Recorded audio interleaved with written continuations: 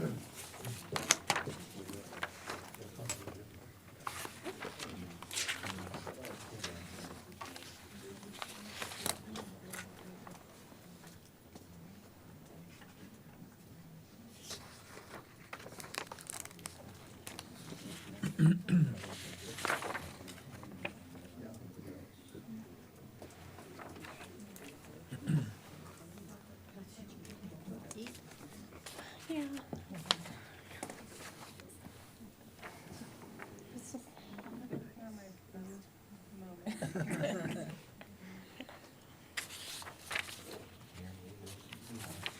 Ready? Good evening. Tonight is September 11th, 2023, and pre-meeting. We'll go over council agenda questions if anybody has any. Councilor Zadi? Councilor Seymour? No. Councilor? Mayor Pro Tem? No. No? None? City council reports? Councilor Zadi? Councilor Seymour? Yeah, short week last week with Labor Day. Did have the opportunity, along with the mayor, to attend the annual volunteer appreciation dinner, and city manager and many staff members there too. It was a perfect night to have an outdoor venue up at City Park, and I think we had close to 200 of our volunteers there. So it was a nice opportunity to recognize those that give a lot of time to our city. And I think that was it. Saturday morning early down at the Fall Festival on 73rd. Got to visit with some of our members of the Historical Society and one of our new business owners down there. So that was a great opportunity to chat with them. So that was it for last week. Councilor Edmonds?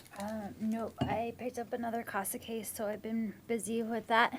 So hopefully it will calm down just a little bit, but yep. But nothing council related. Well, thanks for always doing that. You're special. Councilor Baker? No. Mayor Pro Tem? Tuesday, I was on the chamber broadcast, shared with them about the budget process, and that was really short and sweet. It was probably maybe 10 minutes. Not a ton to talk about on the whole other week, but just kind of talk through the budget process and how people could get engaged with that. On Wednesday, I attended with Councilor Zadi the Legacy Foundation board retreat. I did want to bring something back, and I'm not sure what will happen with it, but one of the things that was clear from that discussion was there's a lot of pressure on the executive director to figure out who we're going to be and get funding at the same time. One of the things I asked was if the city were to extend that MOU a year, if that would allow her some better opportunity to not feel so much pressure. Because as I shared with the board, you could kind of hear the angst.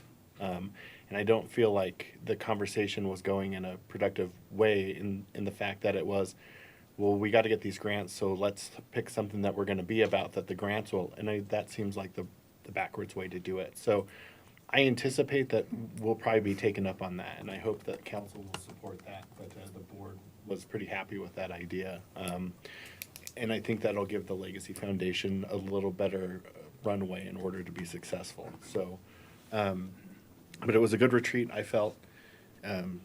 I did have to leave early because I had to work, but we made a lot of ground in the half a day that I was there. So the next thing that I had was Rocky Mountain CNR for the airport. That was quite an animated meeting. It, to be frank, got a little out of hand at points with public comment, and I'm not sure, hopefully that doesn't maintain that way, but we did make some ground. The representative trustee Zerbo from Superior brought forward a recommendation. He had worked with the director of the airport, as well as the different flight schools, as well as the FAA, to come up with some what would be voluntary recommendations for pilots to basically not use the south runway, and to do a tighter flight path around the airport after 10 o'clock. And so I know you saw the email, and I asked the trustee to validate what my remember was, that it wasn't gonna push more noise over Westminster or anybody else, it was actually pushing the traffic not over people. So, I think that that'll be good. Time will tell. Obviously, it is something that they don't have to do. But the director of the airport, if you listen to the meeting, felt like people would follow that. And it was a collaboration between all of them. And it sounds like the representative from Superior threw quite a few ideas, some they didn't like, and that was one that everybody agreed was something that they could try to do. So we did also discuss the letter from the two Congress people, and my question was, well, if they're gonna ask that, are they gonna be offering funding for that? Because I know one of the roadblocks is that the Part 150 costs money.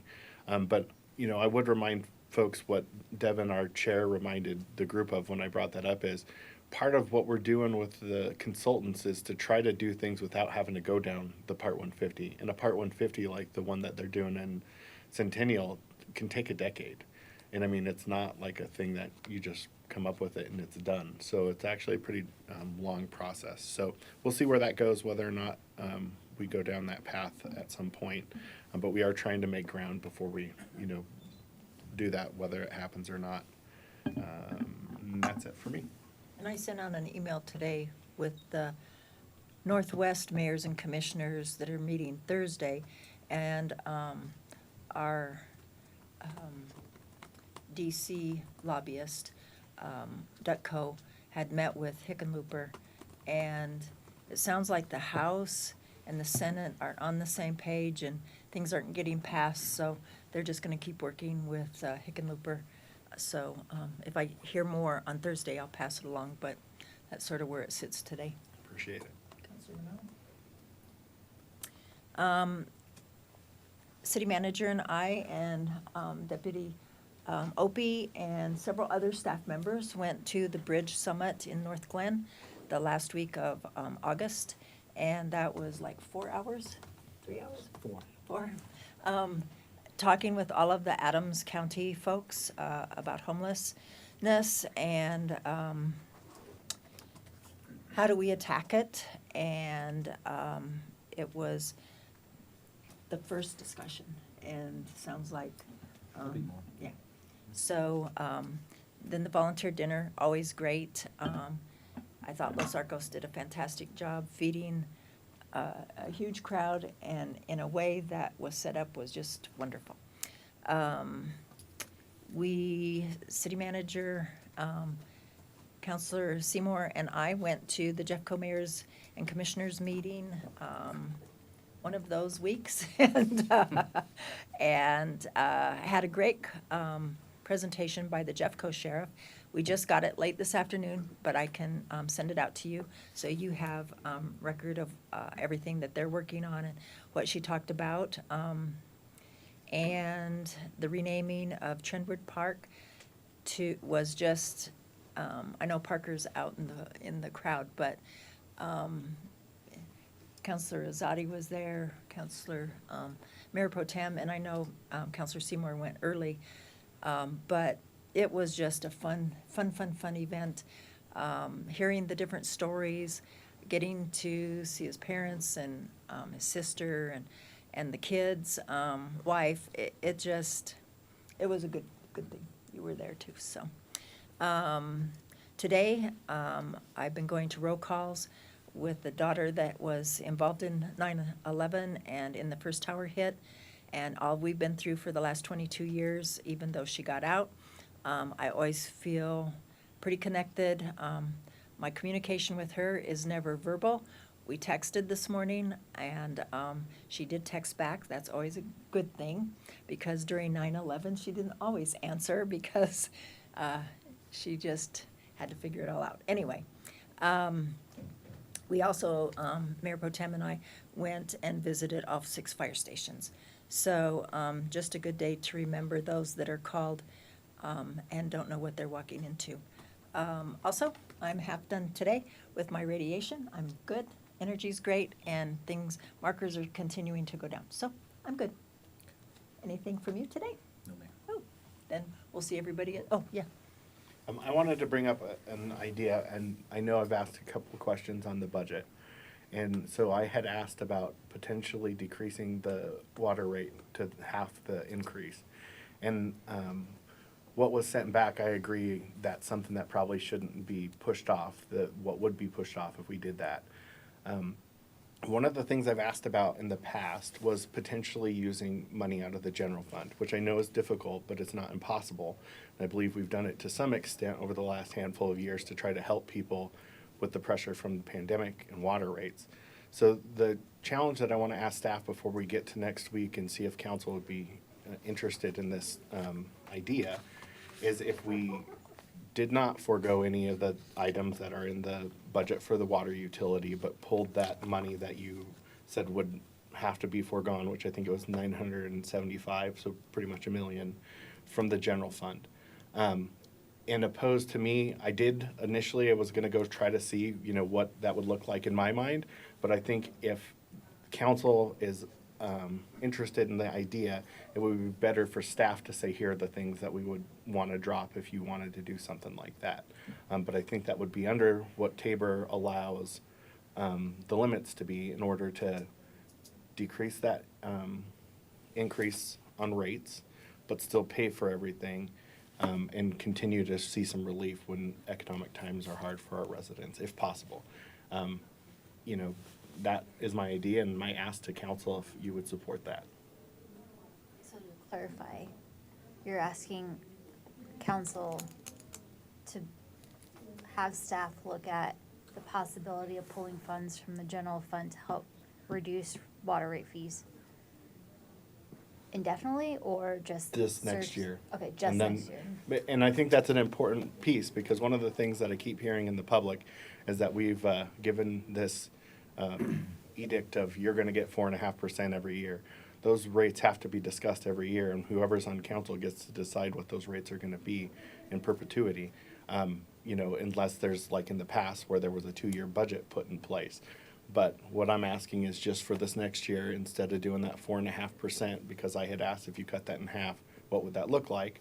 We were given a very specific thing. I'd like to find out if it, what staff would come up with and pull out of the general fund that's already earmarked to pay for that, reduce those rates, and have a recommendation. Does that make sense? I sort of had a different way of looking at a similar question. I forgot to send send myself my budget questions. That was really helpful. But there's one table in here where for Public Works, Lord, I'm not going to attempt to find it right now, but it does identify how many customers received assistance, and that it has actually increased since, over the past 3 or 4 years. And so my question was, well, how much is that? And then are we budgeting enough? And whether or not it comes out of the utility fund or if it's coming out of general fund, I don't know. And so it kind of goes back to, just like a different way of looking at it, because I was more, do we need to budget more in this, for this assistance piece? Because that's more direct than like across the board doing a reduction. So that, I'd be open to having them bring both things back. Yeah. Because I think that that's kind of a longer standing, not just this year. Whereas I think this year in particular, because of economic conditions, I think that our residents would benefit from that, because nobody is, including the city, is not being hit with the way the economy is. So I don't dislike your idea just in general, because I think that's something long-term, we should make sure we have a good pulse on it. But I still would like, and maybe they come back and, we don't like their recommendation and we go as is, but I think it would be an exercise that would be worth the time in my mind. Thoughts? Yes, sir. And I'd be okay, especially seeing the balance there between those two, because we can target with the assistance. We can look at overall, and then making sure we don't violate the Tabor cap as well, too, so. Nice to see some options. Councilor Rosati? Yeah, I think we should always see options, especially this is a 2024 budget. So we should look at all the options. So I agree with both of them. And the items I sent you as well, I'd like to bring those up. I'm assuming you're looking at those. We are, although there were no questions in No those, questions, just right. feasibility and Sure, okay. options. Counselor Emmons? I would agree at looking at both options. Counselor Baker? For a one-year thing, what's the long-term benefit of it? If we want to look at options, fine, but I see no long-term benefit. You're a yes, and you, Yeah, yes, I'm Okay. looking at both. so you've got, Yeah, 4 plus. you've got Okay. 6. Okay.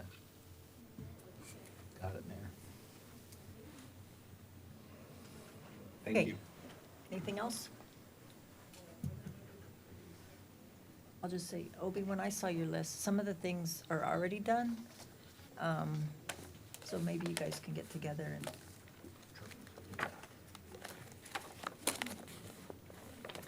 If there's nothing else, we'll see you at 7:00.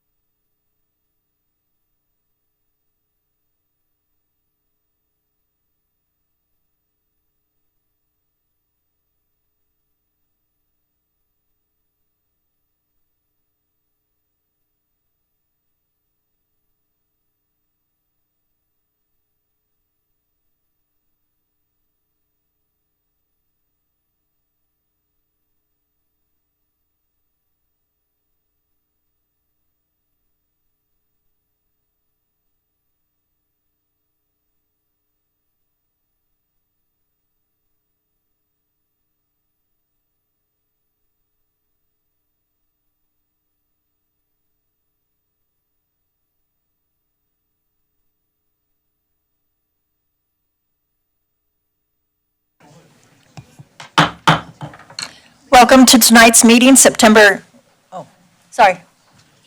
You're coming. September 11th, 2023. Please stand and join me for the Pledge of Allegiance.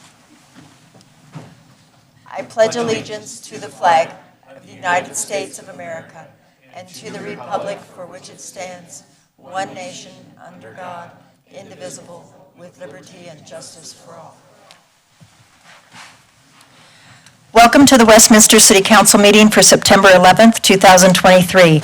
We thank you for coming and would like to remind all in attendance that our meetings are subject to the rules of decorum and are posted at the back of the room. These rules are in effect until our meetings are in session, while our meetings are in session, and as well as during breaks and transitions between meetings. We want to be sure all feel welcome and remind all that there is an expectation that no attendee shall disrupt this meeting and the threats of intimidation are prohibited. Signs and placards are prohibited in the council chambers, and all attendees shall remain seated in the seats provided, not in the aisles, nor shall the doorways be blocked. Roll call, please. Counselor Baker. Here. Mayor Pro Tem Demott. Present. Counselor Emmons. Present. Counselor Azadi. Here. Mayor McNally. Here. Counselor Nermilla. Here. And Counselor Seymour. Here.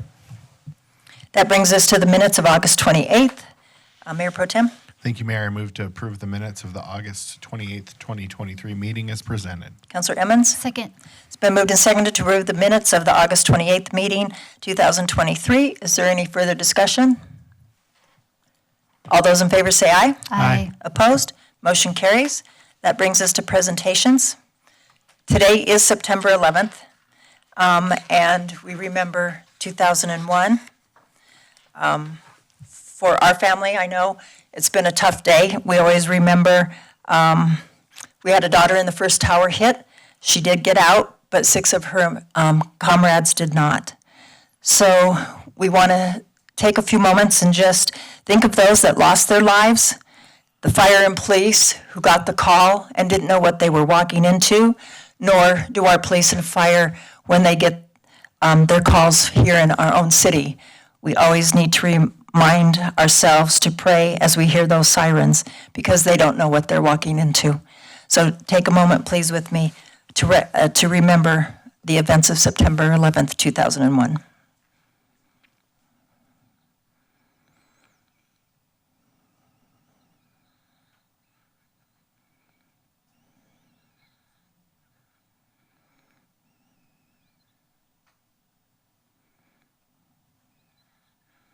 Thank you. We have a proclamation for Constitution Week. Councilor Seymour.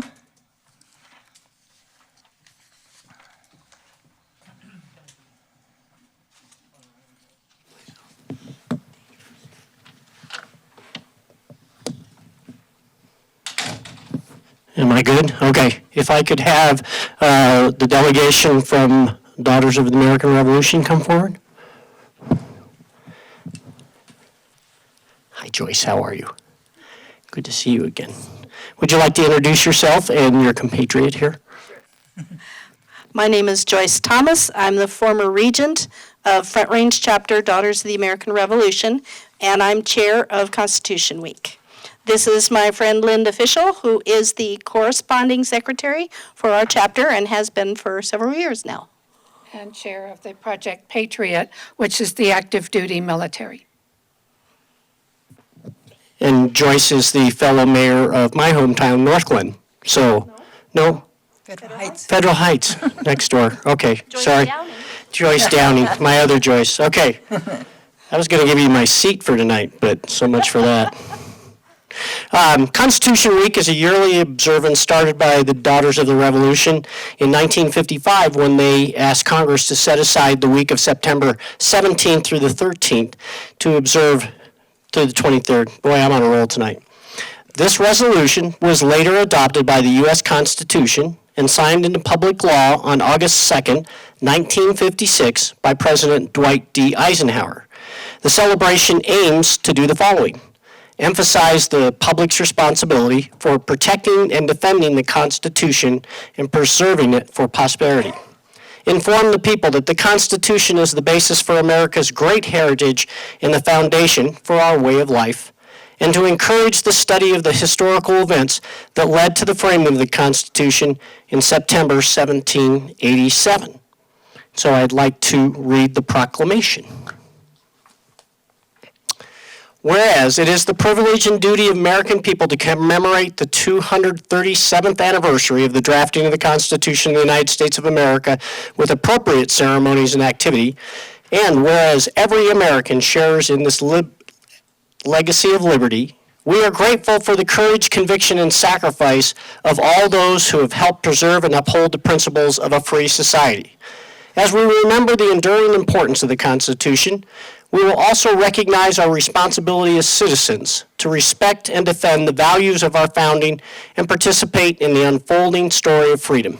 And whereas in celebration of the signing of the Constitution and in recognition of Americans who strive to uphold the duties and responsibilities of citizenship, the Congress, by joint resolution of August 2nd, 1956, request the proclamation that the week of September 17th and ending in September 23rd of each year is Constitution Week, with Constitution Day being on Sunday, September 17th. And now, therefore, I, Nancy McNally, Mayor of the City of Westminster, on behalf of the entire City Council, do hereby proclaim the week of September 17th through 23rd as Constitution Week, and call upon the people of Westminster to urge all citizens to study the Constitution and reflect on the privilege of being an American with all the rights and responsibilities which those privileges involve. Signed this 11th day of September 2023, Nancy McNally, Mayor.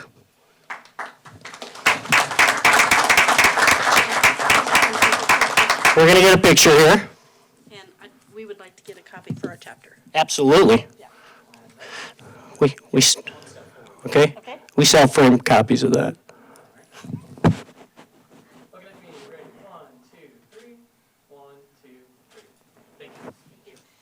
Also, I have copies of the Pocket Constitution. I don't have a lot, but I have enough for council and for a few in the audience if they want. Thank you All right. very much. Thank you. Okay. You want to hurry, go around?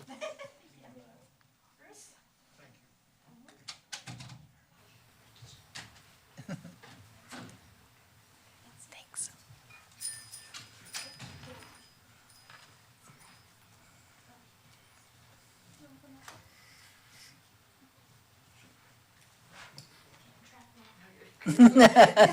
Get you caged in. Anybody in the audience?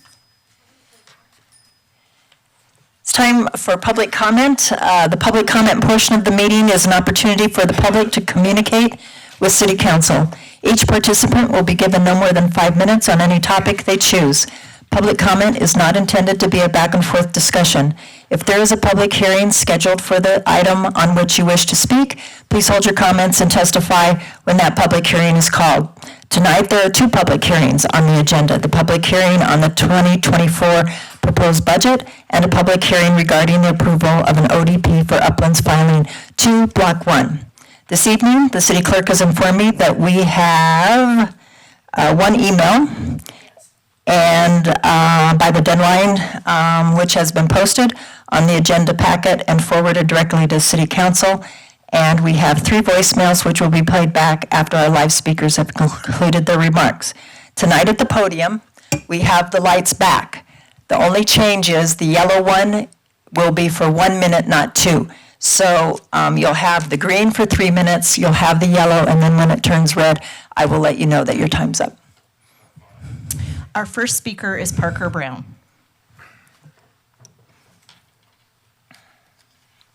Welcome. Good morning, or good evening, Mayor, Mayor Pro Tem, City Councilors.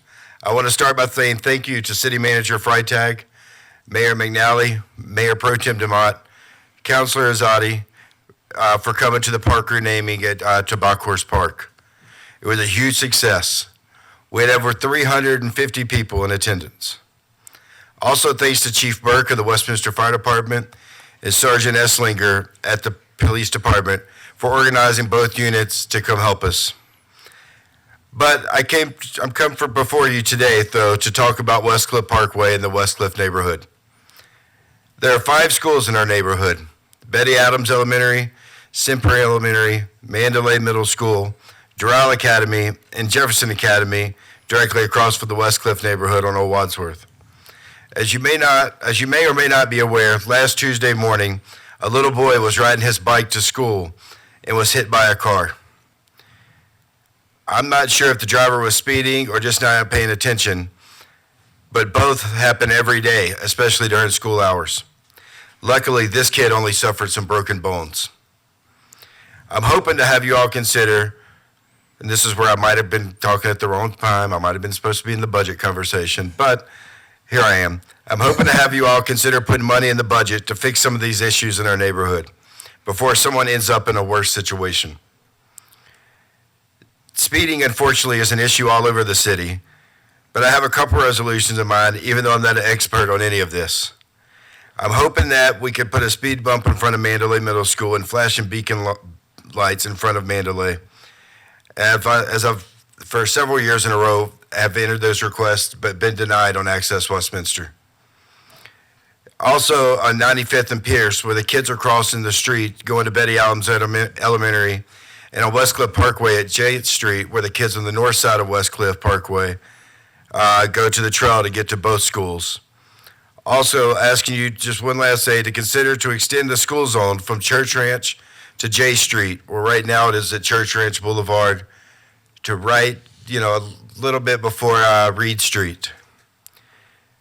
I also know the police department is extremely busy on a daily basis, and that every neighborhood is requesting something to be done about speeding and to have more officers in their neighborhood.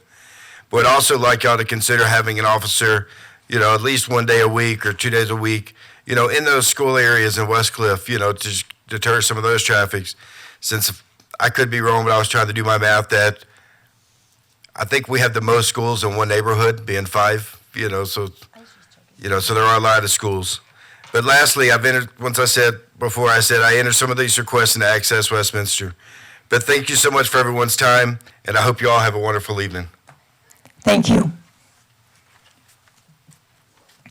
The next speaker is Karen Calavity.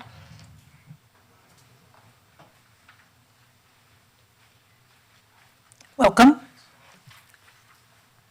Hello, Karen Calavity, 9940 Westcliff Parkway. I want to speak about land in general and how we should be respecting it rather than kind of trashing it. I'm specifically talking about the Westminster water treatment plant. That is a beautiful site with a lot of wildlife, including bald eagles. And the thought of converting that to a utility center just because that was the only thing that the consultants came up with. One consulting firm was brought in to determine the fate of a 60, 70, 80, 90-year-old facility.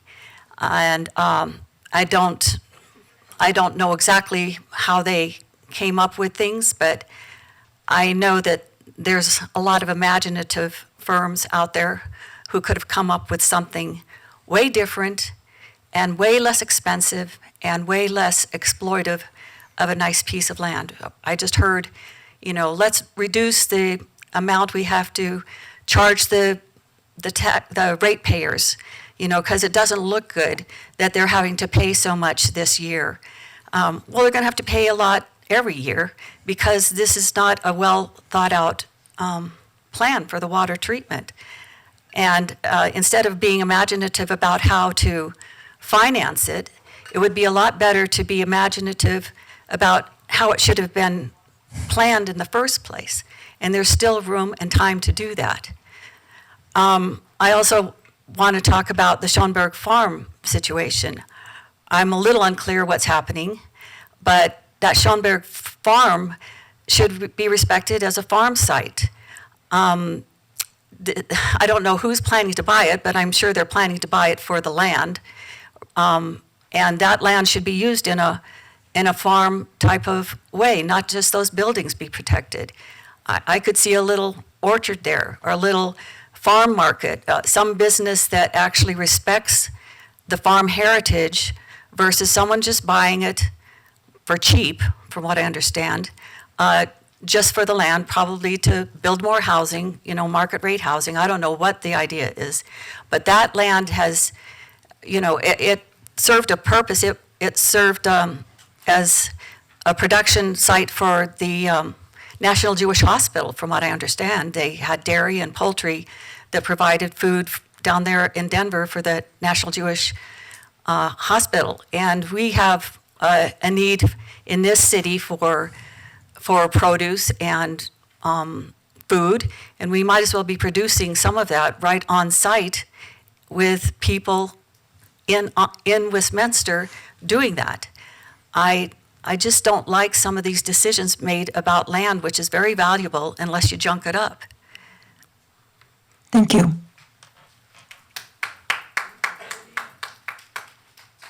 The next speaker is Nancy Travis. I have no comment at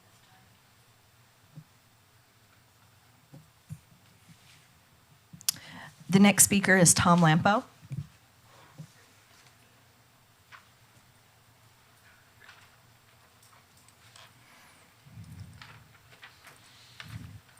Welcome. Hello. Hope everybody's doing well. I'm here to invite God to be present here at this meeting and to be with us in Westminster. Please join me in praying. Heavenly Father, in Jesus' precious name, you are welcome here and throughout Westminster. Everything is yours. 2 Chronicles 20:6 states, He said, Yahweh, the God of our ancestors, are you not the God who is in heaven, and do you not rule over all the kingdoms of the nations? Power and might are in your hand, and no one can stand against you.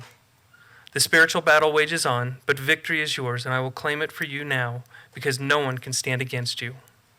I want to lift up all the people that have been affected by the events 22 years ago today. May they feel your compassion as you comfort them. Lord, we need hope in these unprecedented times. We don't see the spiritual battles happening all around us, but we do see the devastation, and we are in bad shape. We have the stresses of life, work, family, bills, debts, deadlines, and more. We have a lot of anxiety, and worse, we are an unbelieving people. So tonight I lift up everyone to you and ask that you deal with our unbelief and give us hope. We believe more in ourselves than we do in you. Soften our hearts and take control of our will. Your words come true in Proverbs 3:5, where it states, Trust in the Lord with all your heart and do not lean on your own understanding. And in Psalm 51:10, Create in me a pure heart, O God, and renew a steadfast spirit within me. Help us to move away from self and rely on you. And our faith does not need to be great. In Matthew 17:20-21, you state, Truly I tell you, if you have faith as small as a mustard seed, you can say to this mountain, Move from here to there, and it will move. Nothing will be impossible for you. Help us with our faith, and let us rely on you, on your word for hope. In Isaiah 41:10, you state, So do not fear, for I am with you. Do not be dismayed, for I am your God. I will strengthen you and help you. I will uphold you with my righteous right hand. And Jeremiah 29:11 states, For I know the plans that I have for you, declares the Lord, plans for welfare and not for evil, to give you a future and a hope. Faith in you and hope for a future. We'll get there, Father, but not without you. Touch our lives and give us trust and faith in you, so our hope can rest in your word. In your precious name we pray. Amen. And finally, John 14:27, Jesus said, Peace I leave with you, my peace I give you. I don't give to you as the world gives. Do not let your hearts be troubled, and do not be afraid. Have a good night. Thank you. The next speaker is John Palmer.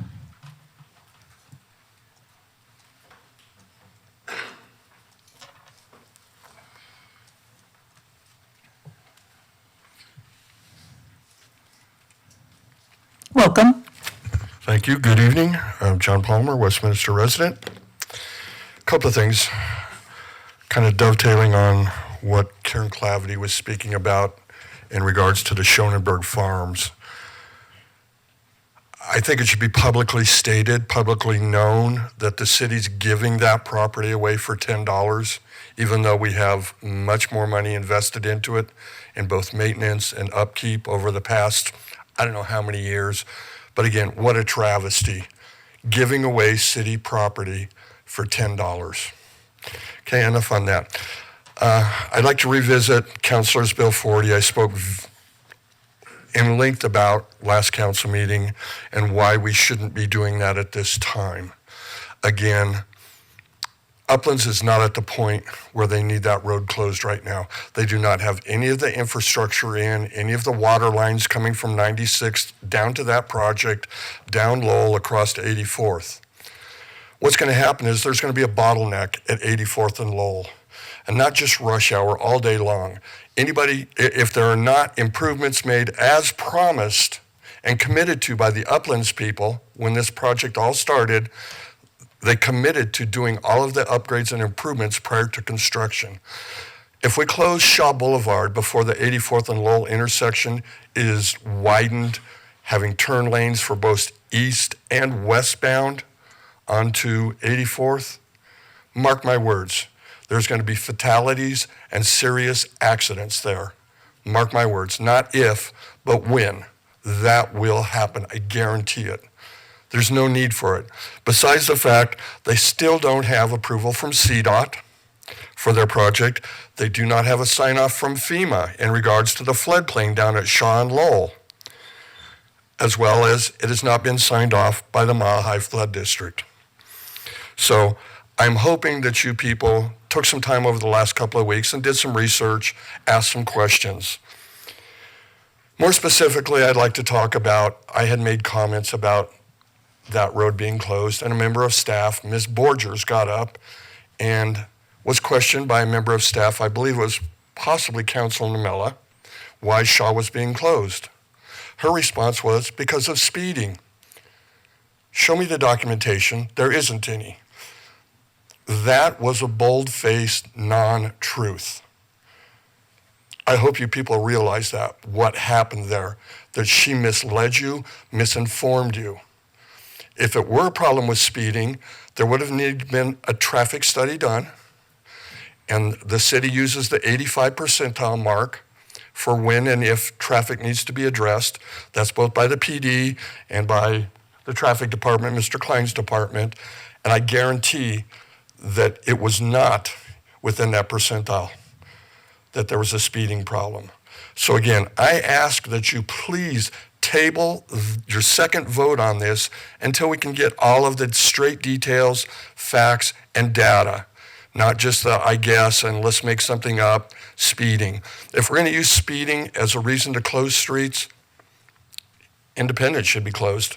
Haven't we had a lot of comments about speeding over on Independence, Councilor Zadi? 88th, 92nd, Lowell Federal. We can't use that excuse for everything, especially when it's not documented or substantiated. Again, that was a mistruth. I'm speaking nicely. There's another word that I could use here, but I'm trying to be polite. She misled you. I can't believe that you would let a member of staff mislead you on an important detail like that without more questioning. Thank you. Thank you. The next, excuse me, the next speaker is Chris Allred.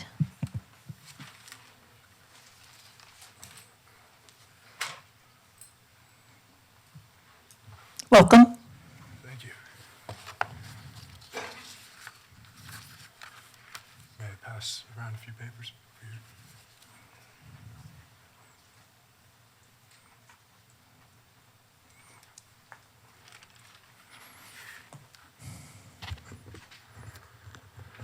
Good evening, Council. Hi, my name is Chris Allred. I live in Longmont. I work at Rocky Mountain Peace and Justice Center, and I've studied Rocky Flats for the past 9 years. The document that I just passed around to share is a letter from Representative Nagoose and Representative Pedersen requesting air monitoring at Rocky Flats. It is a letter to the Department of Energy and the EPA. And I wanted to make sure that this was brought to your awareness. It is dated June 20th of this year. And this letter was in follow-up to 3 local governments who also sent letters to DOE and EPA requesting air monitoring. That included Arvada, Broomfield, and Boulder County. So I am here to ask a few questions of the council. The first question is, will the council please consider also supporting efforts for air monitoring at Rocky Flats? And if so, please be sure to make that a public process that includes an opportunity for scientists independent of the Department of Energy to comment on the air monitoring protocol.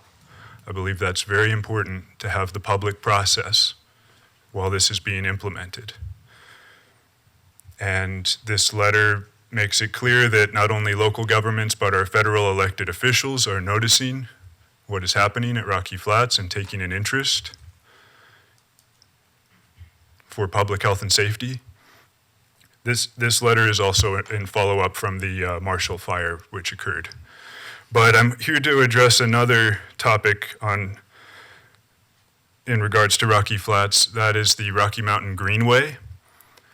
And just a brief history of some of the local government involvement with the Rocky Mountain Greenway. It is a mountain bike trail that is proposed to go through Rocky Flats National Wildlife Refuge, and it includes 2 construction projects, one on the north side and one on an overpass over Indiana Street, which I believe Westminster has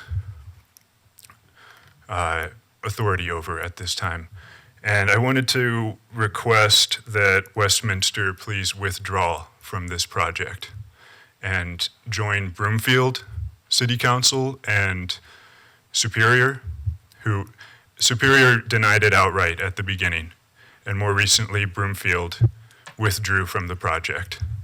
They also withdrew from the Jefferson Parkway, and they cited a finding of a 264 picocurie per gram particle of plutonium along Indiana Street, not far from where this overpass is proposed to be constructed, I believe. And just for some perspective on that number, the average background level of plutonium is about 0.04 picocuries per gram, compared with 264 picocuries. So we are talking orders of magnitude higher than background level, and it is not really a scientific debate whether or not there is contamination along Indiana Street. We know there is, because studies continue to show that there is contamination there. The debate tends to be of how harmful is that contamination. And through a construction project, dust gets brought up into the air.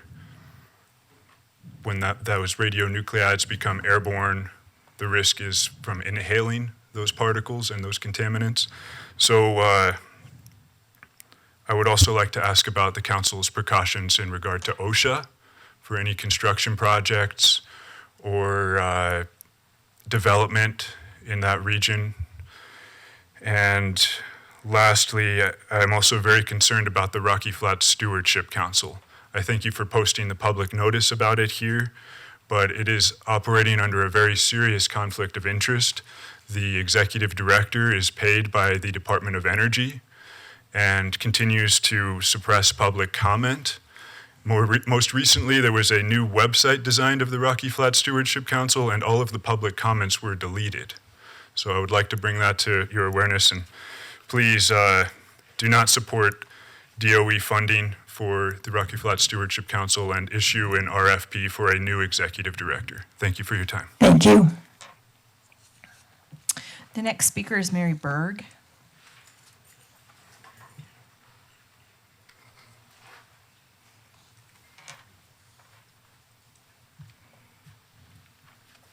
Welcome. Thank you. I have 5 minutes. Okay.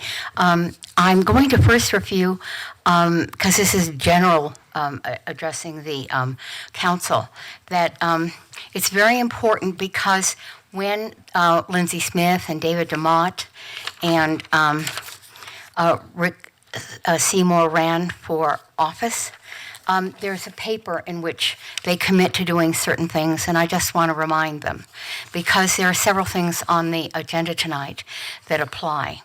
Okay, I really appreciate that David DeMott stood for individual trash haulers, and he said that I oppose the idea of government picking services or vendors for us regarding those trash haulers, because he was supporting private small business, which is the core of the American values, and that our government number one duty is to protect its citizens and their individual rights. Lindsay Smith spoke about investing in cost-effective targeted ventures is fundamental for attracting the private sector. And Rick Seymour made it really simple. He made 3 bullet points. He said, being a public servant, really listening to our citizens, specifically addressing your concerns. So the previous gentleman, I hope you take very seriously, because that is an abomination of a level of the Pico Curies, as he talked about. But what I'm really here tonight as an overall thing is that because the implication from running for office was that you were going to represent the citizens, obviously, who live here.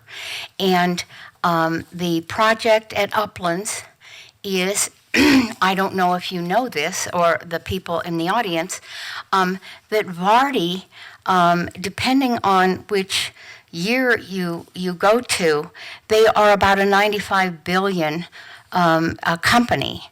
That is really directing all of the things at Uplands. This is basically a UN Agenda 21 stack and pack, uncharacteristic of our neighborhood, that we've been paying the property taxes here to establish the city of Westminster for, I'll say, 65 years, because that's been the history of the area that I live in. Also, because to be this large a company, they are in oil and gas. They buy, the businesses that are forced by unfair competition and the government rules, who are forced to basically sell their business on pennies on the dollar. Vardy picks up. Okay, so the real estate whole development here is similar to all over the world, including India, and I'll be glad to give the city councilors a copy of this 5-page summary if you don't know. But we aren't being represented as the citizens in a community that has development that's in character of what we've come to know.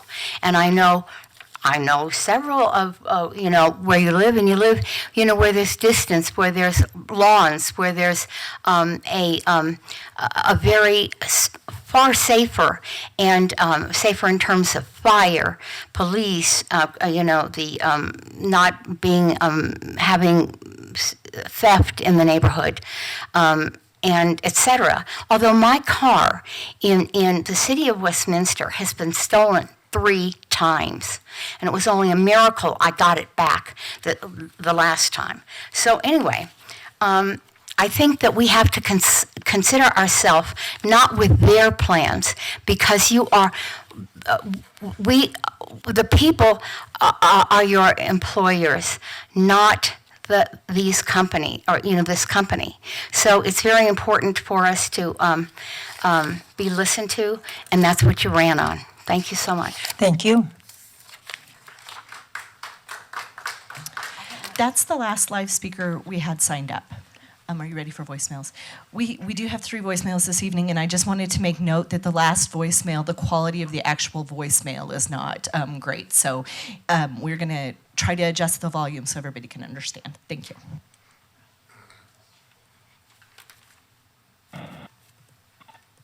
This is Mitchell A. Seidels. Just want to leave a message about the water processing plant. a big no on approving that idea. Thank you very much.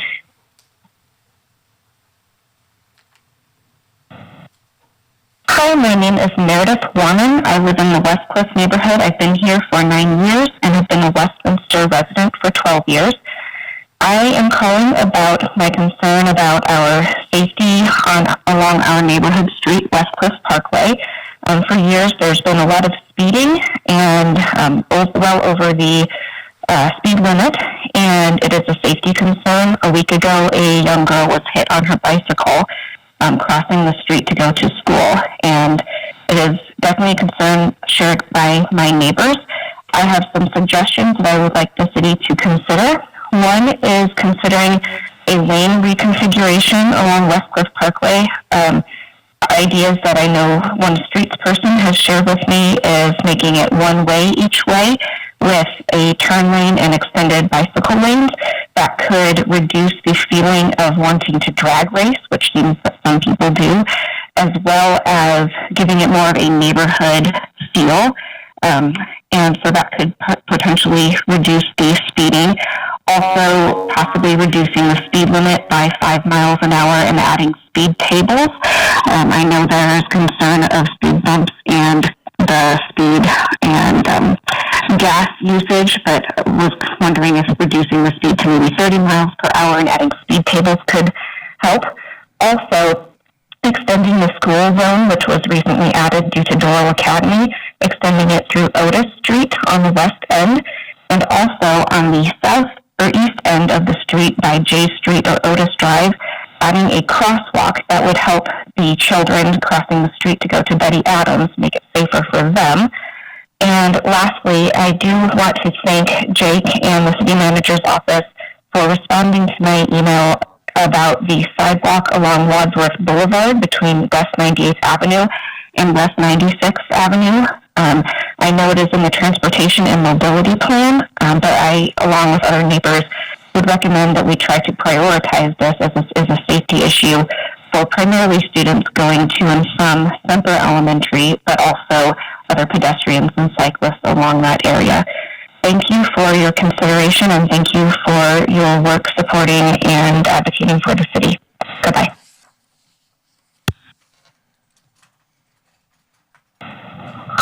Good evening, Mayor, Mayor Pro Tem, and City Councilors. My name is David Carpenter, and I live in Countryside neighborhood. I'm calling because of a series of emails I received from Councilor Baker, along with the council censure of Councilor Baker and the August 28th City Council meeting.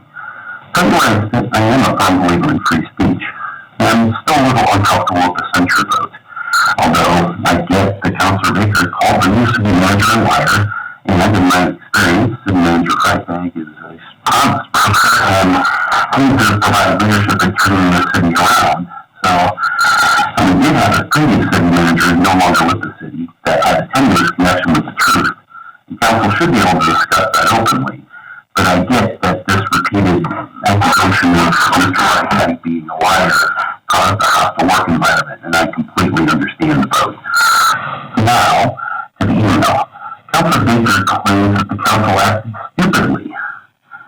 Council came to find out the second opinion on the new water site was done by the same engineering company that worked on the Westminster Boulevard location since March of 2019. Of course, the second opinion, the first engineers did great work at the best location.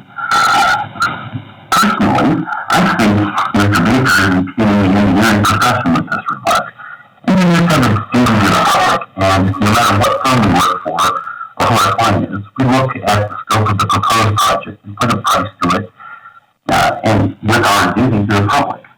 While engineering judgment is not infallible, ethics dictate a fresh look at each potential site and impacts when there is a relook. I have no doubt the engineering firm did its work properly, and the city was not swindled, as Councilor Baker asserted. Remember, this council saved over $100 million on this new water plant. Our water bills are still lower than 2 years ago, and we are going to be having increases that are below the current rate of inflation from now on. Also, his comparison of water rates in Westminster to water rates cities aren't necessarily apples to apples comparisons, as each city has a different set of meter fees and everything else in addition to the per gallon charges. So landscape water or water for my place would cost the same in Greenfield as it does in Westminster, just because of the difference in meter sizes and meter fees. Now, as for the council acting stupidly, there seems to be some rejection going on there from Mr. Baker. After all, Mr. Baker, who consistently votes against development projects that meet city standards, which, quite frankly, could open the city to a lawsuit. It's also Councilor Baker who said we should close the Rocky Mountain Airport. Rocky Mountain Airport is one of our region's economic engines. You can easily consider some of these statements stupid. Now, I like a lot of Councilor Baker's questions. I believe that some of these, I think that we should take second looks at things and not take everything face value. But from my seat here in the stands, it seems like Councilor Baker's views are myopic, flippant, and quite frankly unbecoming of a Westminster City Councilor. So, thank you to the council for all you do, and thank you for your time this evening. Have a great night. Goodbye. That's the last voicemail. Thanks. Is there anyone in the audience that got here late and did not get signed up to talk under public comment, not on a issue for public hearing? Yes, sir. Welcome. Thank you. Yes, I did get signed up. Oh. So, anyway, I'm plowing over old ground. Oh, by the way, my name's Keith Raymond. I live at 3320 West 96th Avenue. I'm probably plowing over old ground, but it's uplands. It's an abomination. I feel that this council has betrayed the citizens of Westminster, used the law to suppress their voice in the recall elections, and I hope the next council can further look at this much deeper and make some major changes to it, because there's way too much density. Some of the construction, especially on the slope of Bradburn, with what little civil engineering education I have, is bad. If you remember Green Mountain a number of years ago, those homes sliding down the mountain, maybe the same situation will be happen there. But in all, this project is bad. It's really bad. My second point, when I heard that Vardy Partners hedge fund was financing this, did a little digging. It's a foreign company. And right up front in their website it says, opportunities in the wake of tighter U.S. banking regulations. Does that mean circumventing the banking regulations of this country in order to finance this project?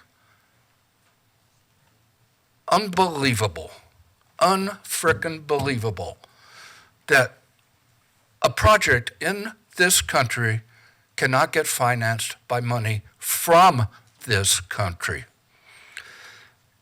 Today's September 11th. How much, I'm just shooting spitballing here, but how much foreign money could be going into that hedge fund from terrorist organizations, either to make more money or launder money? I don't know. But because it's a foreign entity with offices all around the world, I'm very suspicious.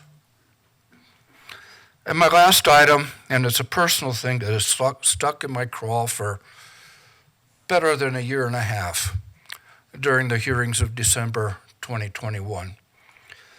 When Eric Kornacki, so-called representatives of the Uplands Community Collective, I'm sure this is a front organization, doesn't even exist, called out the citizens of Westminster as racist. I sent an email to all of you. The only response was from Mr. Baker, The rest of you should have been outraged.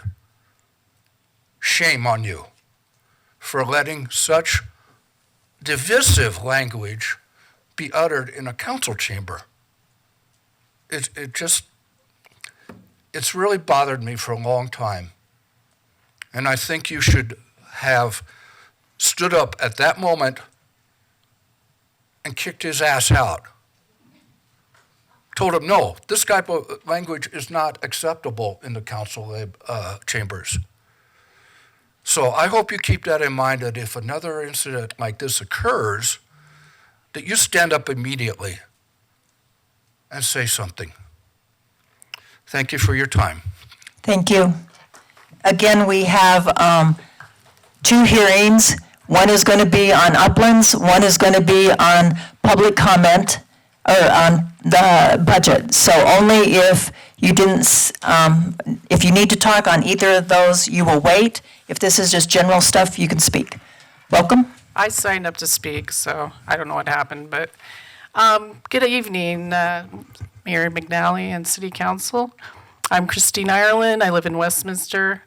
Approving the uplands development is upsetting on many levels. One that has not been mentioned is the density of this project is a fire hazard for future residents' safety and safety for the surrounding residents. I understand there is only one entrance out of this neighborhood. Why is more density being allowed? This just isn't about appearance, it's about safety. What are you trying to create, a death trap? One entrance and the density is unacceptable.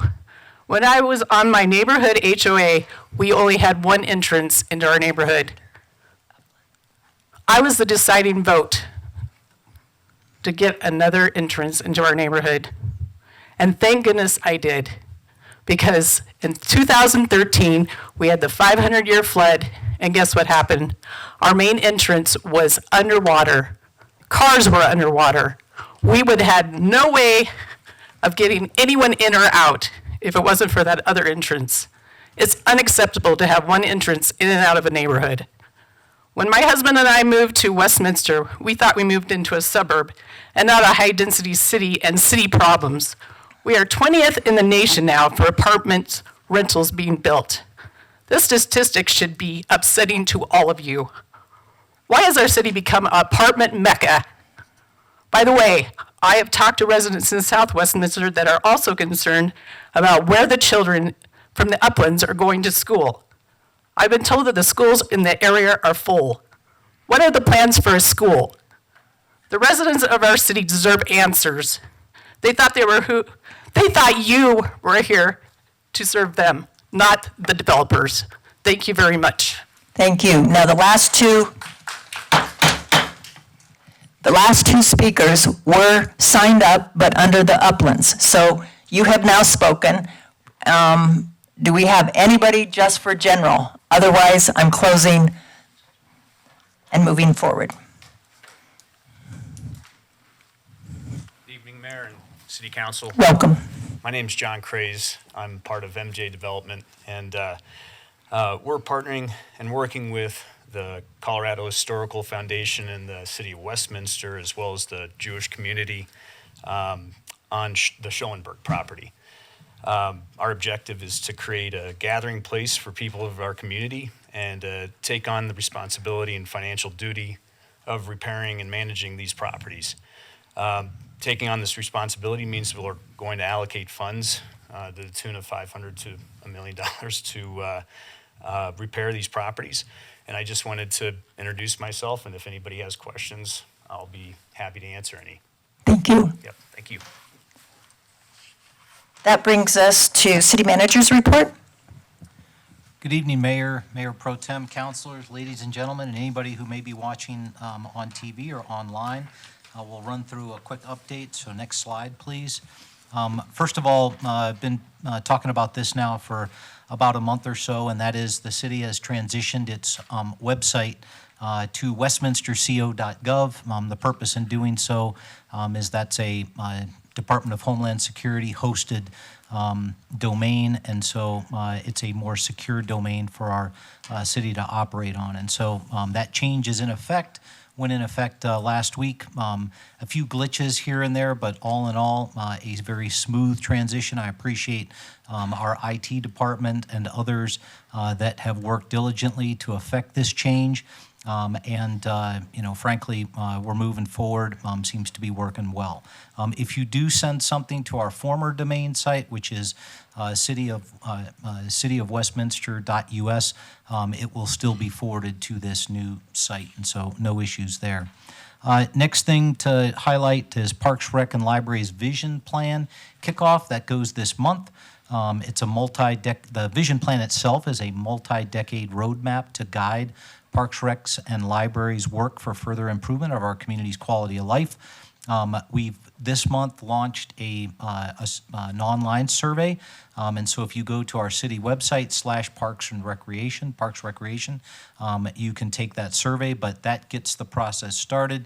And then this October and into 2024, we will continue with community engagement, specifically interviews, focused discussions, community events, and of course, another survey or two. But looking for a lot of community input into this vision plan, because again, it is about the future of our parks, recreation programming, and certainly our libraries moving on into the next several decades. Next slide. Next thing, great news story. Earlier this year, we were notified that one of our apartment complexes that will be a wraparound project at our parking garage was going to be delayed because of some power challenges for providing power. And I'm very, very pleased to announce to the council and the community that thanks to a lot of folks lobbying the state, lobbying Excel, and specifically Representative Shannon Byrd brought home this good news last week, and that is that Excel will be able to provide power to that project. And what that does is that then starts the process for hundreds of millions of dollars in new development in historic Westminster. And so great news story for our community, and we appreciate everybody, staff, councilors, state representatives, and certainly citizens in our Chamber of Commerce who have helped carry the message to the state and to Excel Energy. So that project will get to move forward, and we thought it was not going to be able to. Drinking water facility activities began this past week. If you've been on Westminster Boulevard, the future site of our water treatment facility, we have started to prepare that site. We're putting in a trailer building where we'll be able to have meetings and host activities on site, and so that prep work began this past week, and so we're excited to see that project moving forward. Early October, we'll be able to stage, plan, and then coordinate those activities there, and so the other item here is we've got an environmental assessment. The public comment period begins tomorrow. That's important. There's an information packet or an information-only memo in our packet this evening. And so if you want to learn more about that project, go to our city website /Drinking Water Project. Next slide. Some Westy wins. One of our police officers provided inaugural training for the Royal Bahamas Police Department. Pretty cool opportunity there. Great picture to the right. But our senior police officer and National Association of School Resource Officers Director Kelly Jacobson was invited to teach NASRO's basic school for the Royal Bahamas PD. And this is the first time that the NASRO training has been taught in the Bahamas. So Westminster PD was part of that inaugural event, and so kudos to them.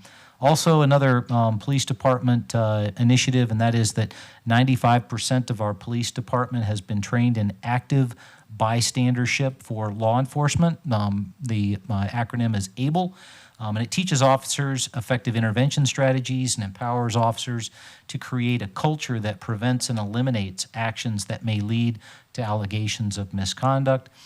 ABLE was developed by our Georgetown University's Law Center and grew out of New Orleans Police Department's Ethical Policing is Courageous program. And so we'll be working towards 100% on that participation, but it got well underway, and we're glad to be a part of that program. Next slide. Some things to know. Planning Commission meeting goes tomorrow, Tuesday, September 12th, 7 to 9 p.m. That's here in City Hall Council Chambers. Inclusivity Board meeting, Wednesday, September 13th, 6 to 7:30 p.m. It's a hybrid meeting, either online or here at City Hall, specifically in the City Manager Office Conference Room. Neighborhood Nights goes this Friday, September 15th, 6:30 to 8:30 p.m. in downtown Westminster. That program has been immensely successful throughout the summer, and we're excited to be able to provide that activity for our community. City Council Budget Study Session goes Monday, September 18th, 6:30 p.m. Please note that we'll be in our multi-purpose room downstairs. That's similar to our budget study session that we had on August 5th. But again, the council's budget study session will be in the multi-purpose room, and there'll certainly be signs that get people downstairs to that multi-purpose room. And then lastly, City Council Town Hall goes Thursday, September 21st, 6:30 to 8 p.m., Crown Point Academy, and that's 2900 West 86th Avenue. Everyone's invited. We look forward to folks attending. Those have been also been extremely successful this year, and we appreciate the council's outreach and engagement of the community. Next slide. As I mentioned, information-only items in our packet this evening. We have a Westminster Boulevard Drinking Water Facility Project update, specifically addressing the environmental assessment. Next slide. And as always, encourage folks to reach out and contact us. We're happy to take your questions. We're happy to find answers that you might be looking for. We're happy to take feedback and certainly criticisms if you have them. You can contact my office, 303-658-2006. You can email me directly at mfreitag@westminsterco.gov. And as always, I encourage you to follow us on Twitter, like us on Facebook. I said Twitter, sorry, X.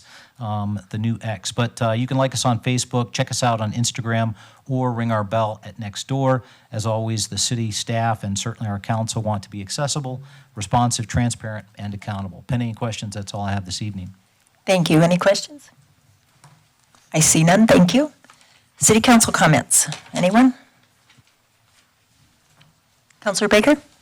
Thank you, Mayor. I've been given pause to consider the advice I gave a couple months ago about what to do when really confronted by hate. And I will be following my own advice.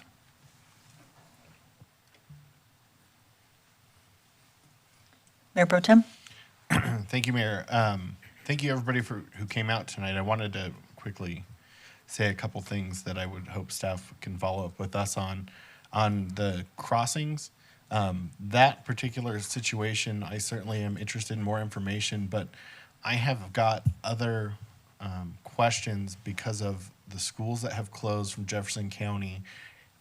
In my neighborhood, for example, on Johnson, there were crosswalks that were set up for kids to cross, but now the bus stops have moved and those crosswalks don't really align. So I'm hoping we can use this as a springboard to reach out to our partners at Jefferson County, figure out where the new bus stops are in those affected communities from the closed schools, and make sure that both our crosswalks and our lights are aligned, because I think that there's probably some tweaking that could be done. And then the other one was that we maybe follow up with our federal delegation on the Rocky Flats stuff, because I know growing up in the area, we did used to have air monitoring, and I don't know what exists to date, but I would just like follow up on that if we could, City Manager.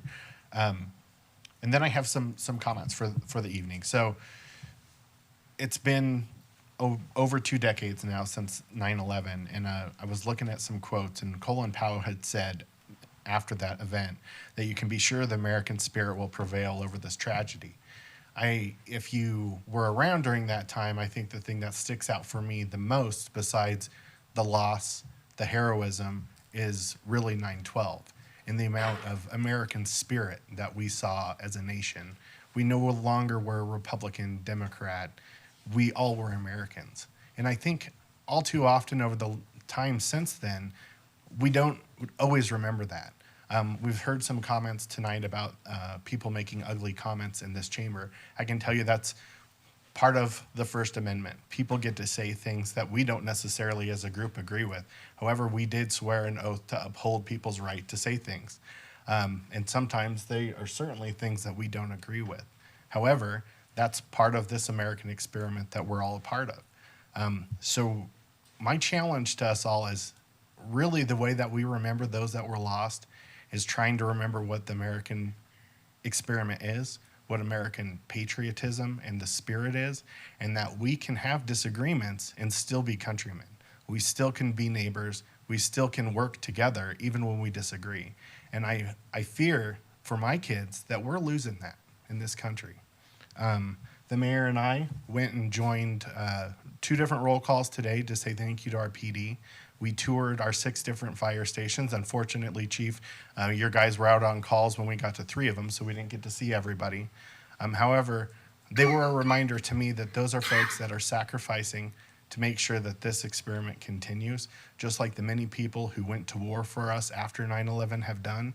And I just think that we honor those people's memory by trying our best to uphold those ideals that this country stands for. City Manager Freitag, just going along with what Mayor Pro Tem said, Sheridan Green is a shut-down school, but we have 2 flashing lights, one coming south, one going north, that could be reused someplace. But, as he said, the traffic used to be different.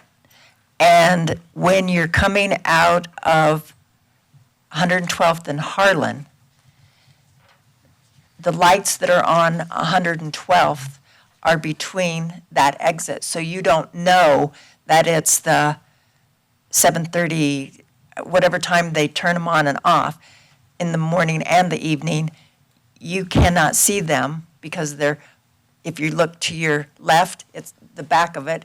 If you look to your right, you get the back of it. You don't know that they're flashing to go 20 miles an hour. So we need some other kind of either signage out of that neighborhood or something.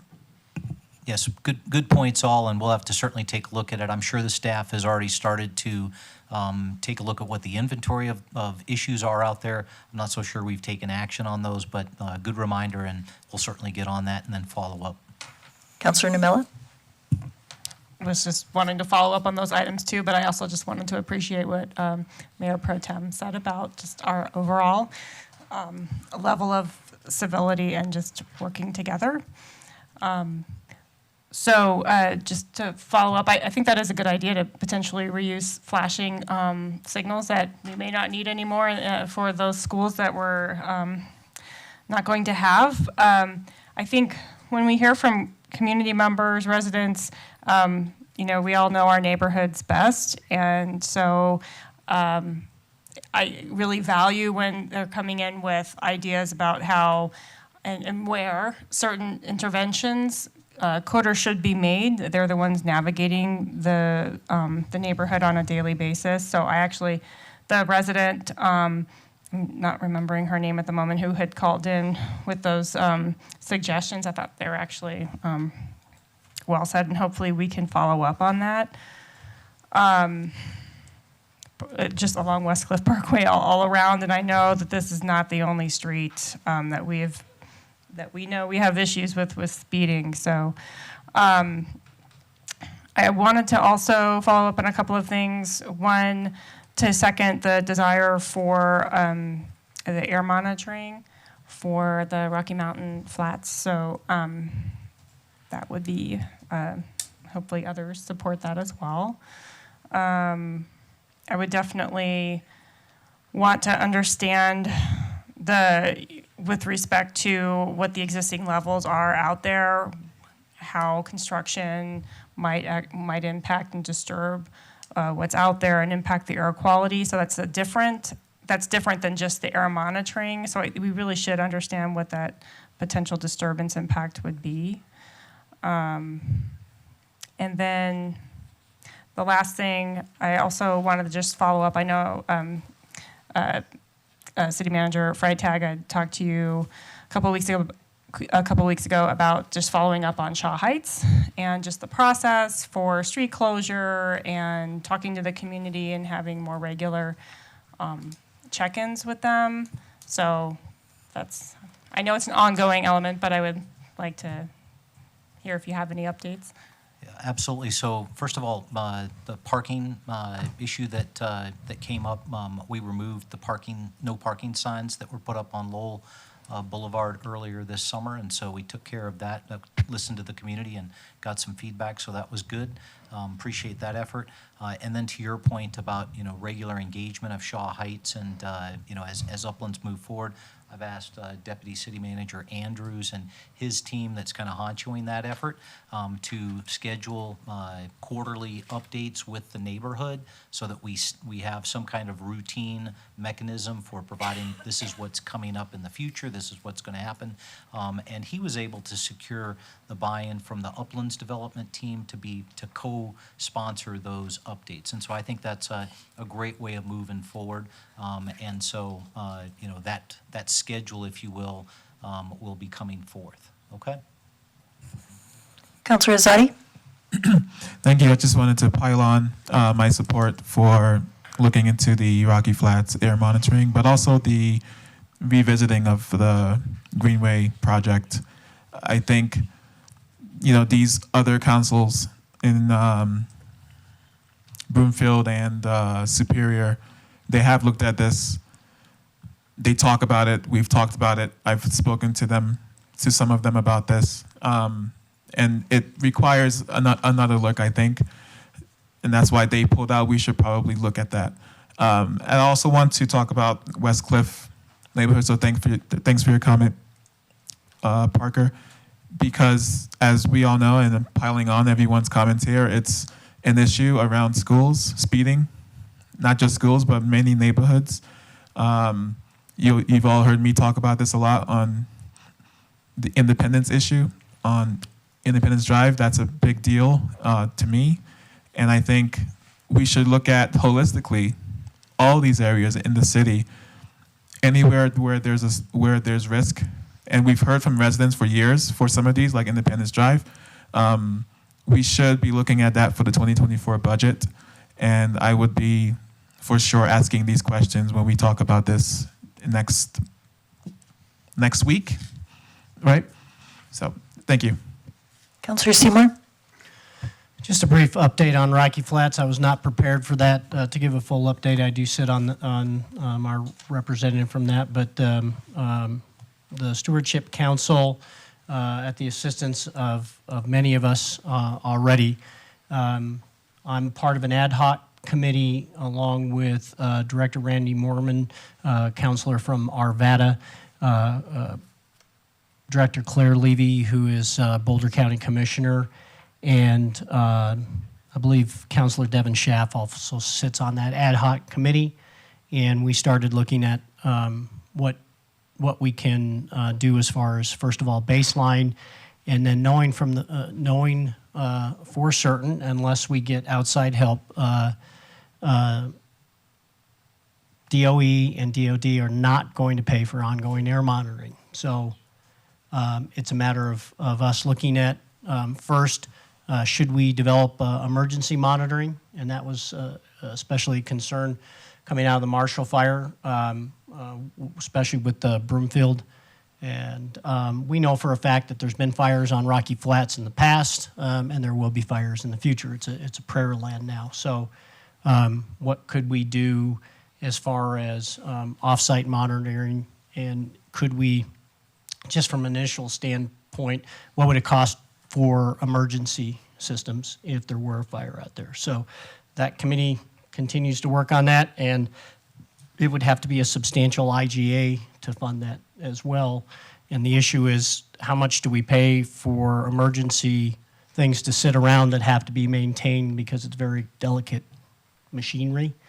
And would by the time we use them, would they be obsolete? So is there better alternatives than that? So I can get further updates on that. I was not prepared for that tonight, though. Thank you. Do you need anything more from us around Rocky Flats? I think I heard pretty good consensus. We'd like to know a little bit more. I'm good to go, Mayor. Thanks. If there's nothing else, I've been asked for a 5-minute recess before we start continuing with the agenda.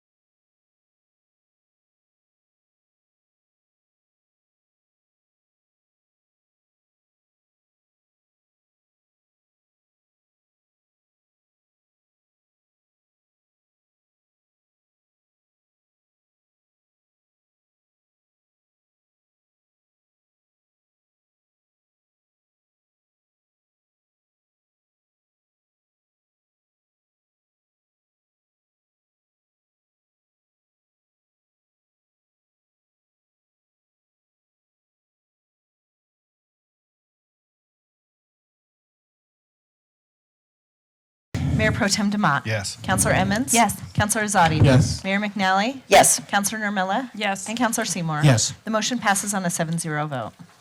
Next up is public hearing on the proposed 2024 budget. There is no presentation for this item.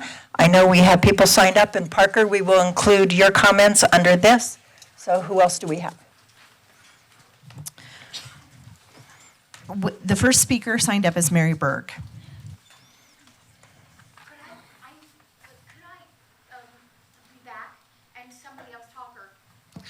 Yeah, she's the only speaker signed up too.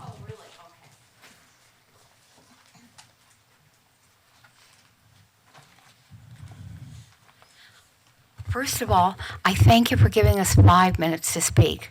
I just want to mention that regarding our budget, you went ahead with the new downtown. And, in addition to having purchased the property essentially for $45 million, because it took $5 million to manage whatever you considered the real estate to be, you indebted the city taxpayers with $100 million for the RTD station, and then you mortgaged 9 city parks that were free and clear in order to purchase this property of the new downtown. And we're actually losing money on that property, or that project, because we can't fill the commercial spaces, and I don't know the other spaces that are vacant, but that's not the responsible use of the city taxpayers' money. The proposed sewage waste plant, or the whatever we call that,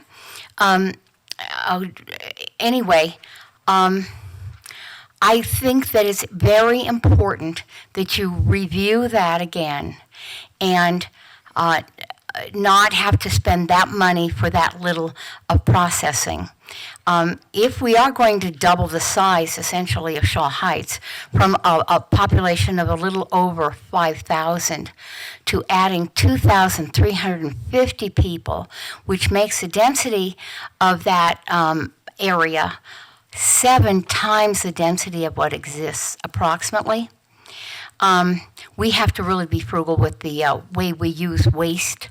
And this project is looks like a payoff to somebody's making lots of money, or some people are making lots of money, and it's not effective, it's not efficient, and it may even be unnecessary.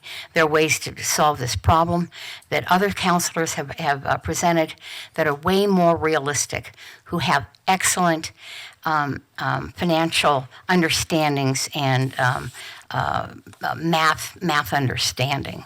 So I urge that you be as frugal as possible and watch, have a free market competition for any projects that need to get done.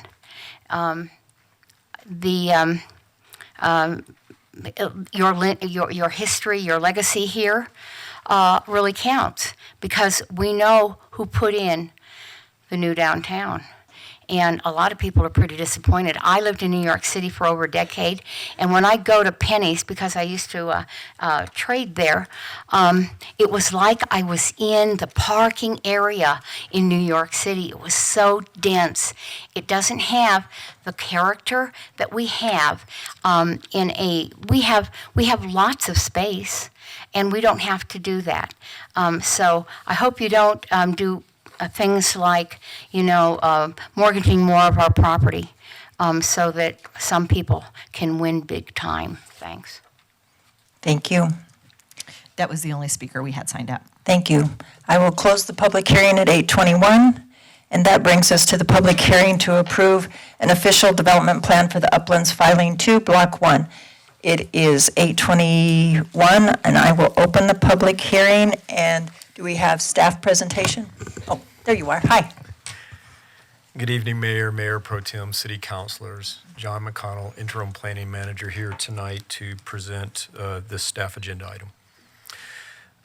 Next slide, please. A staff agenda memo has been created, and tonight's public hearing has been properly noticed. The agenda memo, its associated attachments, tonight's PowerPoint presentation, the public notices published in the Westminster window, the mailed notices, and the posted notices are hereby entered into the public record at this time. The notices of the public hearing were mailed to 1,345 property owners, addresses, and one HOA within 1,000 feet of the parcel under consideration tonight. The city has also posted the hearing date and time on its website. Next slide, please. Here's a map showing the location of Uplands Filing 2, Block 1. The parcel is outlined in red. The parcel is located south of West 84th Avenue, west of Lowell Boulevard, and north of Bradburn Boulevard. Next slide, please. The official development plan would facilitate the subdivision of the property for 82 single-family detached and attached homes. The vehicular access point for the development is off Bradburn Boulevard. The development includes a publicly accessible park with a playground, shade shelter, and swing set. Next slide, please. Section 11.5.15 of the Westminster Municipal Code contains 16 criteria that are to be considered when reviewing official development plans. Staff finds that the official development plan generally meets these criteria as outlined in the agenda memo. Several examples of these criteria are that the plan exhibits sound, creative, or efficient planning and design principles. The architectural design of the structure is compatible in terms of shape, color, forms, and material, and existing streets are suitable to carry the traffic. For those selected example criteria, staff finds that the ODP exhibits sound planning by utilizing tuck-under garages, and that the architectural generally meets the design standards and reflects some of the common modern home designs that you find these days, and that the surrounding road network can accommodate the additional trips generated by the new development. Next slide, please. Staff recommends that the City Council hold a public hearing and approve the ODP subject to the additional condition located in the summary of staff recommendation in the staff agenda memo. Next slide, please. The Planning Commission voted to recommend City Council approve the ODP via a vote of 4-2. Planning Commission added an additional condition that the Laplace Court Street improvements be removed or decoupled from the ODP. The Planning Commission meeting minutes from its July 25th public hearing are provided in attachment 6. Next slide, please. Staff finds that the recommendation of approval of the applications would meet the city's strategic plan priority of ensuring that Westminster offers a diverse range of amenities and activities for residents, businesses, and visitors that honor the city's history and supports the arts, parks, recreation, open spaces, and libraries is met by facilitating new development and providing new publicly accessible park space. This concludes the staff presentation. The applicant is with us tonight and also has a presentation to share with you. Thank you. Do you want any questions at this time or after both presentations? I'm happy to take questions now, or I'm also happy to take questions after the applicant's presentation. I don't see any lights on, so we'll let him proceed.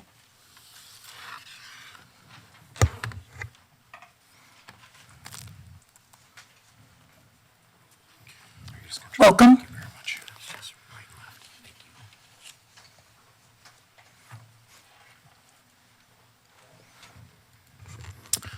Good evening, Mayor, Mayor Pro Tem, members of City Council. You want us to go ahead and start, Mayor?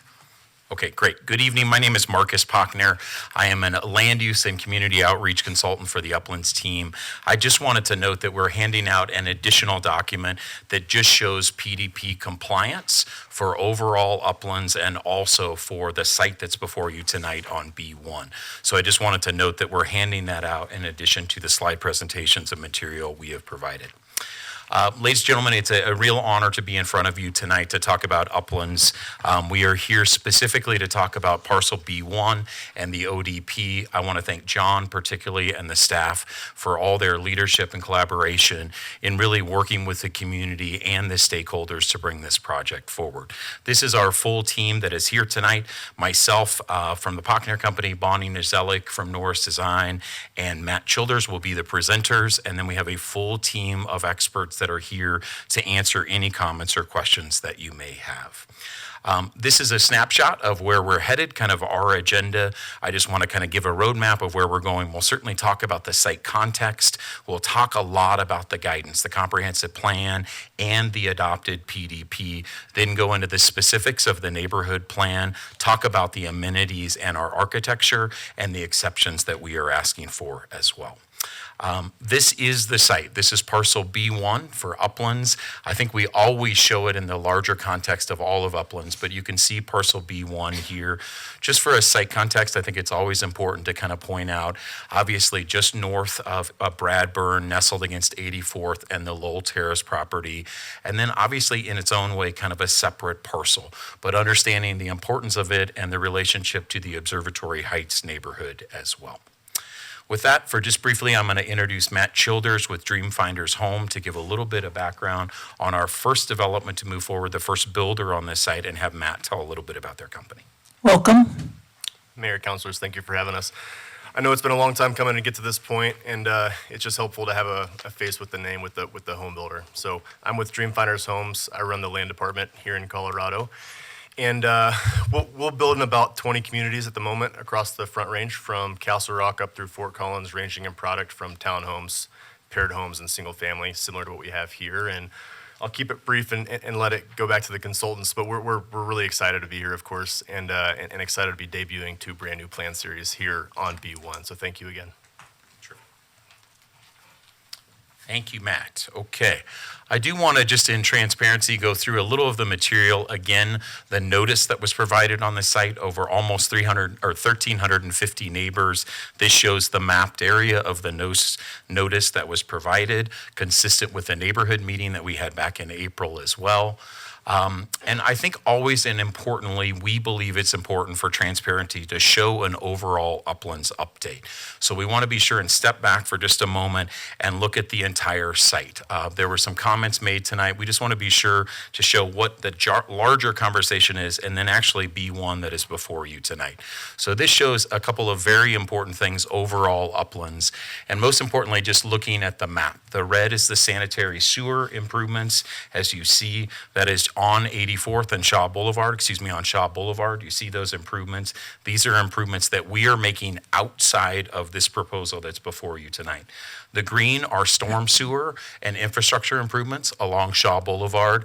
And then blue is all the trunk water infrastructure that is coming into Parcel A, the improvements there. And then obviously you see the full movement interchange on Federal Boulevard. So those are the larger trunk infrastructure improvements that are moving forward separate from this application. What is important is to denote the process that we are going through. So obviously tonight we are here on parcel B1. That was mentioned by John, was approved by Planning Commission, or recommended for approval by Planning Commission. You see 2 other sites, A2 and A4, that are going through the traditional process as well, and we're actually presenting soon to them to the Planning Commission on those sites. The lighter orange, kind of an orange crush color, are now sites that are going through the concept review phase. So you start to see the different neighborhoods that are moving forward in the city process. I do want to note, just on the side of this, all of the proposed neighborhoods that are going through the process. They are affordable housing developments. They are all the things we are processed. They are for sale. They are for rent. They are showing all those different price points, the missing middle, all the different housing typologies that we wanted to bring forward. This is also that part that we spent so much time talking about with council and the city and the neighbors. It's about PLD and open space, right? So I just wanted to note, this is actually in the flyer that we handed to you as well. The public land dedication is exactly the same that we all agreed upon. So you see here the list of this. You see parcel B, which we're talking about part of parcel B tonight, but you see the overall PLD is the same, 34.3 acres, and then the 6+ acres of view corridor. corridors. No changes, but we're really starting to implement and design with the city, obviously, that space into these individual neighborhoods. All right, folks, now we're going to transition to the neighborhood plan, right? Stepping away from that and now moving to B1 that is before you. We think it's always important to come back to the guidance. What are we presenting? Are we in compliance with your approval criteria? Just to note, this is the 2013 comp plan site. As you'll see here, this was an R5, a maximum of 5 dwelling units per acre on parcel B1. Your updated comprehensive plan, Comp Plan 2040, this is again denoted in yellow, which is low density. I just want to be sure and reinforce what we're starting with. We're starting with low density parcel B1, again, the same maximum 5 dwelling units per acre. So we look to those two items, but then we also look to the approved PDP, what we approved before this body in December of 2021. This is finer points on top of the comp plan. And as you can see here, it actually has permitted uses, the types of homes that could be built on this site, and then again, a maximum of 82 dwelling units on this parcel. We are in full compliance with the PDP. So let's talk a little bit about that community outreach. We think this is such an important part of forming this. I want to say up front, we will never have unanimity of opinion on this, but what we listen to is the opinions, the offerings, and how people suggest about how we could make the plan better. As you can see, since 2019, we have had 140 community discussions on B1 alone, and that is thousands of community touch points to form this vision, to form this plan, to bring it forward in the ODP tonight. A couple of things I just want to show, and as you look at the plan tonight that Bonnie will look through, I just want to show you why community matters. This was the original plan that we took to the neighborhood on parcel B1. And as you look at it tonight, you will see very substantial changes that came from that community and from the city, the stakeholders. You'll see significant changes. The connection on 84th no longer exists because people did not want to see that cut through traffic. We actually followed staff lead on suggestions on putting the tuck-in garages below this site, or tuck-in parking.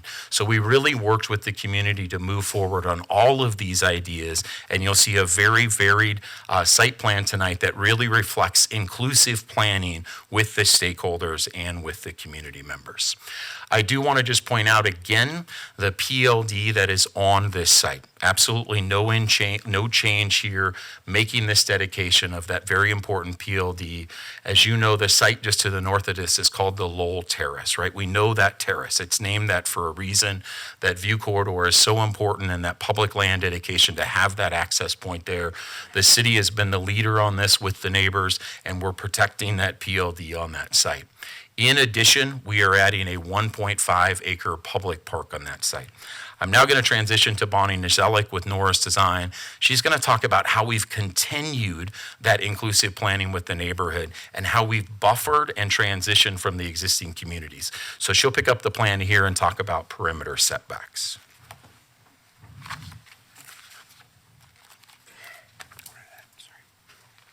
Welcome. Good evening, Bonnie Nizelik, Norris Design, 1101 Bannock Street. Good to see you all. Thank you for your time this evening and over the past couple years. As Marcus noted, the public land dedication and the setbacks really set the stage for this proposed neighborhood. He explained the public land dedication.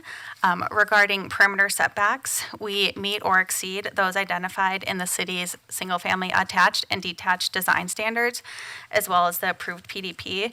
This was important to us in order to create that transition from the existing neighborhoods to the north and to the west.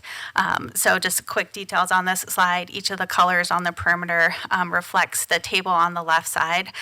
What's important here, though, is really that all those setbacks are exceeded. With this neighborhood, we are requesting a total of 82 homes, which include a mix of single-family detached, which are shown here in the pale yellow, and paired homes, which are shown here in beige. Access is provided via a local street off Bradburn, with a secondary emergency access located at 84th to prevent that cut-through traffic Marcus was talking about.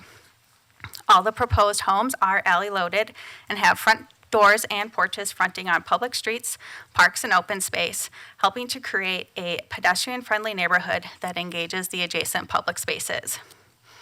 Central to that neighborhood is that just over 1 acre publicly accessible private park that is easily accessed by the trail network that runs through and around the proposed neighborhood and ultimately connects to the perimeter street and public land dedication on the east. The single-family homes, again that pale yellow color, are tuck under homes in order to absorb grade, minimize the need for retaining walls, and best relate to the adjacent properties. The proposed plan also considers a view corridor located just to the south. Here is the before and after condition of the view taken from the southernmost point of the view corridor. No proposed homes are visible in this location. And then in this view, which is taken just to the north along Lowell Boulevard near the midpoint of that view corridor, you can see the tops of the proposed homes just peeking over the tops of the topography, but the mountain views are preserved as was intended. The proposed neighborhood is highlighted by a centrally located publicly accessible private park. This bird's eye view is looking west across the park and features a tot lot for 2 to 5-year-olds and 5 to 12-year-olds, a shade structure for formal and informal gatherings, and a variety of seating options. The west half of the park includes a flat, tree-lined, open lawn area with sidewalks that wrap that lawn area. This connects to the overall trail network that loops across the neighborhood and connects to the perimeter streets. So all these dashed lines you see on the plan are the various pedestrian connections within the neighborhood and to those perimeter streets. The proposed neighborhood includes a variety of sustainability features. All homes comply with Energy Star and WaterSense. All feature a level 2 EV charging. All single-family detached homes with traditional roofs are designed as solar ready. On the landscape plan, as green as it looks, turf is actually limited to just the active play areas. That covers just about 7% of the site, which is far under the 20% maximum coverage per the landscape regulations. And then all tree lawns consist of low water use shrub material and native seed instead of high water use turf. The landscape plan is also focused on creating pollinator corridors to link the green spaces. The proposed homes include a variety of floor plans and elevation styles to provide architectural diversity within the neighborhood. First, we have the single-family detached tuck-under homes. To help absorb grades, these have 2-story front elevations, which is what you see here, with 3-story rear elevations along the alley. There are a total of 4 floor plans and 3 architectural styles, creating 12 different options to be used on the 38 single-family lots. Each home has a 2-car garage. The proposed homes front on public streets as shown here, as well as public parks. As alley-loaded homes, the front porches help activate and engage these public spaces. You can also see that low water use landscape planned for the yards and tree lawns. Next, we have the paired homes. These are 2-story homes, which are also alley-loaded with 2-car garages. These include 3 floor plans and 3 architectural styles, creating 9 different options to be used across the 44 paired home lots. The paired homes also face public streets, parks, and open space. Here you can see them activating that central public park located within the community. And with that, Marcus is going to walk through public improvements. So Mayor, we are going to go back and forth for a few times just to walk through the material. I'm going to speak next about public improvements. I will note that personal improvements for myself, when we started this project, I didn't need reading glasses, but now I do, so I can see my notes better. I do want to walk through the public improvements on this site, and most importantly, note that many of these are addressing existing challenges on the site. So right now, this shows a really good summary of existing challenges that surround B1. And I want to be sure and to note kind of the solutions, the challenges that are there, and the solutions that we have worked with staff and others to design.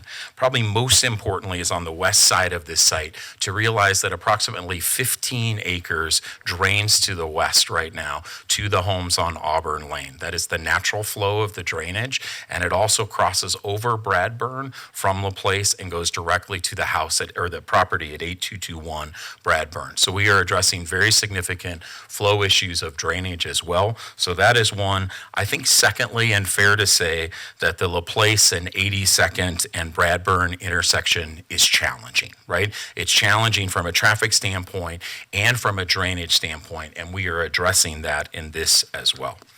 A few of those solutions that we are providing here that we believe really start to address these issues. First of all, we are putting swales on the west and the northeast side of our property line. That means we capture our drainage and take it to the detention ponds. Most importantly, protecting existing neighborhoods and homes. So we are moving that drainage away from them. We are also capturing drainage here. So we are capturing drainage from Lowell, LaPlace, and from Bradburn, conveying it underground to our detention pond, and then going through the system that we have. So just very important that we're actually capturing detention that is not there today and really addressing existing issues that are on site. A few other things we want to talk about besides the drainage improvements are the roadway improvements that we are bringing to the site. I think it's very important to notice that both these are internal and external, right? They're perimeter roadways and internal. We are bringing all of these roadways that you see really kind of the details pointed out here in kind of the pink color. Most importantly, we are being very careful not to make that connection to 84th. That was a request by the neighborhood, and we're not making a roadway connection to the 84th. We are making improvements to Bradburn. I want to be sure and note on the pedestrian side, sidewalks, curb, and gutters will happen on both sides of Bradburn with this application. We also get rid of the drainage ditches on both sides, so we're really able to address the pedestrian flow and roadway safety, and then again, the proposed and suggested changes to LaPlace Court. I do want to note here, and I'm sure we will talk about this in more detail, the LaPlace improvements are really off of our site, right? But we are making them in conjunction with suggested improvements from the city and other stakeholders, right? So it's not addressing something directly on our site, but we believe it's very important to make those infrastructure improvements. One, there's some challenges, the safety of the way that intersection meets today, right? The angle of that. And I think additionally, we want to be sure and address the issues with the drainage where it goes today. So just to show, you can see here today that 82nd and LaPlace, that will become a disconnected intersection. It will disconnect from Bradburn.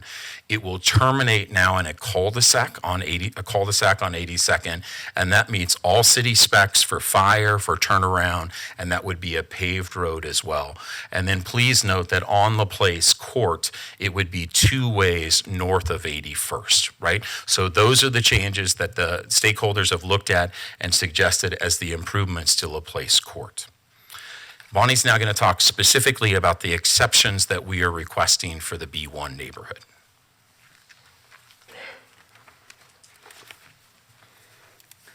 All right. Included within our ODP are a number of exceptions to city regulations. They've always been anticipated at Uplands in order to comply with the vision that was established in the PDP and provide much needed housing within the city. Starting on the left side of this slide, in 2020, we amended the comprehensive plan. At that time, we discussed the benefits of increased housing diversity, providing a density transition between the single-family detached uses to the north and to the west, and multifamily uses to the northeast, as well as creating an opportunity to cluster housing while providing public land dedication and preserving view corridors. This has remained consistent as we process the PDP in 2021, and now as we present this neighborhood-specific ODP. Many of the requested exceptions are focused on providing that housing diversity, providing a density transition to neighbors, and clustering homes along that public land dedication. The city code also supports the need for exceptions. Uplands is zoned PUD and defined here. This zone district is specifically intended to integrate land use and site conditions as a unit, to reflect maximum design freedom, to more fully utilize the physical characteristics of the site through the reduction of lot size and absence of setback and bulk restrictions, to provide for diversification and flexibility in housing types, housing prices, and overall design, and to encourage innovative development. Our first exception deals with parking. Parking is defined in code and requires 2 off-street spaces for single-family detached and paired homes. These are provided for every home within 2-car garages. Code requires an additional 2 driveway spaces for detached homes and 1 off-street space per 3 paired homes for guest parking. With this ODP, we propose to provide these guest spaces through a combination of off-street surface spaces and on-street parallel spaces. This does not reduce the quantity of parking spaces provided, but simply allows for these spaces to be provided in a different way. This exception improves upon the suburban, front-load, garage, and vehicle-dominated home type that requires full-length driveways and increases housing diversity. It encourages adequate parking for land uses without creating excess vacant parking, which is a specific code provision. And it utilizes on-street parking that adds natural friction to the street to slow traffic and encourage more pedestrian movements. This is further supported by the submitted parking study. For some detail on this, the little orange boxes you see on this plan, on this sheet, these are the 2-car garages that every single unit has. Here in the blue spaces, we add the off-street surface spaces, which are sprinkled throughout the neighborhood. And here we add the on-street spaces on Osceola in purple. These 3 parking types meet the total required parking counts for the neighborhood. In addition, 49 on-street spaces are provided along the north side of Bradburn. These are not provided within our parking counts. These are above and beyond those parking requirements for this neighborhood.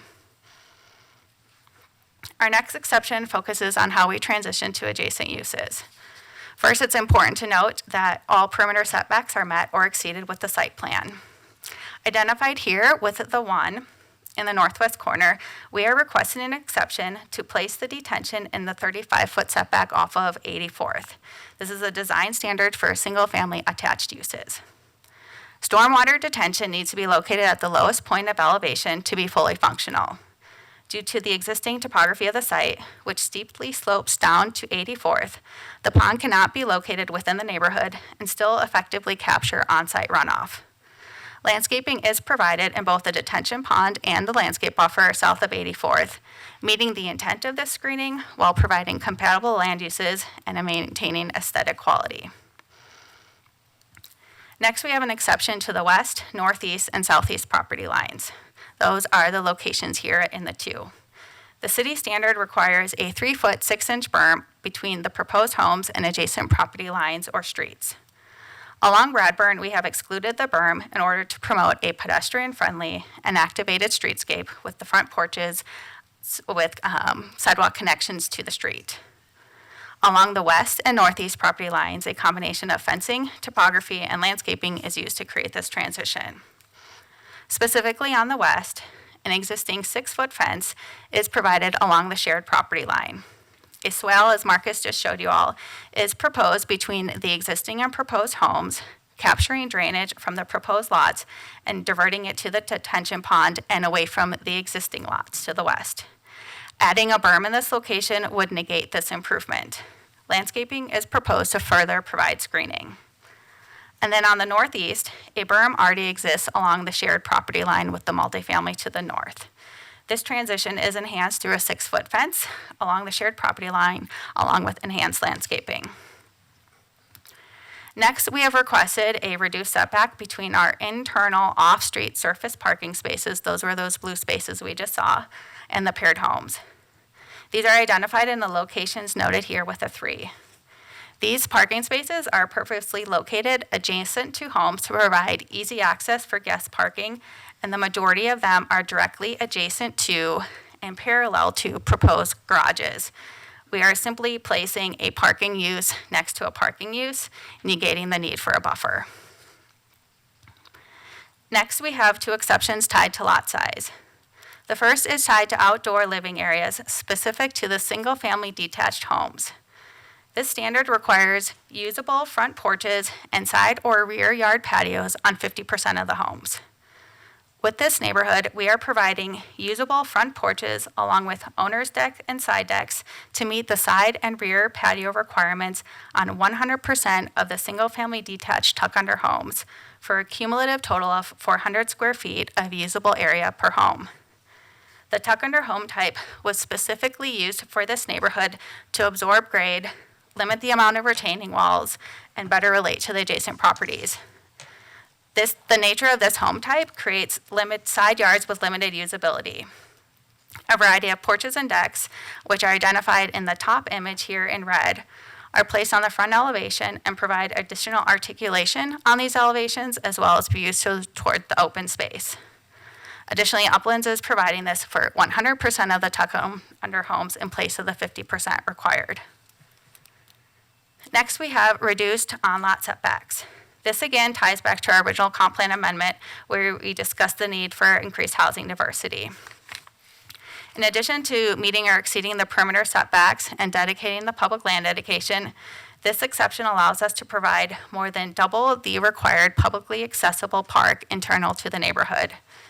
This exception also aligns with citywide goals and policies related to water and housing.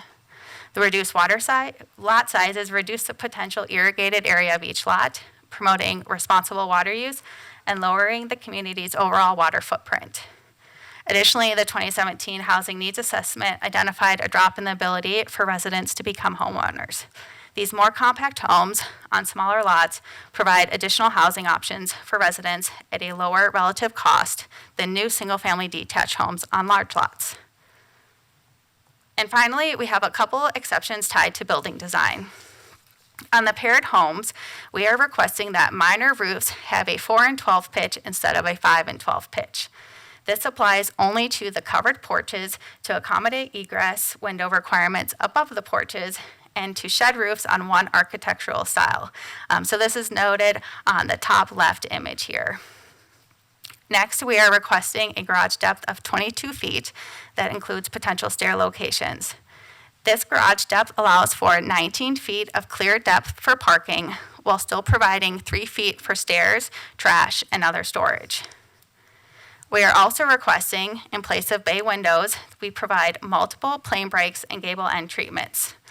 This creates more dynamic architecture and streetscape solution while varying the overall massing of each home. And finally, materials. We have 2 exceptions tied to materials. First, in place of brick or stone wrapped columns for second-story decks, we are proposing materials appropriate to the design of each front elevation. This helps to minimize the size of the columns and maximize the size of the outdoor living areas while creating a variety of distinct entry treatments. Second, we are providing an average of 30% masonry measured across all elevations in lieu of 30% per elevation. This allows us to place masonry where it is most impactful, especially at the front of homes along public spaces. This provides the same percentage of masonry overall, but enhances those public-facing facades with no increase to the home costs. And with that, I believe Marcus has just one last slide for us. And I don't know how long that's going to take, but it's 5 minutes until roll call. So I'd like to take a 10-minute break, go to roll call, and come back and convene. Perfect. Thanks. Anybody that wants to go to roll call?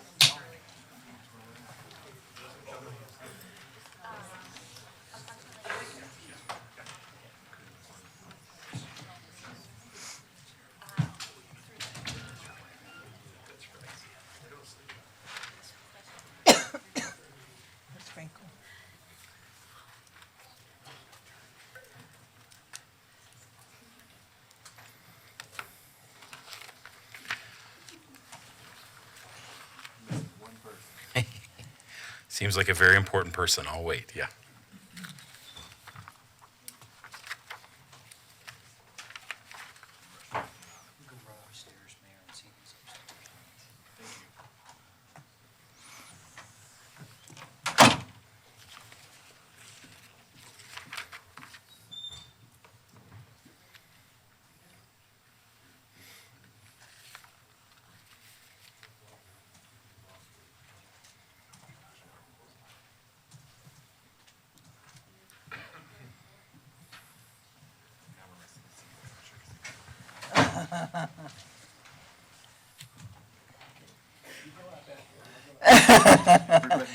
Everybody's here. Okay, thank you. Of course, absolutely.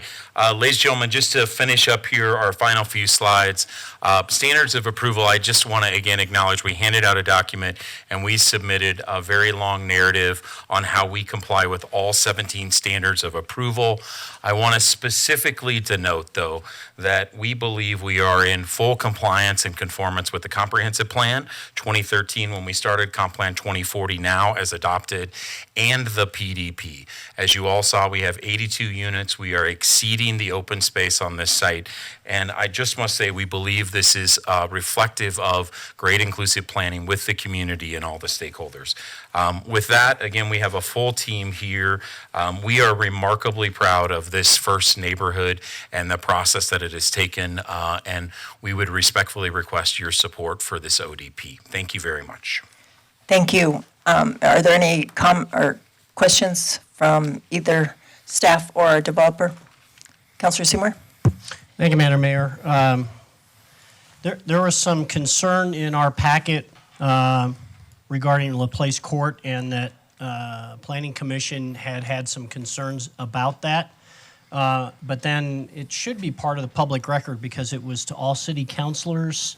It did not show up in this comment period, but it was to all city councilors, all staff regarding residents that are on LaPlace Court, and that they had affirmed that they did want these changes made. So I think that email from those residents themselves, and I know head shaking is not admissible, but it seems that that clarified that issue. So I want to thank you for that email. There was a question too, and I know this came up in the master ODP, is as far as capacities for the schools. I mean, we have 3 schools very close, 4 actually. Then Shaw Heights Middle, Flynn, Crown Point, and then also the school at Pillar of Fire. And I'm wondering if those schools are in the same situation that Jefferson County schools are in, where they are desperate for students. Hi, thank you for your question. Our PDP was very specific on the school land dedication. All those requirements, it's either cash in lieu or land based on population. The preference at the time was cash in lieu. That is still the case now.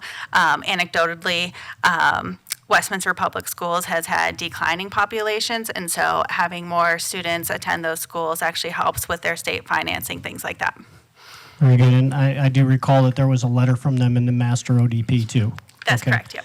Thank you. And then I want to qualify too that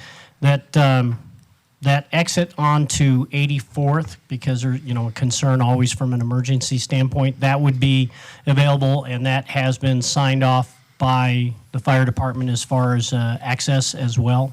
That is correct, sir. Yes, that was fully evaluated by fire as well. Yes. Okay, thank you. And then, do we know, no, I'll just enter this because there's concerns on this. Ford F-150 is 18.9 feet long, so with the 20 feet of parking, or the Ford the XLT that has the I don't know, it's a super cab. That's 19 feet. So I just wanted to make sure that we can park trucks in those garages as well. And then also, as far as the density on this, this conforms to the 2013 and the 2040 water plan. Is that correct? That is correct, sir. Yes, and both the density plan as well and the Okay. water plan. Yes. And in general, the surrounding neighborhoods, as far as single-family homes, what is the average density in the Shaw Heights neighborhood? Please. Thank you. The average density of Shaw Heights is anywhere from 3.5 to 4 dwelling units per acre. Okay, depending on Just the depending on where you draw the configuration line. when you're on there. Okay. And I think that was my last one. Thank you. Counselor Baker? Yeah, mine are mostly for, the staff. Okay.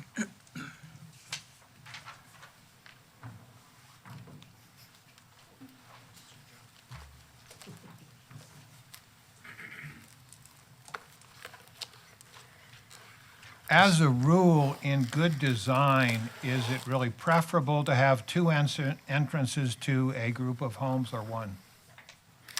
With the council's permission, I'd like to refer that question to our transportation engineer.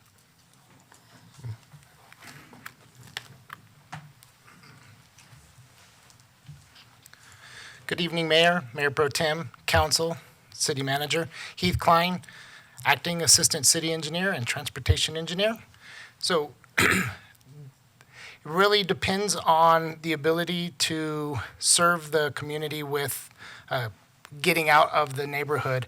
And this design does allow that. The development team and the city staff, we did evaluate other access points to Bradburn and did not get to a point where one was achievable with the grades. And due to the community meetings and the input from the neighborhoods north of 84th Avenue, that is the reason why we went with the emergency access point and utility access point to 84th Avenue rather than going with a permanent access drive on that side. So in other words, what you're saying is it would have been better to have two, but because of considerations on this site and, the desires of the neighbor, you lowered it to 1.5, I guess. We evaluated it, and it works for this subdivision. And each subdivision we evaluate based on the number of units and the ability to fight fires and serve with emergency. And this meets our requirements. Okay, and this could be also, a question for you. There's only, don't know how much, maybe a third of this neighborhood that has access to a public street? They have access, all the other homes have access to a alleyway that will have public access over the alley. So they all have access to public roadways. It's just not the right-of-way that we own. The development will maintain the alleyways, but there will be a public access easement over those alleys. Okay, but that is quite unusual for our city, is it not? Almost all the homes in Westminster, the lot and the garage has direct access to a public street. Not all, and I'm not I prepared didn't to. say all, but the vast majority. Okay. Next thing is this plan tightens up the closeness of homes to each other, correct? That'll be planning. That is correct. The lots are generally about 2,350 square feet. Okay. So basically, side to side, building to building, what does that really reduce it to in terms of how far are they apart? Okay. I'd like to ask the applicant to come address that question, please. The minimum side-to-side spacing is 15 feet. Okay, and if there wasn't an exception, what does the city require? I don't have that standard in front of me. Okay. Someone else is At the jumping moment. up. It's 15 feet, 7.5.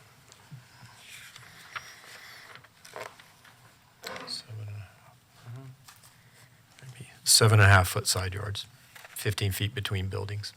So then this only tightens it up a foot.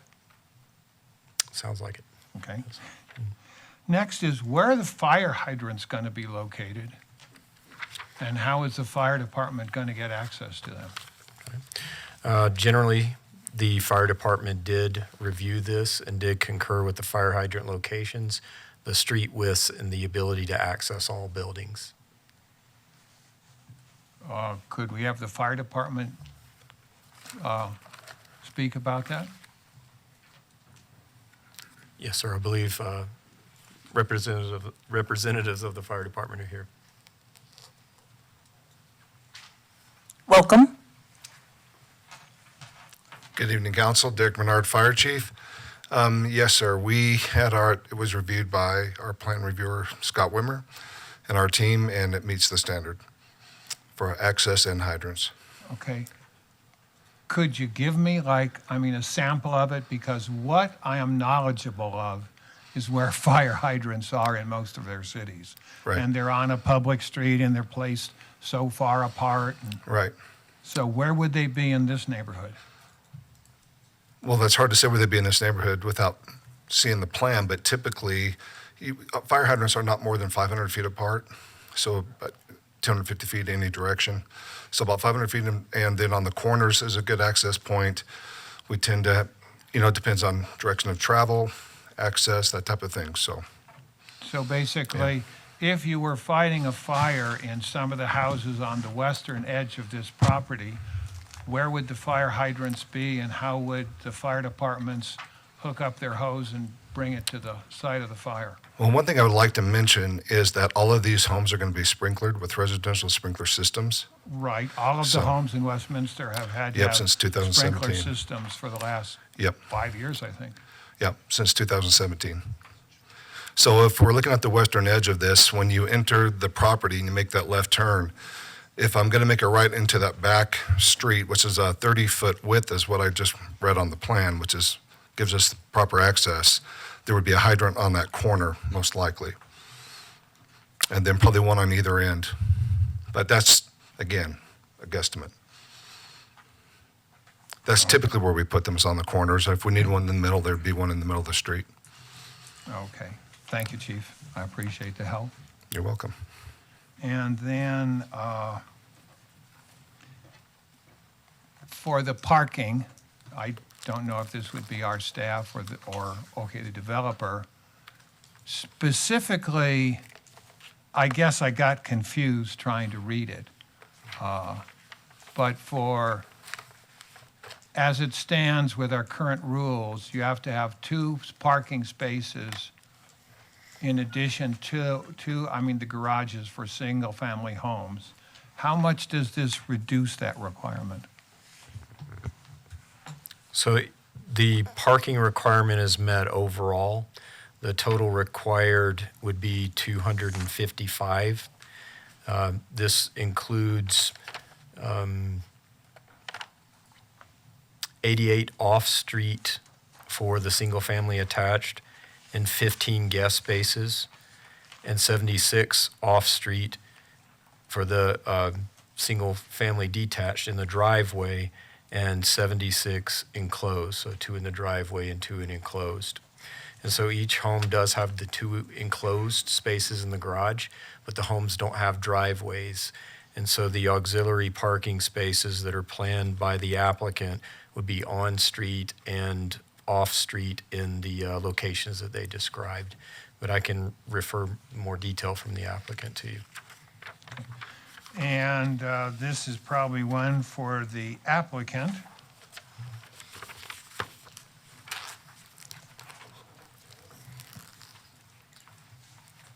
Go right ahead, sure.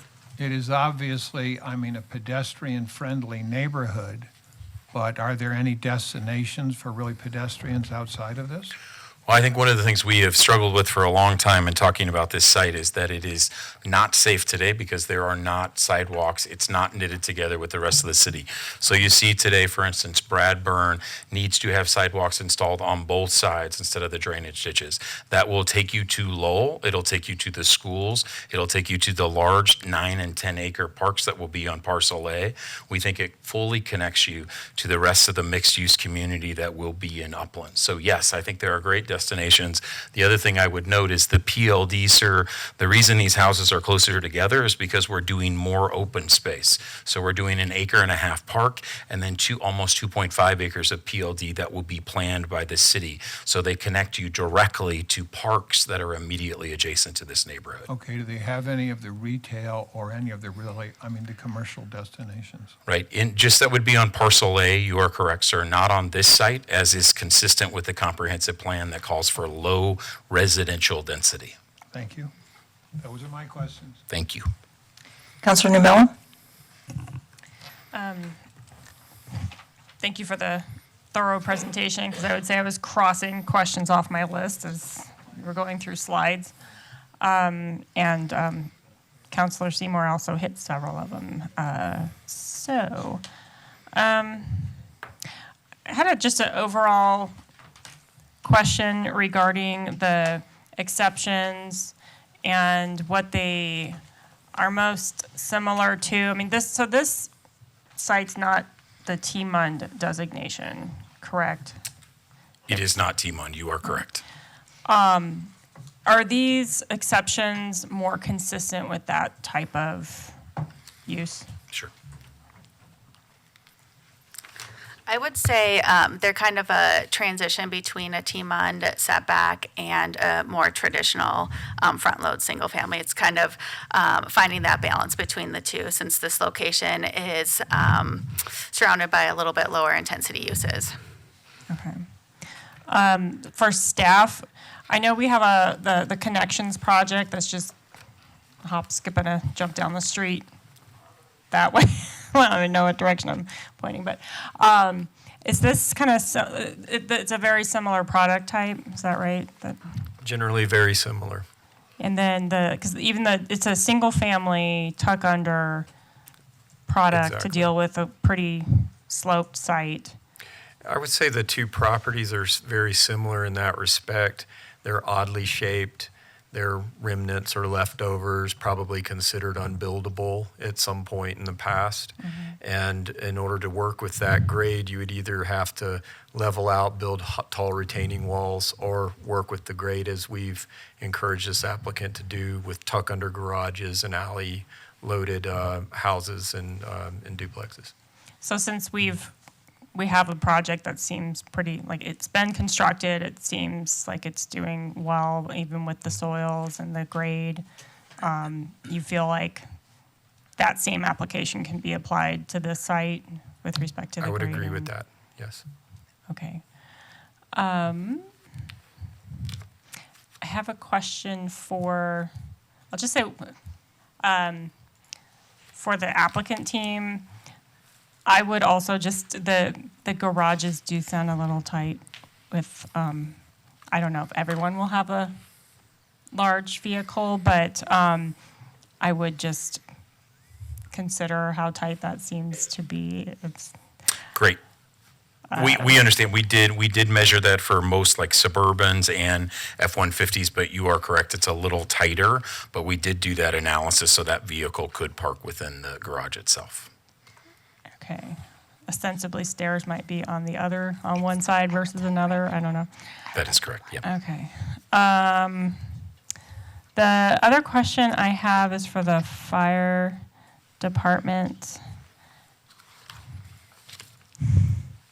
There was a comment earlier from the public that there was concern about this being more potential for a fire hazard with the spacing of the homes. I'm just curious if you can comment on that. I'm sorry, the what? The spacing of the homes, and wondering if you can, does that make any more of a fire hazard versus any other type of single-family home that's in the city? Well, the one thing I heard earlier is that it's only been reduced by 1 foot from our city standard. And with the 15 feet, no, there's not a concern, especially with sprinklered homes. Okay. Yeah, not concerned. Okay, thank you.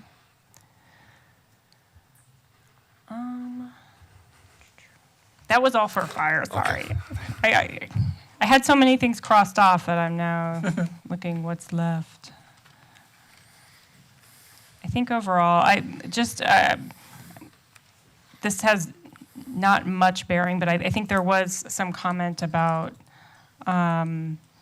just the types of homes that would be here.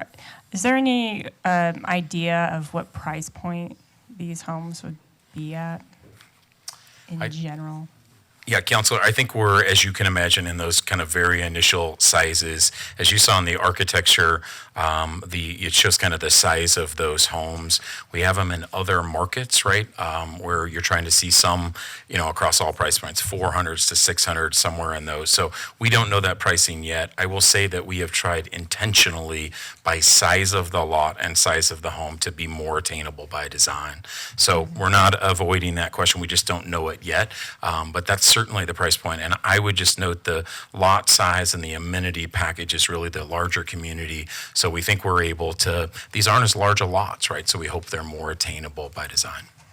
The HOA fee that they might have to take on, particularly with all those alleys, is that? Counselor, that is a fine question. I will ask that. I'm sorry, I do not know the answer to that. I'll look to our team. I think we just have initial thoughts on that. There will be, I will certainly answer that, an HOA for this neighborhood that certainly would have those fees. Matt, the question was, I'll just repeat it from the counselor, was the anticipated kind of HOA fees or what you see in similar communities on this type of site? Hi, Councilmember. So it's a range, right, on what do we offer. So a typical single-family detached community where a homeowner is manicuring their own front yard, backyard, seems to be in the market here is more going to be in the $40 to $50 a month range. Whenever we're offering front yard, full yard maintenance through the HOA like we plan to here, it seems to be more in the $100 to $125 a month range. Obviously, we don't have those budgets set at this point in time, but that's our current expectation. One comment on the garages as well, just as a data point.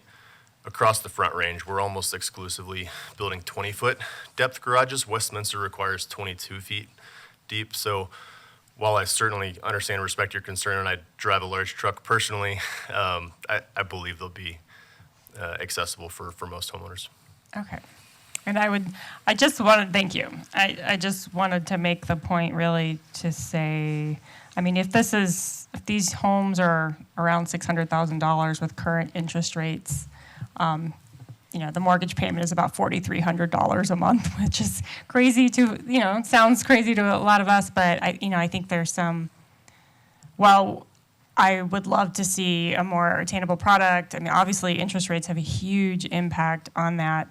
And I just, when I hear community members complaining that there may be, because of the density, more theft or crime or some type of negative impact to the surrounding community, I mean, these are really quite expensive, and the household incomes to be able to afford this type of home is rather high. If I may add to that, since rates have really jumped significantly here in the last 12 to 18 months, you've seen a huge shift in new housing sales compared to resales, and that's because the new home building market is able to buy down a homeowner's rate. So frequently we're doing that. We're actually locking in a 5.5 or a 5.99 rate for our customers when the resale market is paying 7.5%. So certainly sensitive to the concerns you just mentioned. We're doing everything we can to combat it, frankly. Well, it does I have a mortgage calculator on my computer right now, and it says about $4,400 for a $600,000 home at 7.9, and when I switched it to 5.9, it went down to $3,600. It's crazy how impactful that is. Okay, thank you for answering all my questions. Councilor Emmons? A lot of my questions have been asked and answered, whether it be on the presentation or on the dais. So I'll go into some of my comments. The garage size is an issue for me. I don't mind the parking spaces. I feel like we have adequate amount, but I'm not on board with the garage size because I currently live in a townhome, which doesn't fit a vehicle, which has an HOA, which has stipulations that says the can't be in the the recycle bin and the trash can cannot be out within a 24-hour period. And so if I'm reducing my garage size, I'm taking up guest parking spaces or off-street parking spaces with now my vehicle. That's taking up the space that could be utilized within the home of two vehicles.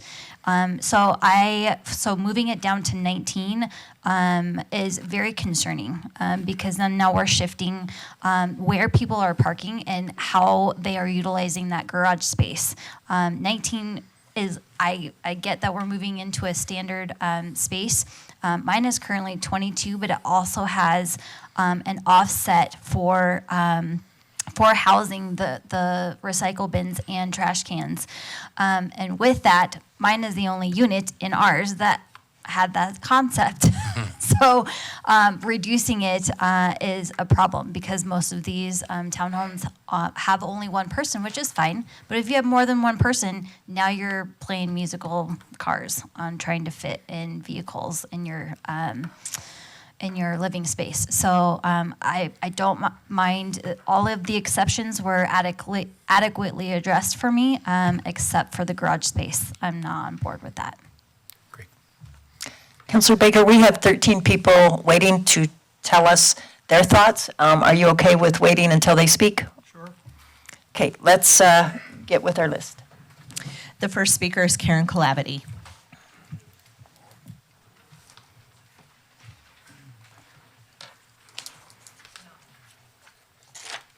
Welcome.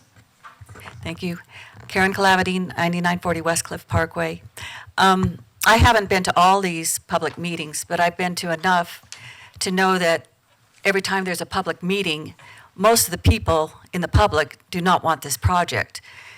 So this idea that they've engaged in 140 meetings or whatever, it's like, well, that's great. And they've been presenting at people, not presenting to people. And the idea for the high density of the whole Uplands project was to give different housing types that related to income types that would be available to people, especially within Westminster. And as Sarah has brought up, if you're paying a monthly payment of $3,600 to $4,400, that's not really affordable or meaningful to most people in Westminster that might be looking for this kind of home. These homes are not being designed to facilitate the needs of the Westminster community. These homes are being designed and pushed onto the community to meet the needs of Varde investment firm. That's the bottom line of this whole situation.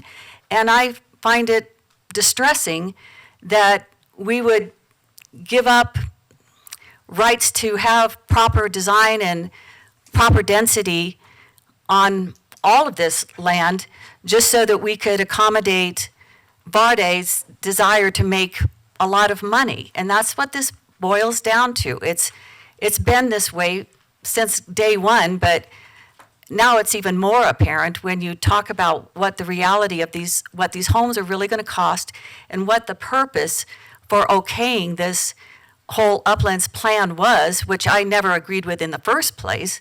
But the idea was that it was going to make in-the-middle housing available to people within the community and some within the rest of Colorado. And this is not what this is accomplishing at all. I find this whole thing offensive. And in the way they talk about community meetings all the time, it's like, yeah, they presented at community meetings and pretty much ignored anything that was brought up, except for, well, how can we get away with this, given what the community is talking about? Thank you.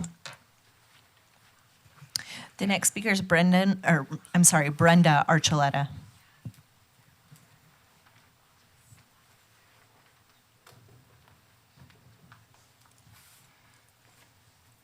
Welcome.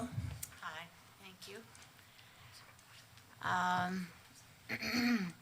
You can move the microphone so we can hear you. Thanks. I have lived on LaPlace Court for 44 years. I live at 8172. One of my neighbors, Terry Hilgendorf, she wanted to come tonight, but she wasn't able to, so she put this in my door and asked me to read it tonight. She also sent this to the city council and the mayor through email. And it says, on July 25th, the Planning Commission voted to recommend the Uplands Development Project eliminating the cul-de-sac on LaPlace Court, which was planned, because, as Mr. Packner stated, the existing condition hasn't been very safe in the meeting minutes. During the public comments segment of the meeting, 2 residents who do not live on LaPlace Court complained about the loss of access to Bradburn. 2 residents with driveways on LaPlace Court explained the safety issue related to the blind spot at the top of the steep hill and entrance and exit from driveways. Commissioner Carpenter made the motion to recommend the Uplands ODP to City Council without the LaPlace safety improvements. The council voted 4-2 in favor. This was a shock to the families who have driveways on LaPlace Court, as we already have a safety issue with drivers cutting through on LaPlace and disregarding the one-way status of the street. Since the meeting, I have spoken to the 7 residents who have driveways on LaPlace Court. We ask that the City Council approve the Uplands ODP reinstating the LaPlace disconnect. And then she lists 8 people that live on LaPlace Court. And I'm at the, I don't know if you want me to name them. There's 8 neighbors in other words.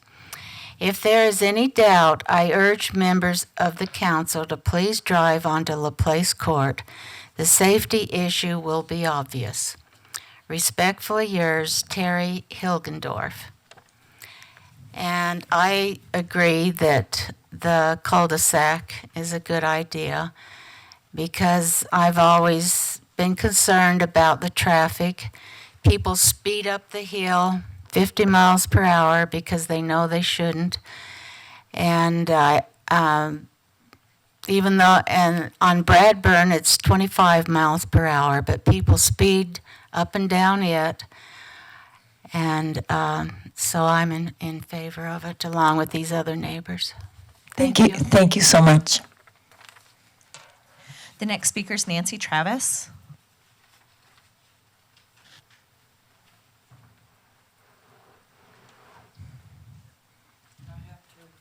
Welcome. Nancy Travis. I live right by the middle school, Shaw Heights on Circle Drive.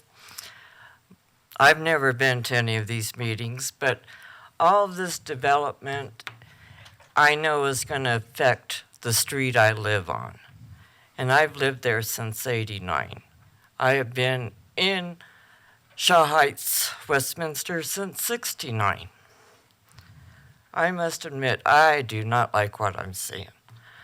If you're telling me this is affordable housing, you're blowing smoke. And I don't know what you're smoking, but let me tell you, my kids make some good money. They do have their own houses, not no $700,000 house. The houses are going to go up. I know this. I know what I paid for my house in '89. Let me tell you, house 3-4 houses away from me could sell for $400,000 to $500,000. I'm sorry, that house isn't even worth $50,000, $60,000. I see the traffic on Circle Drive. Where are these people coming out of? Bradburn. They're going to connect to Lowell. They're going to connect to Oakwood. That connects to Circle Drive. The people, the parents of the kids at Shaw Heights Middle School, let me tell you, I'm surprised I've yet to see a kid killed. Those parents don't know how to drive. I have a hard time backing out of my driveway, let alone these parents think that my driveway is their turnaround spot. They're too lazy to go around a block. They get mad at me or even my husband when he was alive when we tell them, our driveway is not for you to pull in to back out. This is private property. It is not a public street. The street, yes, but don't drive into my driveway or into my yard to turn around. And I just see a lot more disrespect. I'm going to see more crime. This is not what I live here for. And I don't feel that I, a senior, should be pushed out of my house that I own. And if you think people can afford a $700,000 house and that is affordable, I have grandkids that are looking to be able to move out. They're looking at an apartment. It's going to cost you, son, $2,000 a month. That's just to live. That don't count entertainment, food, your vehicle, this and that. It's a disgrace what this country has come to. And if you guys can approve for people to live in a $700,000 house, I feel sorry for your grandkids, your great-grandkids, because we are ruining this country. And I'm actually glad I'm starting to come to these. I never have until tonight. And what I'm seeing here,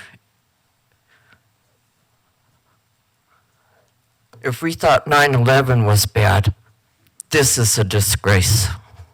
Thank you. Thank you. The next speaker is Suzanne Wright.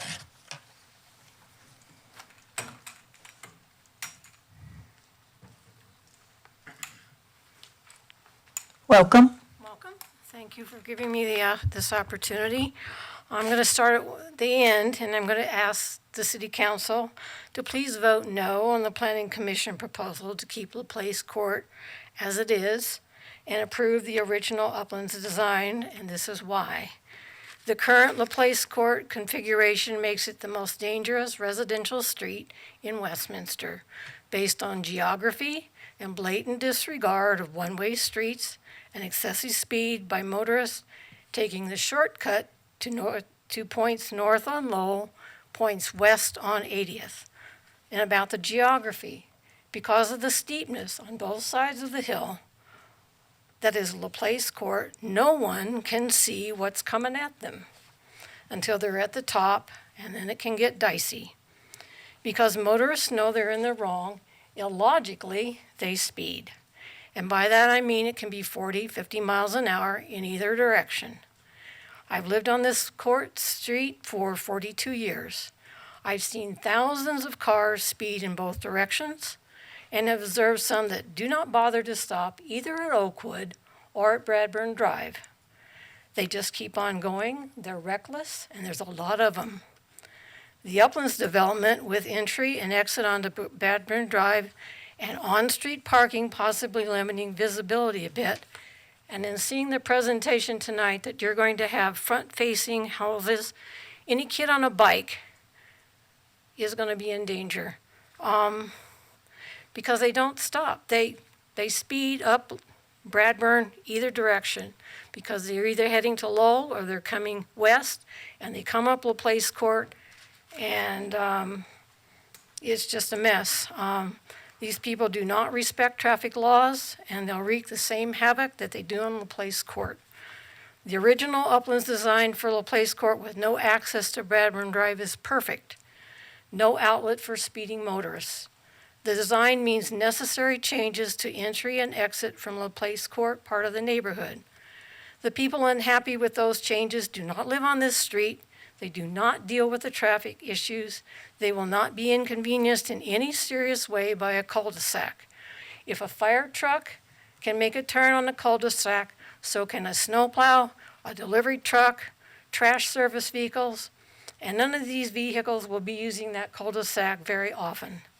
I guess that's all I have to say, and I thank you for allowing me this time. Thank you.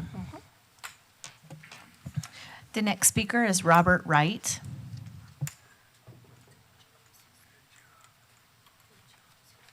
Welcome. Thank you. My name is Bob Wright. I live on LaPlace Court and would like to speak in favor of the proposed conversion of the street into a two-way street with a cul-de-sac.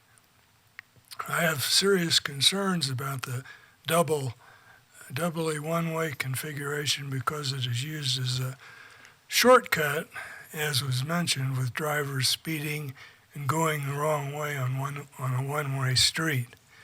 A couple weeks ago, I was crossing the street after getting my mail. My mailbox is on the other side of the street. So I was proceeding back to my home, and I looked up, and there was a car coming toward me just a few feet away, going about 50 miles an hour, I'd say, and I froze because I didn't know what to do. I sort of felt like a goalie defending against a penalty kick. Am I going to go this way? Am I going to go that way? And I could visualize I would go this way, and the driver would veer that way and wipe me out. And it was a terrifying experience. Thankfully, the person at the last minute veered and came pretty close to me, but didn't hit me. So to me, crossing the street is like taking my life in my own hands. And as was mentioned, there is a lot of traffic. I'm 5'9", and anybody less than that would have even less warning because the visibility is not there. And our pets, who are probably a foot or 2 feet, would have no chance at all. Several years ago, our daughter turned into her driveway, and she was mowed into by a car coming up the high hill on the wrong side of the street at a high speed. The driver got a ticket, and his response was, I was late to work, and I had to get there quick, and as if it justified his speed and his going the wrong way on a one-way street. So I'd ask the councilors to vote against the elimination of the cul-de-sac, and I think it might even save somebody's life. Thank you. The next speaker is Melanie Noakes.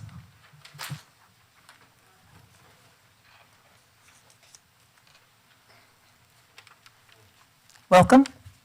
Thank you, Mayor McNally, Mayor Pro Tem, and councilors. My name is Melanie Noakes. My mother is Laura Noakes-Lang. She lives at 8150 LaPlace Court for about 55 years. I grew up there. I'm here because I want to help my mom. Her health doesn't allow her to get up and speak in front of people. And I also know this is a significant issue for the people who live there. I grew up there. I understand the traffic issues. I was there the day that Robert Wright's daughter got hit by a car. So it's one of those things where the street is, for those who don't know, it's shaped about like this. That's the hill, and the cars go over the hill like this, and you can't see what's on the other side. So just in case that's helpful. And so in 1975, my mother, along with the other neighbors in the neighborhood, had a traffic study done in coordination with the police department, because they were seeing a significant number of traffic over it, and they were saying there are 4,000 cars per day going over that hill. Seems crazy, 1975, that much traffic could be going over the hill, but apparently that was the case. Earlier tonight, they're mentioning cut-through traffic between 84th and Bradburn in the neighborhood, and they're very concerned about that, and they've cut off that cut-through traffic. This is the concern of the neighborhood, right? That there's going to be cut-through traffic using that hill because that access will be there. And so we know as the years have gone by, more and more people have taken advantage of that hill.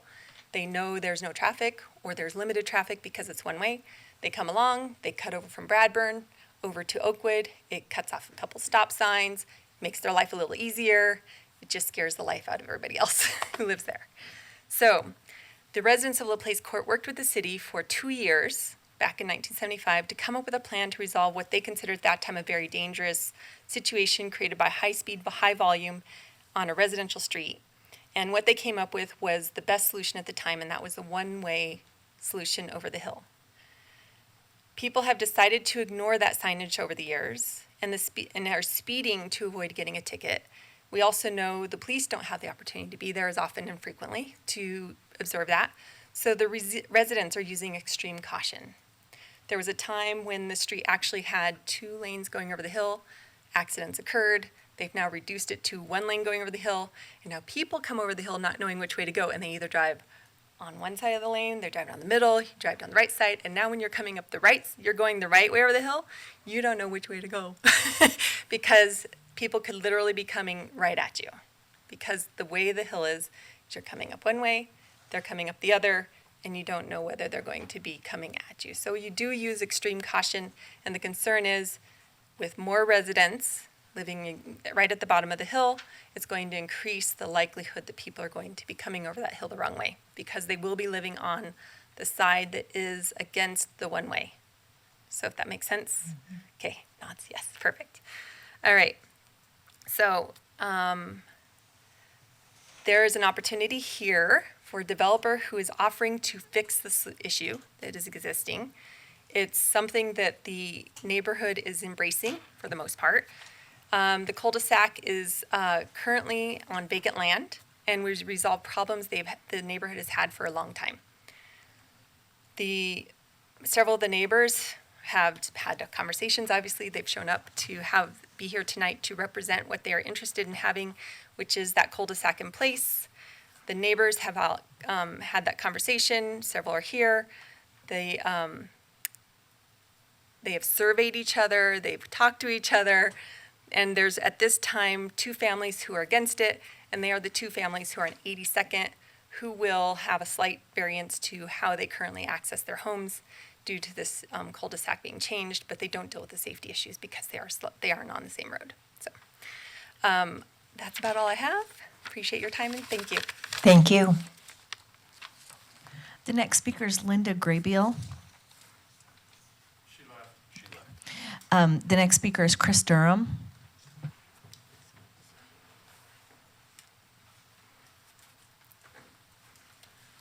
My time's have you heard. Come on down. All right. Welcome. Thank you. And I want to say thank you for your thoughtful questions. This affects my life, so I really appreciate your thoughtful questions on this matter. As my neighbors have addressed regarding LaPlace Court and the cul-de-sac, I want to say yes. I live there. I'm at 8171 LaPlace. And so I encourage you, please, to have that be put into effect. One element that I would like to see additionally put in is I have concern about police and fire getting access to the homes, though. I spoke with Heath over here at the Planning Commission. He has some ideas, but I mean, otherwise, it's like fire needs to like zigzag through the neighborhood to get to the home if it's totally cut off by this cul-de-sac. So I'm a social worker. I'm not a road planner. I don't know these things, but I have this emergency concern as well. Regarding the development overall, I'd like to put the thought, density doesn't create good neighbors. I think we kind of, when you think about it, that, for me, it very much resonates. I would not want to be able to stick my hand out my house window and shake hands with my neighbor. It's kind of what we're talking about with this level of density. And I encourage you all, please, to drive by this area if you haven't already, or do it again, and take a look at the number of housing that they're looking to put in. Because the housing is also going to be on the other side at Bradburn. Right now, we're just talking about the north side, but the south side project is coming too. And that's not fitting in really with the rest of what the Westminster feel is. And in their presentation, the developer is talking about that they said about having affordable housing as one of their elements. Well, I'm sorry, what world is $600,000 affordable? But they also made the argument that, oh, we're going to create this more dense housing because that's a way for us to make it more affordable. Well, I'm sorry, you can't have both arguments. Those two don't wash together. So please take a look at this seriously, because once it's done, as we all know, we can't undo it. Something that was said was that there's going to be 88 off-street parking, and I'm not clear. Are they saying that's like you can fit, besides the parking with the housing, are they saying 88 places to park along the road? Like, in what world is that good? I mean, there needs to be some serious judgment calls about these things. So again, right now, we aren't just talking about the B1 parcel. B2 is coming real soon, and this affects our immediate life. And I want to thank you for your time. Thank you. The next speaker is Don Voke.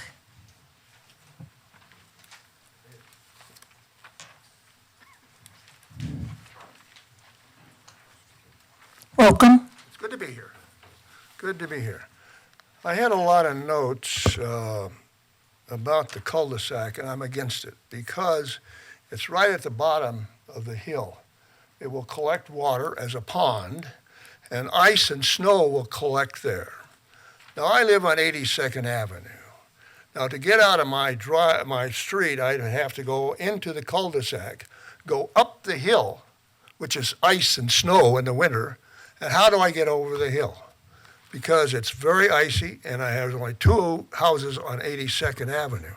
But we both are concerned with trying to get over the hill. The second factor I have noted here is, what is this cul-de-sac made out of? Does anybody know? Does anybody seen any picture of it? Where's my friend Marcus to give me a picture of what this cul-de-sac looks like? How high is the cul-de-sac? Let's say, for example, we live at the bottom of the hill, that somebody comes over the hill and doesn't realize there's a cul-de-sac, crashes into the cul-de-sac, incurring injuries to the people. Now, if we have a smart lawyer, what's he going to do? He's going to go and say, let's sue that city of Westminster for building a barrier in the middle of an open road. And so he'll get a judge who's very likable and liberal and say, well, yeah, the city is against the law, and they should sue the city to get some bucks out of them. They're rich. They're allowing a lot of things to happen. The other concept, remember that, keep that in mind as you're thinking. The other concept I have, there's going to be 160 cars coming out of that one driveway every single day. They got people going to school, they're going to the market, they're going to work. Now, what do we have in Bradburn? We have a little bit of a traffic jam, I would say. So one outlet I don't think is the proper thing to have. Now, garages. Let's look at the garage situation. 2-car garages, right? Okay, I go down Oakwood a lot when I'm going up to 92nd out of my house and so on. How many garages have cars in them? Maybe 1%, 2%. You have traffic stacked all over the street, and there's maybe 4 or 5 people have a car to one house.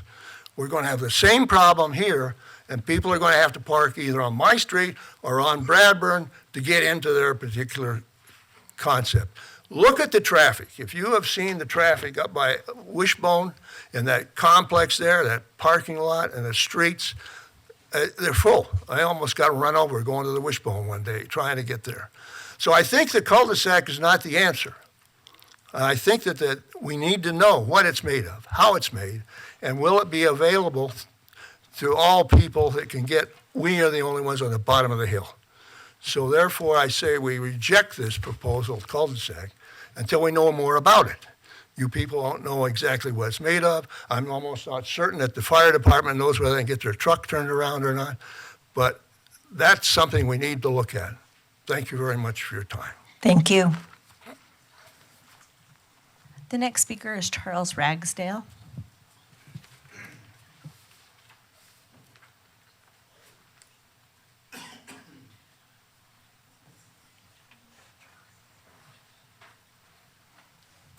Welcome. Thank you,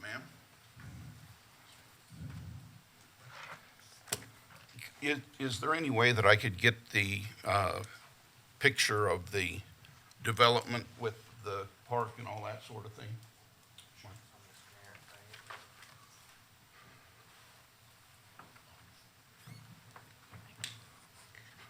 The one that shows the numbers down in the little corner down here. I don't know if I can control this or not. Oh, it is. Was it this one or the one, just the neighborhood plan? Back up.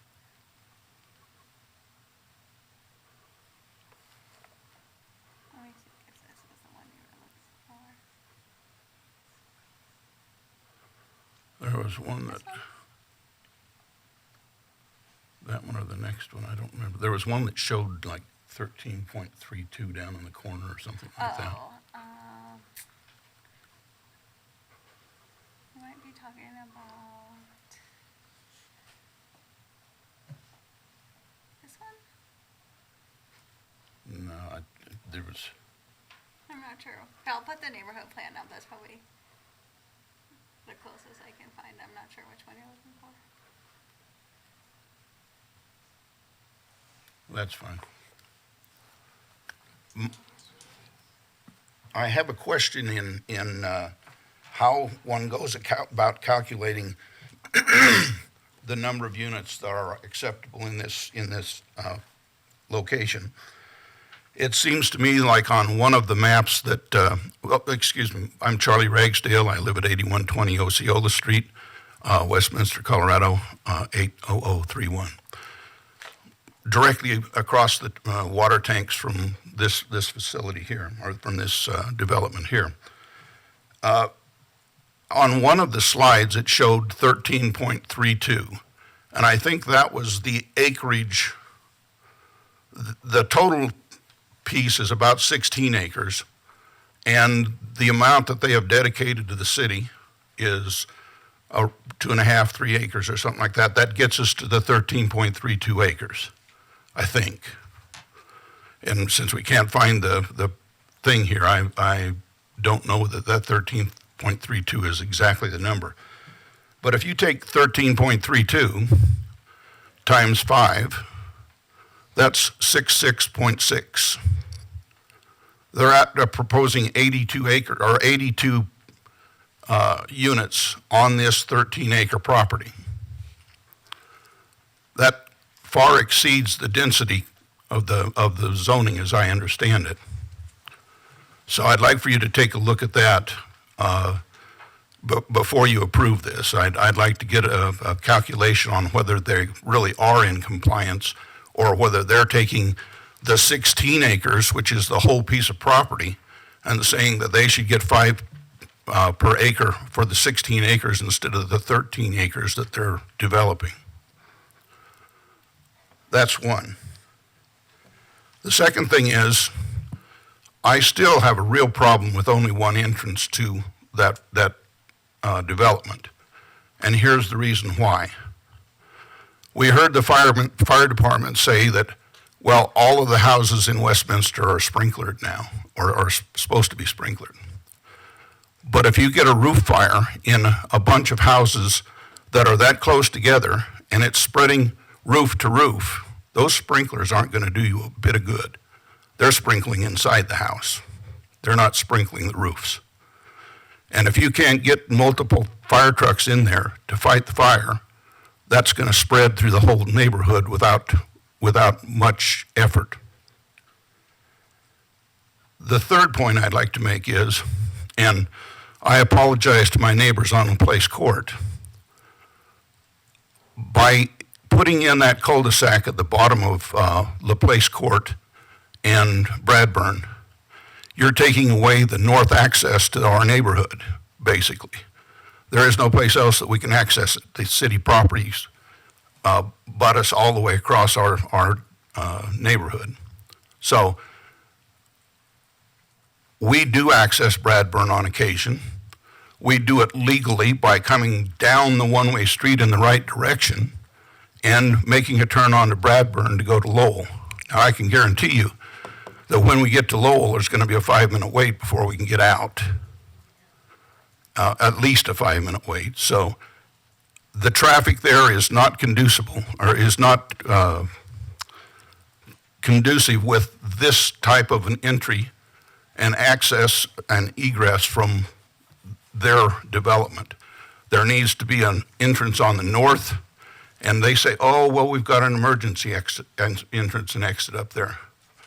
That doesn't mean a thing, because anytime you have an emergency exit or that sort of thing, it's chained off or it's marked in a way that you cannot access it. And if I'm sitting on the north side of that property and the fire is on the south side, I want to get out of there. And so I need another exit to get out. And I can't go through the where the apartments are. I've got to come out at that north gate to escape. So that's the three things I'd like for you to consider, and to consider them before you approve this project, because I really think that they're in excess of their zoning. Mayor, before the speaker steps back, can you pull up slide 38? 'Cause I'm just curious so that when we get to our questions, if that's the proper slide, because on slide 38, it shows proposed ODP and it has the 13.32. Yeah, that one. Is that the one you're talking about? Because that has the 13. That's right here. Sorry, it's really small. That one says 13.32 right Is it there. on 14? Because that shows a map. Yeah, it's with the map. So. Just want to make sure we're asking about the right thing. Sorry, guys. Oh, wait. Oh, gosh, I'm really sorry.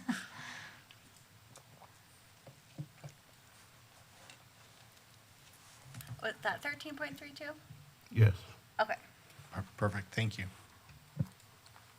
Okay, then let me look here. Then you're saying that's on the B2? Yep. Okay. I'm sorry. That's okay. We're glad you asked questions. That's why I needed that map up there, because I knew that I remembered that 13.32, which was the developable acreage, but it was on the wrong map. Thank you. Thank you. The next speaker is Ann Ragsdale.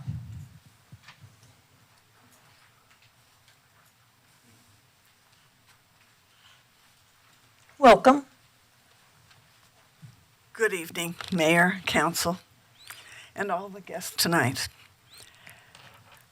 This project, we're looking now at the LaPlace Court exit from our neighborhood. And I really feel sorry for our LaPlace Court neighbors when they have problems with people using the LaPlace Court going the wrong way. Rather than assume that closing it off and putting the cul-de-sac on there, maybe what we need to do is make sure that the people who are coming, and again from this development, should it go forth, coming up over the hill, are fined. Maybe the police need to sit there for a little bit longer. Maybe there needs to be more directions as far as the road signs are concerned. But we're not just concerned about the people on LaPlace Court, because our whole neighborhood uses 81st and LaPlace Court to go north from our neighborhood. You cannot get out on Lowell, because as you all know, Lowell is busy from 24 hours a day practically. That would be my concern. Thank you. Thank you. The next speaker is John Palmer.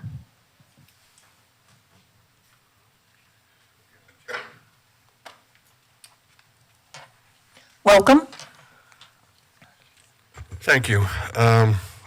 Real quick, I'd like to dovetail onto both what Charlie Ragsdale spoke about as well as Dr. Volk in concerns, a lot of concerns.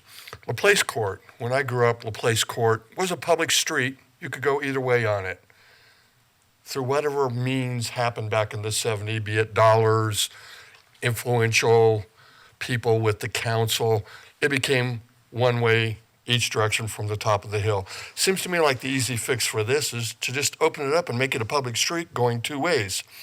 Now, if you put LaPlace Court, if you put the cul-de-sac in there, you're cutting off or you're causing a problem for the first responders. So all these people that are on the south side of the hill, God forbid they need an ambulance, a first responder, they're going to have to, like these people have talked about, drive through the neighborhood, increasing the response time. So I hope all you people that want this understand you're putting your lives in danger with this. Yes, you are. Okay. And again, we're talking about a problem. Where's the data? Where's the data of all these people driving the wrong way? Do we have that data, or is that just their perception? And I have a feeling it's a lot of perception. Bradburn and Lowell, when will these street upgrades be made that they keep talking about? Will that be prior to them breaking ground over there? Because that sure seems like it would be a most important part of this. Then they talk about the exit onto 84th and drive-through traffic. They don't want to put an exit over there because of drive-through traffic. But yet, we want to take Shaw Boulevard out of play so that it creates a bottleneck at 84th and Lowell. I've talked about that. And what's going to happen is the drive-through traffic is now going to be coming down Shaw, going up Circle Drive, coming across to 84th, or circling around up to Bradburn. Not a solution. They talk about the price of these homes, $600,000, and you came up with a monthly mortgage, Councilor Namella. Let's add on that .50 Metro Tax District that you people approved on top of their monthly payment, on top of their HOA dues. $600,000 house, that's an additional, $3,000 a month in property taxes above and beyond Adams County taxes and your school district taxes. That's a pretty big bite. Off-street parking. They keep talking about this off-street parking. Where is it and how wide are the streets? I mean, obviously we're talking Osceola and Bradburn. If the streets are not more than 32 feet, there shouldn't be off-street parking. And the reason I say that is up at Skyline Greens, up off of 88th and Lowell, there are four major streets.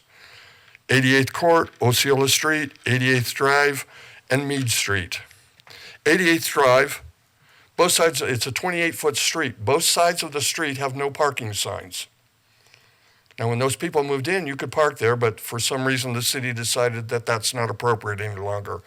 Osceola Street, one side, again, 28 feet, no parking on one side of all the streets.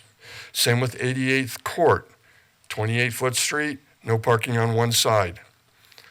Meade Street, the widest of them, is 32 feet.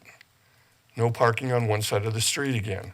So I think we need to define what they're calling off-street parking and how wide that is, because obviously it would need to be in excess of 32 feet. The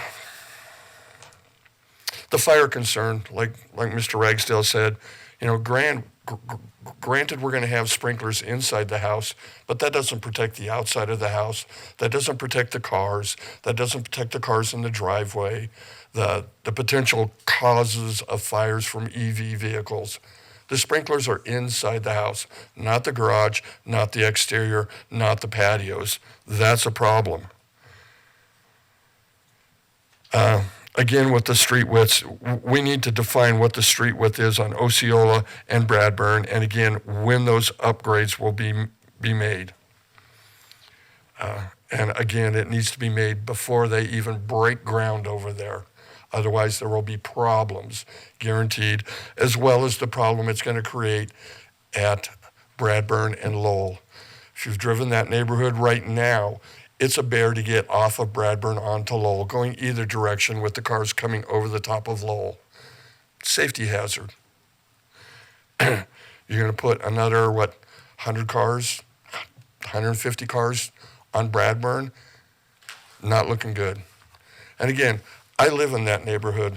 None of you people do. You don't deal with it on a daily basis, weekly basis. You don't see what happens over there. I do. I live it. I talk to my neighbors. I understand it. You need to really stop and take a look at this. Go up there and sit, and not just for the peak traffic hour. Thank you. Thank you.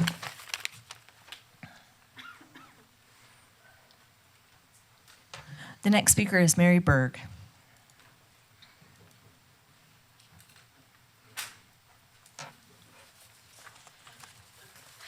Thank you for giving us the 5 minutes. I thought it was only 2. I want to start with knowing that you are in an important position, and you do look at the benefits and the negatives, okay? But I think it's really important for you to really know you're going to be affecting tens of thousands of lives. So it's very important for you to slow down, number one, because we shouldn't be pushed tonight to accept this, or you shouldn't be pushed to be put on the spot like that. From the Vardy home website, it says that Vardy means value in Swedish, and it applies this for the most attractive opportunities globally. Vardy currently manages $12 billion in assets with teams in North America, Europe, and Asia Pacific focused on corporate and trade credit, real estate, financial services, diversified private credit, oil and gas, and other industries. So we know that this is about money. And everybody's spoken so far is about how tight it is, okay? So number one, the plan has to go back to the drawing board. Even though these wonderful people work really hard in trying to do what they're told to do, okay? I mean, to put in and make a lot of money, okay? So bottom line is, it's not realistic to put in, because at this site, there's 82 units. Existing right now in that area are 18. So if you divide that's at least 5 times more people in one tiny little area. Now, the frontage is, and they become squares at apparent, it seems to be, because they say they're 25 by 25, maybe I'm wrong. But the 25, that's about 9 feet from there to there. So you double that and add another 8 feet.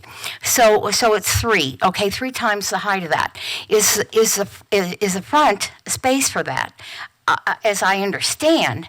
And you're putting in basically with 82 units times 3, that's about 250 people, okay? And you're having them go in and out of the same one street all day long and all night long. That is really, it's not going to read well for the city councilors that voted for this. It has to go back to the drawing board. I know that hill, LaPlace, and it is important to have it be only one way. And I don't see, it's just, and you're adding 250 people that have access to that. It's not workable. So we don't have, for the goal that they state right on the website, okay, it isn't really kind. It isn't humanistic. It isn't realistic. And I'll tell you, those roof fires are a serious thing. You probably won't care about this, but it is important. The Xcel Energy smart meter, doesn't have top quality, or as we have with the analog meter, they don't have the same UL listing rating. And fires can happen on those smart meters. And having 82 of them really close by, they operate at about 1% to 2% of power. And so the wireless radiation they're getting can go way, way high, depending on how they're collecting that data. Sometimes it's every 15 minutes. But because the meters themselves don't have solid UL listing, it can be a fire hazard. There are many websites that you can go to. StopSmartMeters.com gives a lot of facts. You might not agree with it, but you'll look at a lot of facts and put this kind of density isn't right. So we already know the motivating factor for the company who is hiring all these wonderful people to do the right thing, okay? And because we are actually depopulating, except for the illegals that are coming in, because we're closing schools. So we want to make sure at 8% interest rate that we don't create a nightmare, okay? It's real serious. You've got to take your time to think about this. Please don't decide this tonight. Please postpone it. Thank you. Thank you. That was the last speaker I had signed up. Do we have any voicemails? We do.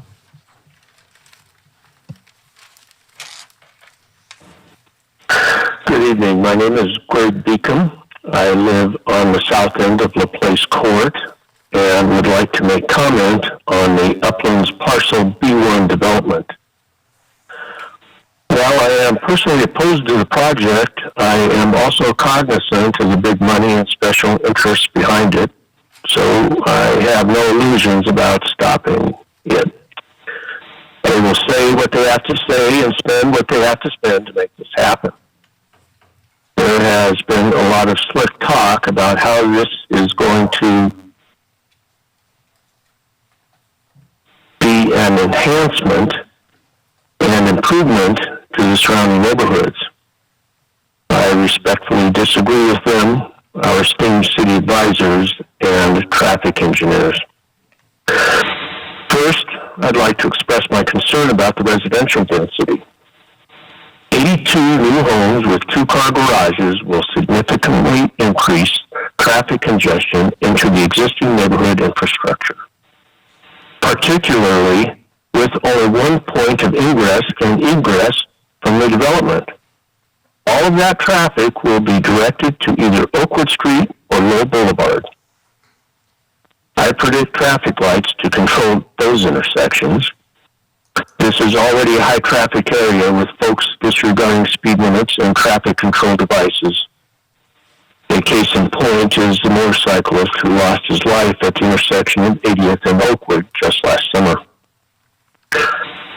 Lastly, I understand this plan now comes to you with an amendment to do away with the cul-de-sac at the north end of LaPlace Court. A meaningless amendment in my mind that does nothing but create a more dangerous traffic situation.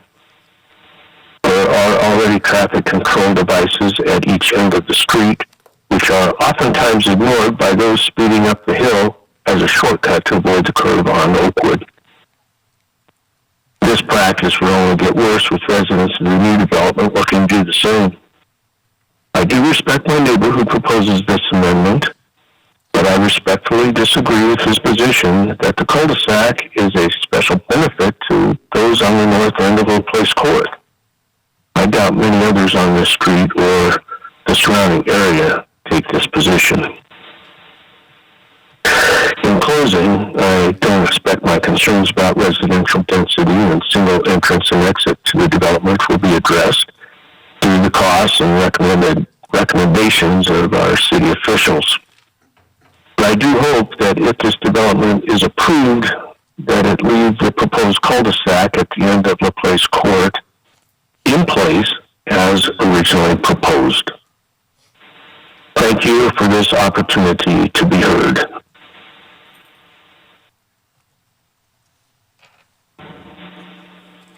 Hello, my name is James Travis.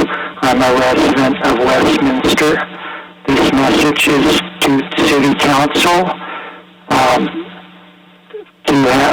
Voting to deny the application for ODP on Bradburn Parcel B1 to build 82 units on 16 acres. It is wrong on so many levels. Please vote no.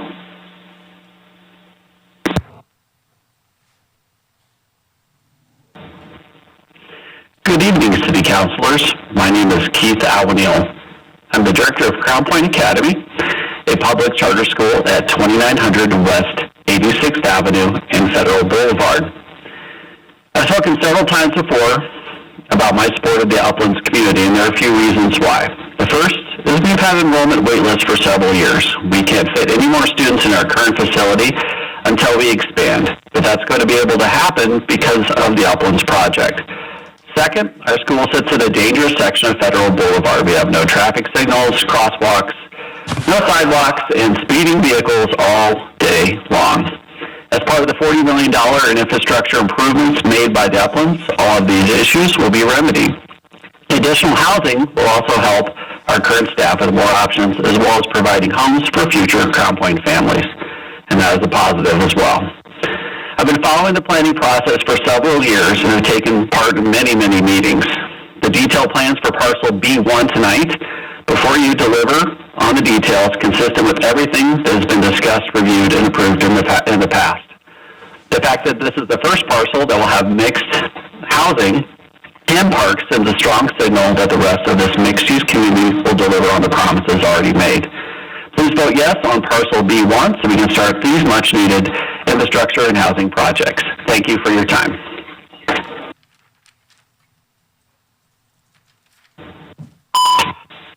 Hello, my name is Ryan McCoy, a lifelong resident of Westminster, and I currently live at 8170 Julian Street. I have served on the Board of Education and now am employed with Westminster Public Schools as the Executive Director of Post-Secondary Workforce Readiness, where I oversee the transformation at the former Ranham High School, which will become a full-service campus focused on career and technical education and STEM pathways. This regional training hub, dubbed Ranham Reimagined, will provide students grade level 6 to adult learners an opportunity to build tangible skills and a career while earning a high school diploma and beyond. One of the career pathways offered will be construction. The campus has a magnitude of partners from the City of Westminster to Adams County, including higher education partners, as well as industry, including the Uplands. The Uplands community, we are partnering with members of their team to build out a program that will train, provide apprenticeships, and ultimately hire CTE graduates to work construction and trade jobs on site.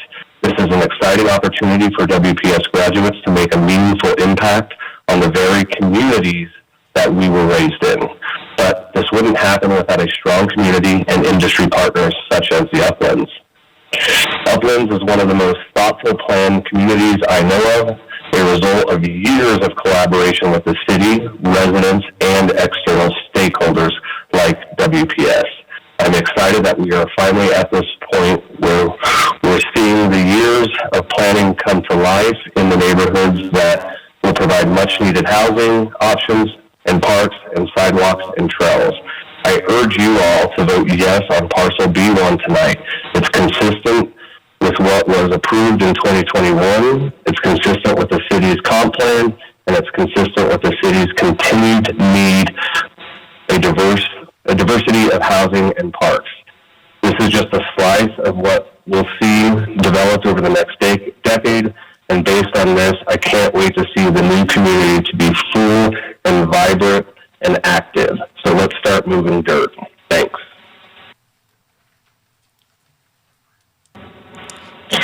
Good evening. I am Juliet Abdel, the CEO of the Westminster Chamber. My address is P.O. Box 1453 here in Westminster. For the past several years, our organization has been following the planning process for Uplands, in large part because of the lack of housing options in our city, which has contributed to an increase in for-sale properties and for rent properties, and households struggling to make ends meet, and an employer is finding it difficult to hire talent that can live where they work. And as a resident, of course, the ability to have economic mobility. Now, this project has already noted its countless benefits, and as a quick summary, these include a sustainable economy, diversity of housing options for residents, open space, greens, and parks that speak to our Colorado ethos, infrastructure that is lacking in the southern part of our city that will now benefit all. In front of you this evening is once again an opportunity to move this vetted project forward. And a yes vote tonight is a yes for launch of $40 million in critical public improvements like our sidewalks, crosswalks, traffic signals, and more. A yes illustrates you've listened to the ongoing community needs and created a fair process for a solution to come forward. And more importantly, a yes is to Uplands is a yes to a project that will catalyze our community forward. Please vote to move this project forward this evening. We've waited so many years, and as an organization that represents hundreds of businesses in and around our area, we truly see the positive impact this can have. Thank you. Hello, my name is Morgan Hogendorf, and I would like to remind the city that the vote today to accept the Uplands development includes acceptance of the improvement of the place as a court, and I am in favor of this. I know that it is fruitless to oppose the Uplands development as the city has already made countless concessions in favor of the developers. However, I do ask that as a resident of Broadburn Drive and whose family lives on the place, that the city would give serious consideration to include the place as a court in its vote on the plans, and that this one concession would be given to residents. Designating the place as a court is required for two reasons. One, public safety, and two, fairness and consistency with the existing rules and regulations for notice. 1. Safety. The place is currently a one-way street due to a tragic accident when a driver sped up the hill and broadsided a resident backing out of their driveway, causing permanent disability to the resident. As a resident of Broadburn Drive, we daily watch cars disregard this new one-way designation and speed up the hill the wrong way and at excess speed. We also watch and live in fear of cars speeding down Broadburn and using it as a cut-through. The development on Broadburn is part of a larger planned development, and as the entire area gains additional businesses and residents, the allure of using Broadburn and the place streets will be increased, and there will be greater threat of speeding down Broadburn and disregarding the one-way designation of the place street. Therefore, by designating the place as a court, it will increase the safety of the residents in the neighborhood. Making the place a court in dead ends is also consistent with the neighborhood's current layout, as Osceola Street, Newton Street, and Meade Street are also not through streets. I've heard objections to the plan, saying that emergency vehicles would be unable to get up the hill in winter time. However, I note that Westminster and the surrounding cities have hills of even greater grade with which emergency vehicles do not have issue. For example, the nearby hill on Lowell between 80th and 81st is at an even steeper grade, and there is no problem there. I've also heard it argued that by making the street no longer a through street, it shouldn't be allowed because it wouldn't be a public road. Rendering a street a dead end or a court does not change its designation as a public road. Again, I point to Osceola Street, Newton Street, and Meade Street as public examples within the very same neighborhood. 2. Matter of fairness. The city must also include the replaced court as part of the acceptance of the Uplands development as a matter of fairness and consistency with city's rules and regulations.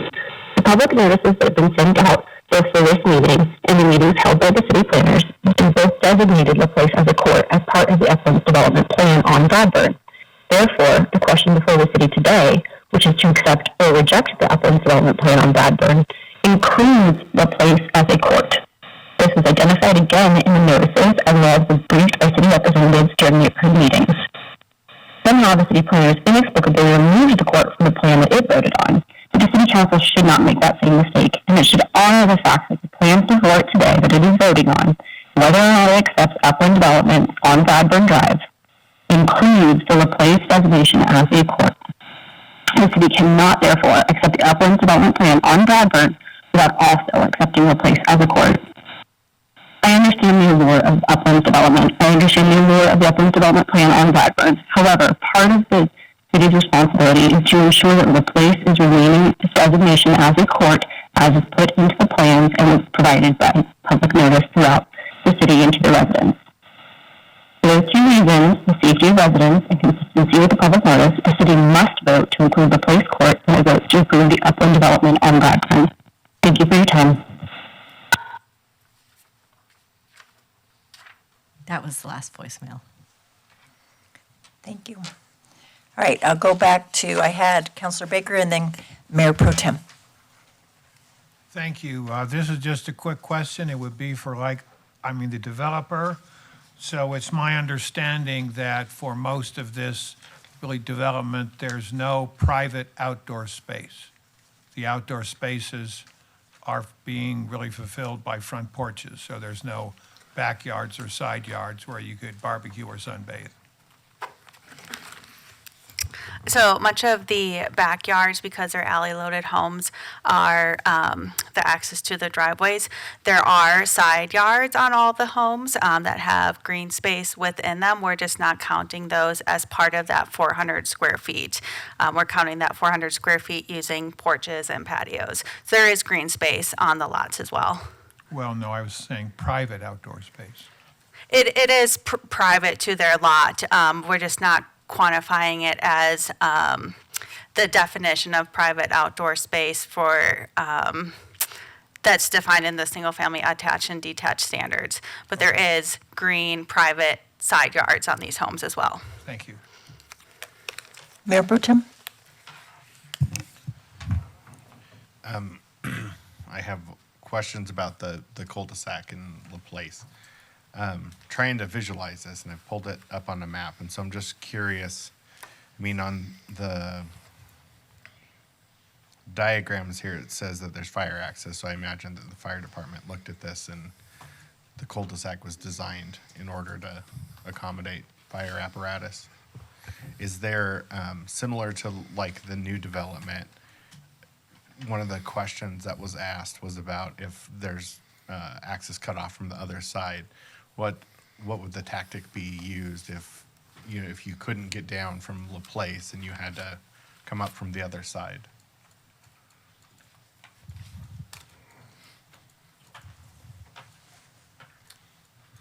So the cul-de-sac does meet our regulation, so we're good there. And it does cut off access there, but we would, it's just like with any neighborhood that we pre-planned for.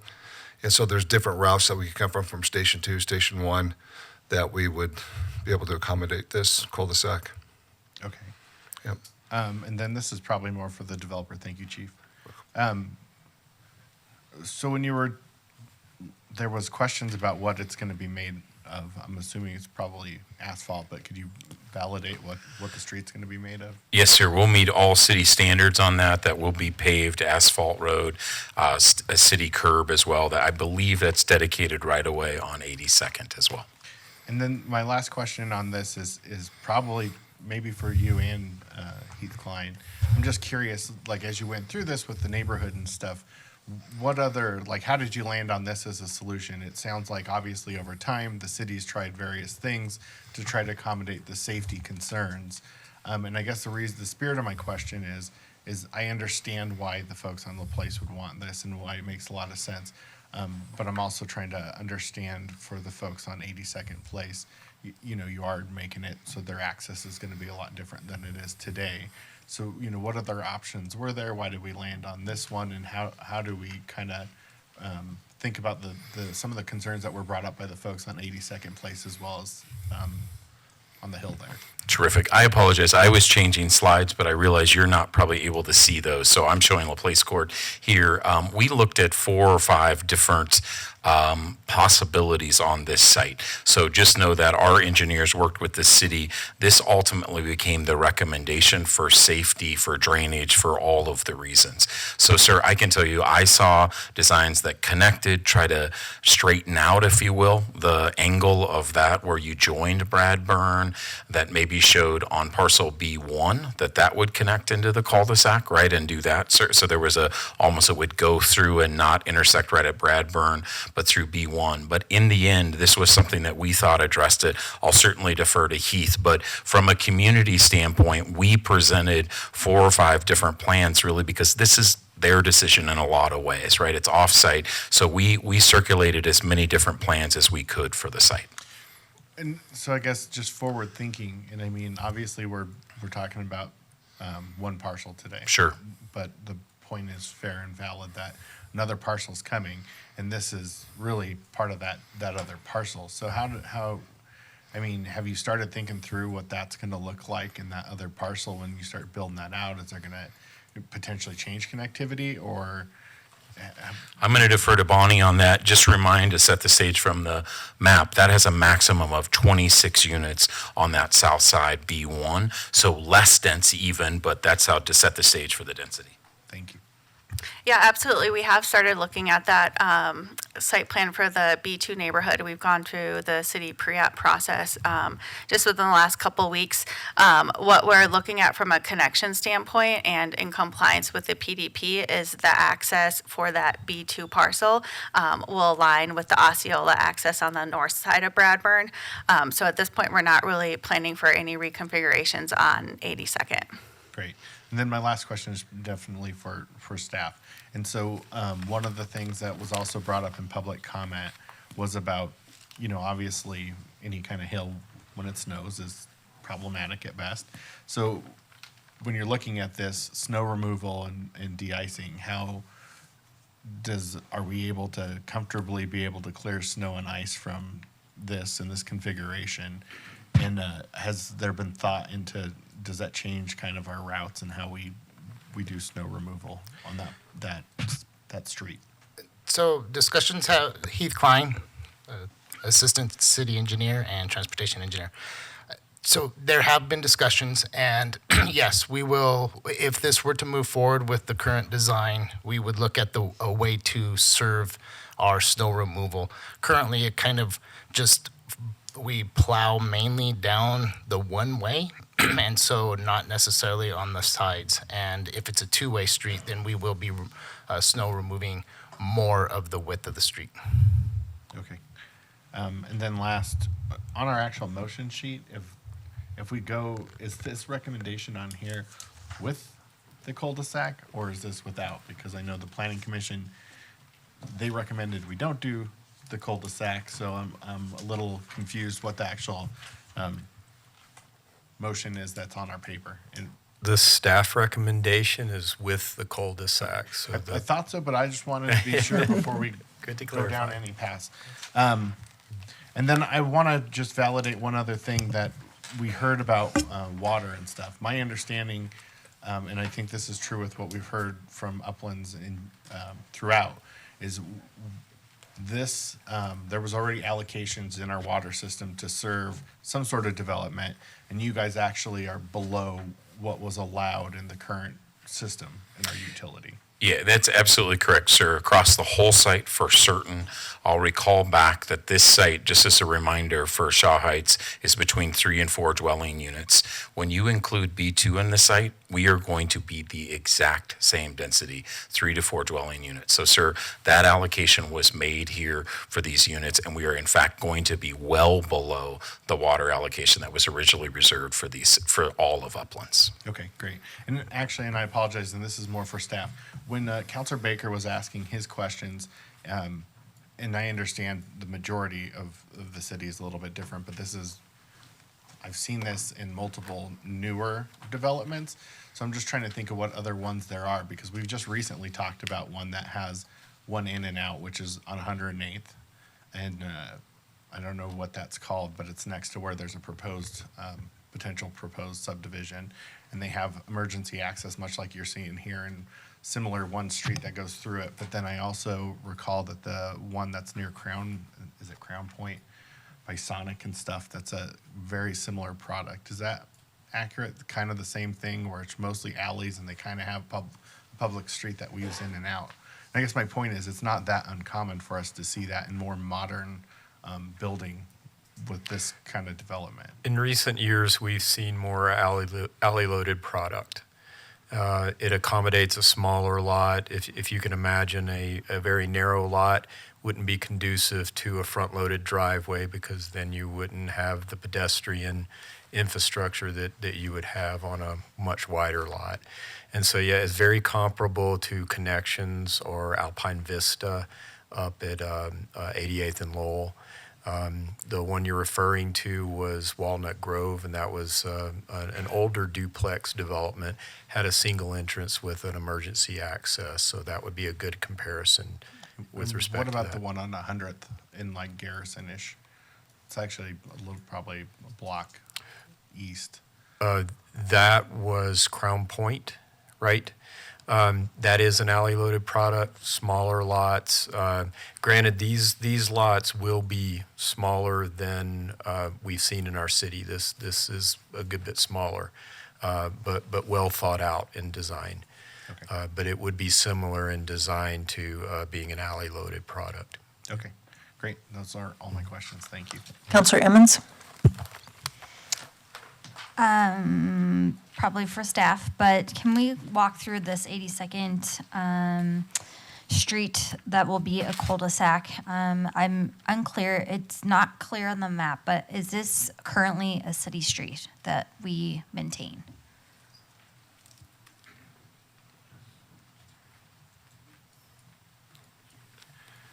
Good evening. It is right-of-way currently, and I believe it is unimproved, meaning there is not asphalt, curb and gutter Right, 'cause on it this looked road right now. like dirt. Correct. So gravel. this development would improve it to be paved with curb gutter, sidewalk, and it would be a local road. It's Okay, built I to just the want to local make road. sure that if we approve it, that it would become a city street that we would maintain, That is correct. Yes. or maintain city street status. Yep. Okay, perfect, thank you so much. Thank you. Councillor Namella?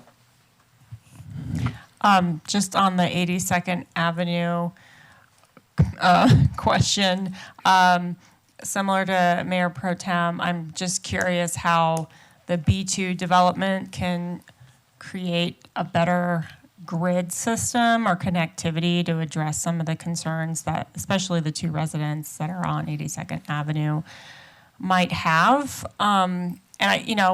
Grids are great because they actually disperse traffic and they, instead of focusing them onto one street, versus many others, they actually can reduce the traffic impact of a development. So I'm just, with Bradburn, anyway, I think the 82nd Avenue, could it continue? I don't know if the neighbors or if the residents would like that or not, but even into the new B2 development or connecting Osceola down into connecting 82nd, it can be, I feel like their desire for a little bit more connectivity could be achieved. So we have, as Mr. Buckner had mentioned, we have looked at several different options that were here. So by connecting the cul-de-sac of 82nd Avenue to the proposed Osceola, or the road that goes into PA1, you still are providing that ability that those residents to get to the signal at 80th and Oakwood to come through and cut through the subdivision. There's also some grading that is a bigger issue because we start to go up the hill on the east side there of the cul-de-sac. So those were taken into account. The developer is looking at different options of the way that 26 home community is going to be laid out, but we have not fallen on an exact design. So we are still looking at it, including potentially another emergency access point for this cul-de-sac to get into, for emergencies to get to 82nd Avenue if needed. Okay, I would just ask that we do look at that. I mean, it sounds like you've worked with the community closely regarding the 84th, or I should say the non-access to the 84th, which I do not love. But then again, trying to listen to the community, so it's a balance. So hopefully that communication can continue. All right, thank you. Yes, thank you. Chief, I hate to make you come up one more time. Keep you awake. We've heard over and over different speakers tonight about, will the fire trucks work and whatnot. Would you just, I've been at your table where you have all the plans, you look at everything, you're bringing up things that you see, things that aren't going to work. Would you just explain that process a little bit so that it's on record and that people hear this is a okay plan that you see and fire trucks can get in and out? Absolutely, I'd be happy to. So when we look at something like this with an ODP or a PDP, what we do is we look at the site layout, we look at the access. So we're looking at street width, we're looking at turning radius to make sure our trucks can get in. When we look at a subdivision such as this, when you have the main street that comes in, you have what we're calling the alleys, I believe. And on the plans that I'm looking at that are part of the packet tonight, they're about 30 feet in the back. And so we just want to make sure that we do have access for our trucks to come through, that we can turn onto those alleyways, that they're wide enough, that the parking, so that's another part of this is, do we allow parking, do we not allow parking, that we're able to maneuver. I'm looking at this site carefully. I've been back there with Chief Burke, who's our operations chief. We're very comfortable with the site layout. When we talk about access coming in, we do have the emergency access from the north off of 84th Avenue, which is great. But one of the things that we have in this is like if we had a fire on the west side that Councilor Baker was talking about, we want to look at ways can we get from the north and the south or the east and the west. We want to be able to come out of fire from two different directions. And looking at the layout of the subdivision, it definitely gives us that possibility to do so. Another thing we look at is dead ends. So we have a couple of dead ends on the west side there, but we look at length. Is it less than 150 feet? Is it a hammerhead? What do we need for a turnaround to get our apparatus out? So if we make a wrong turn or we just need to reposition, we're able to do that. Looking at this site, we are able to do that. And again, we did talk about the sprinklered homes, which offers comfort. This does meet the city standard with the width. I believe it was just 1 foot decrease, 15 feet between the buildings. There were some comments about the rooftops and things, and in a wind-driven fire or something like that, extreme, that certainly is a possibility. But it is, in a general layout, it's something that the fire department's very comfortable with our access and the ability to maneuver our fire trucks through this. And one final piece is that when we look at this turning radius, it's based on our biggest truck. So that's our aerial. We have a Station 2 and Station 6, 42 foot, and that's the turning radius we use. So we're not looking at the engines, which are much smaller. Yep. Perfect. I'm sorry to make you come up again, but it's okay. There's so much misperception. I wanted people to understand you don't take this lightly. No, we do not. You pour over these and make sure everybody's safe. That's absolutely right. We have an exceptional staff that does that. And another piece of this is water supply. So what we do is we look at how many residents are coming in, construction type and occupancy and that. And, with the city, the building code drives that, fire code drives that. And we ensure that we have the proper hydrant placement and the amount of hydrants in there to be able to effectively fight a fire. Thank you. You're welcome.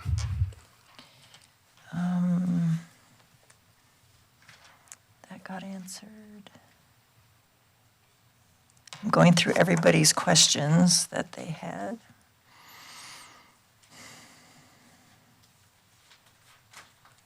Some didn't deal with what we have to make a decision on. Off-street parking, we said it was 32 feet wide?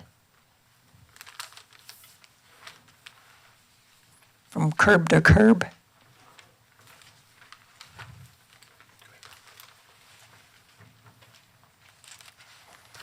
Thank you for that question. So Osceola Street is a local street. This is consistent with what we had in the PDP, and I believe the city standard local street. So it's a 59-foot right-of-way. It has 30 feet of pavement, which accommodates 2 10-foot travel lanes and 2 7-foot parking lanes. And then off-street parking. That was the question they asked. So the off-street parking, I think there was some confusion on some of the numbers that were given. So let me just walk through those real quick. So our parking, we have 88 garage spaces for the single-family attached homes. We have 76 garage spaces for the single-family detached homes. And then we have 48 spaces on Osceola Street. 41 surface spaces. Those are kind of sprinkled throughout the neighborhood for a total of 255 spaces, if I just did all that math right. But it's a mix of the on-street and the off-street surface spaces, just internal to the neighborhood. We didn't include any of the perimeter spaces in that count. Okay.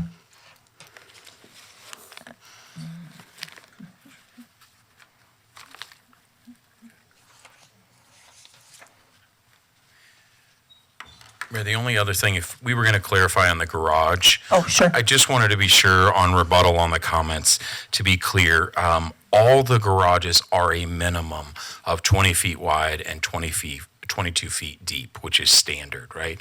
What we are asking for is for a few exceptions for the stairs on one side of them to come into that 22 foot. That obviously only happens when there are homes that have a grade change, so we think that's very few of them. It also depends on that grade how many stairs there are, right? So we have to ask for the maximum exception. That's why we're making that. So we completely concur. We want that standard. I would point out that 2 of our product types actually have 3-car garages in this. So it is a very rare exception that we are asking for. It is only for that stair loading area when we have that. So we agree, we're not trying to change the footprint of those garages at all. Perfect. Thanks. Anyone else? Oh, Mayor Pro Tem? We've heard a lot about the partner that does funding. Can you talk a little bit about that and their involvement and how standard it is for these kind of big developments to have those kind of fundings and how that works so people understand it a little bit better? Sure, I'm happy to address. There were comments about the partner, the purchaser of the site.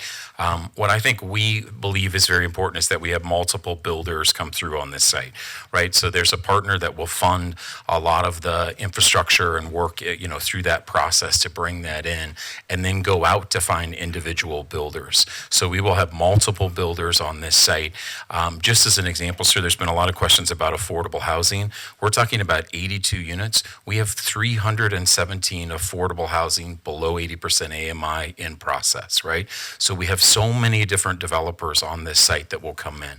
So it's so important to realize that, yes, there is a primary owner, right? But then the job is to go find that, curate the builders to bring in the different types of housing and all the different price points, so we actually have a complete neighborhood.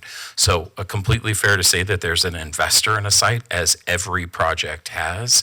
I would just point out, as there were references, this team has been here from the beginning. We're all local. We all grew up here. We're going to continue to be involved in this project and make sure that every promise we've made comes to live in the PDPs and the ODPs that come in front of you. Thank you. And to help people understand, it's all when all parcels are built out, you will have all of those different kinds of housing available. It was never meant to be on some of these smaller ones all in one place. When we look at the big one that you showed us, that you have your different things going, it's my understanding that that's where we're going to see a lot of different affordable, at different levels, homes and rentals available. Exactly. Yes, and that's why we show that, just so people know there's that full snapshot of the community. Okay. I don't see any other questions. It is 11:07. I will close the public hearing. Do we have a motion? Mayor Pro Tem? Thank you, Mayor. I move to approve the official development plan for Uplands Filing 2, Block 1, subject to conditions set forth in the summary of staff recommendations herein. This recommendation is based on the findings that the official development plan generally complies with criteria in Section 11-5-15 of the Westminster Municipal Code. Councilor Emmons? Second. It's been moved and seconded to pass item, where are we at? 10B6. Is there any further discussion? Councilor Emmons? Thank you. Just wanted to say that I'll be in favor of supporting this tonight. Thank you for clarifying the garage space. That was very helpful in understanding this the stair space, that it would just be on one side and not in total of 19, and removing those extra feet. So does make an extra difference when you're in a smaller home. And then with that, I know that there was concern with one entrance with being in a neighborhood. And I know that there was concern. I did address it in a concept review that came forward on 108th and Wadsworth. While I understand the concern, I think the Marshall Fire kind of amplified and made red flags and made us all aware of ingress and egress. And I will say that I grew up in a neighborhood that had one point of access. There wasn't heavy traffic. It was one entrance in and one entrance out, exit out. And so it never was a problem for any kind of situation. And that neighborhood is more than 25 years old. So we have pockets in the city that have one entrance in and one entrance or one exit. And so meeting all of these expectations, they were well explained as far as what they are asking for exceptions, and therefore I will be supporting it. Councillor Baker? I will be really voting against this of the proposal. I think really good design would mandate 2 entrances to this property. I think good design would have full use of all the parking with 2 parking spaces in really driveways. I think we're condemning the future people who live here to unbelievably high HOA fees when they have to maintain all the roads. Councillor Namella?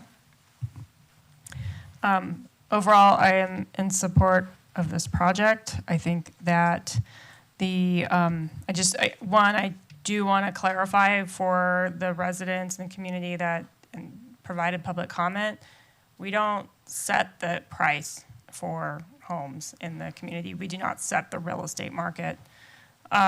We react to it, and in that reaction, an example is that we do work with developers to get affordable housing built. And that is one of the things that was just brought up that will be built in a different portion of this site. But we also work to get other affordable projects built.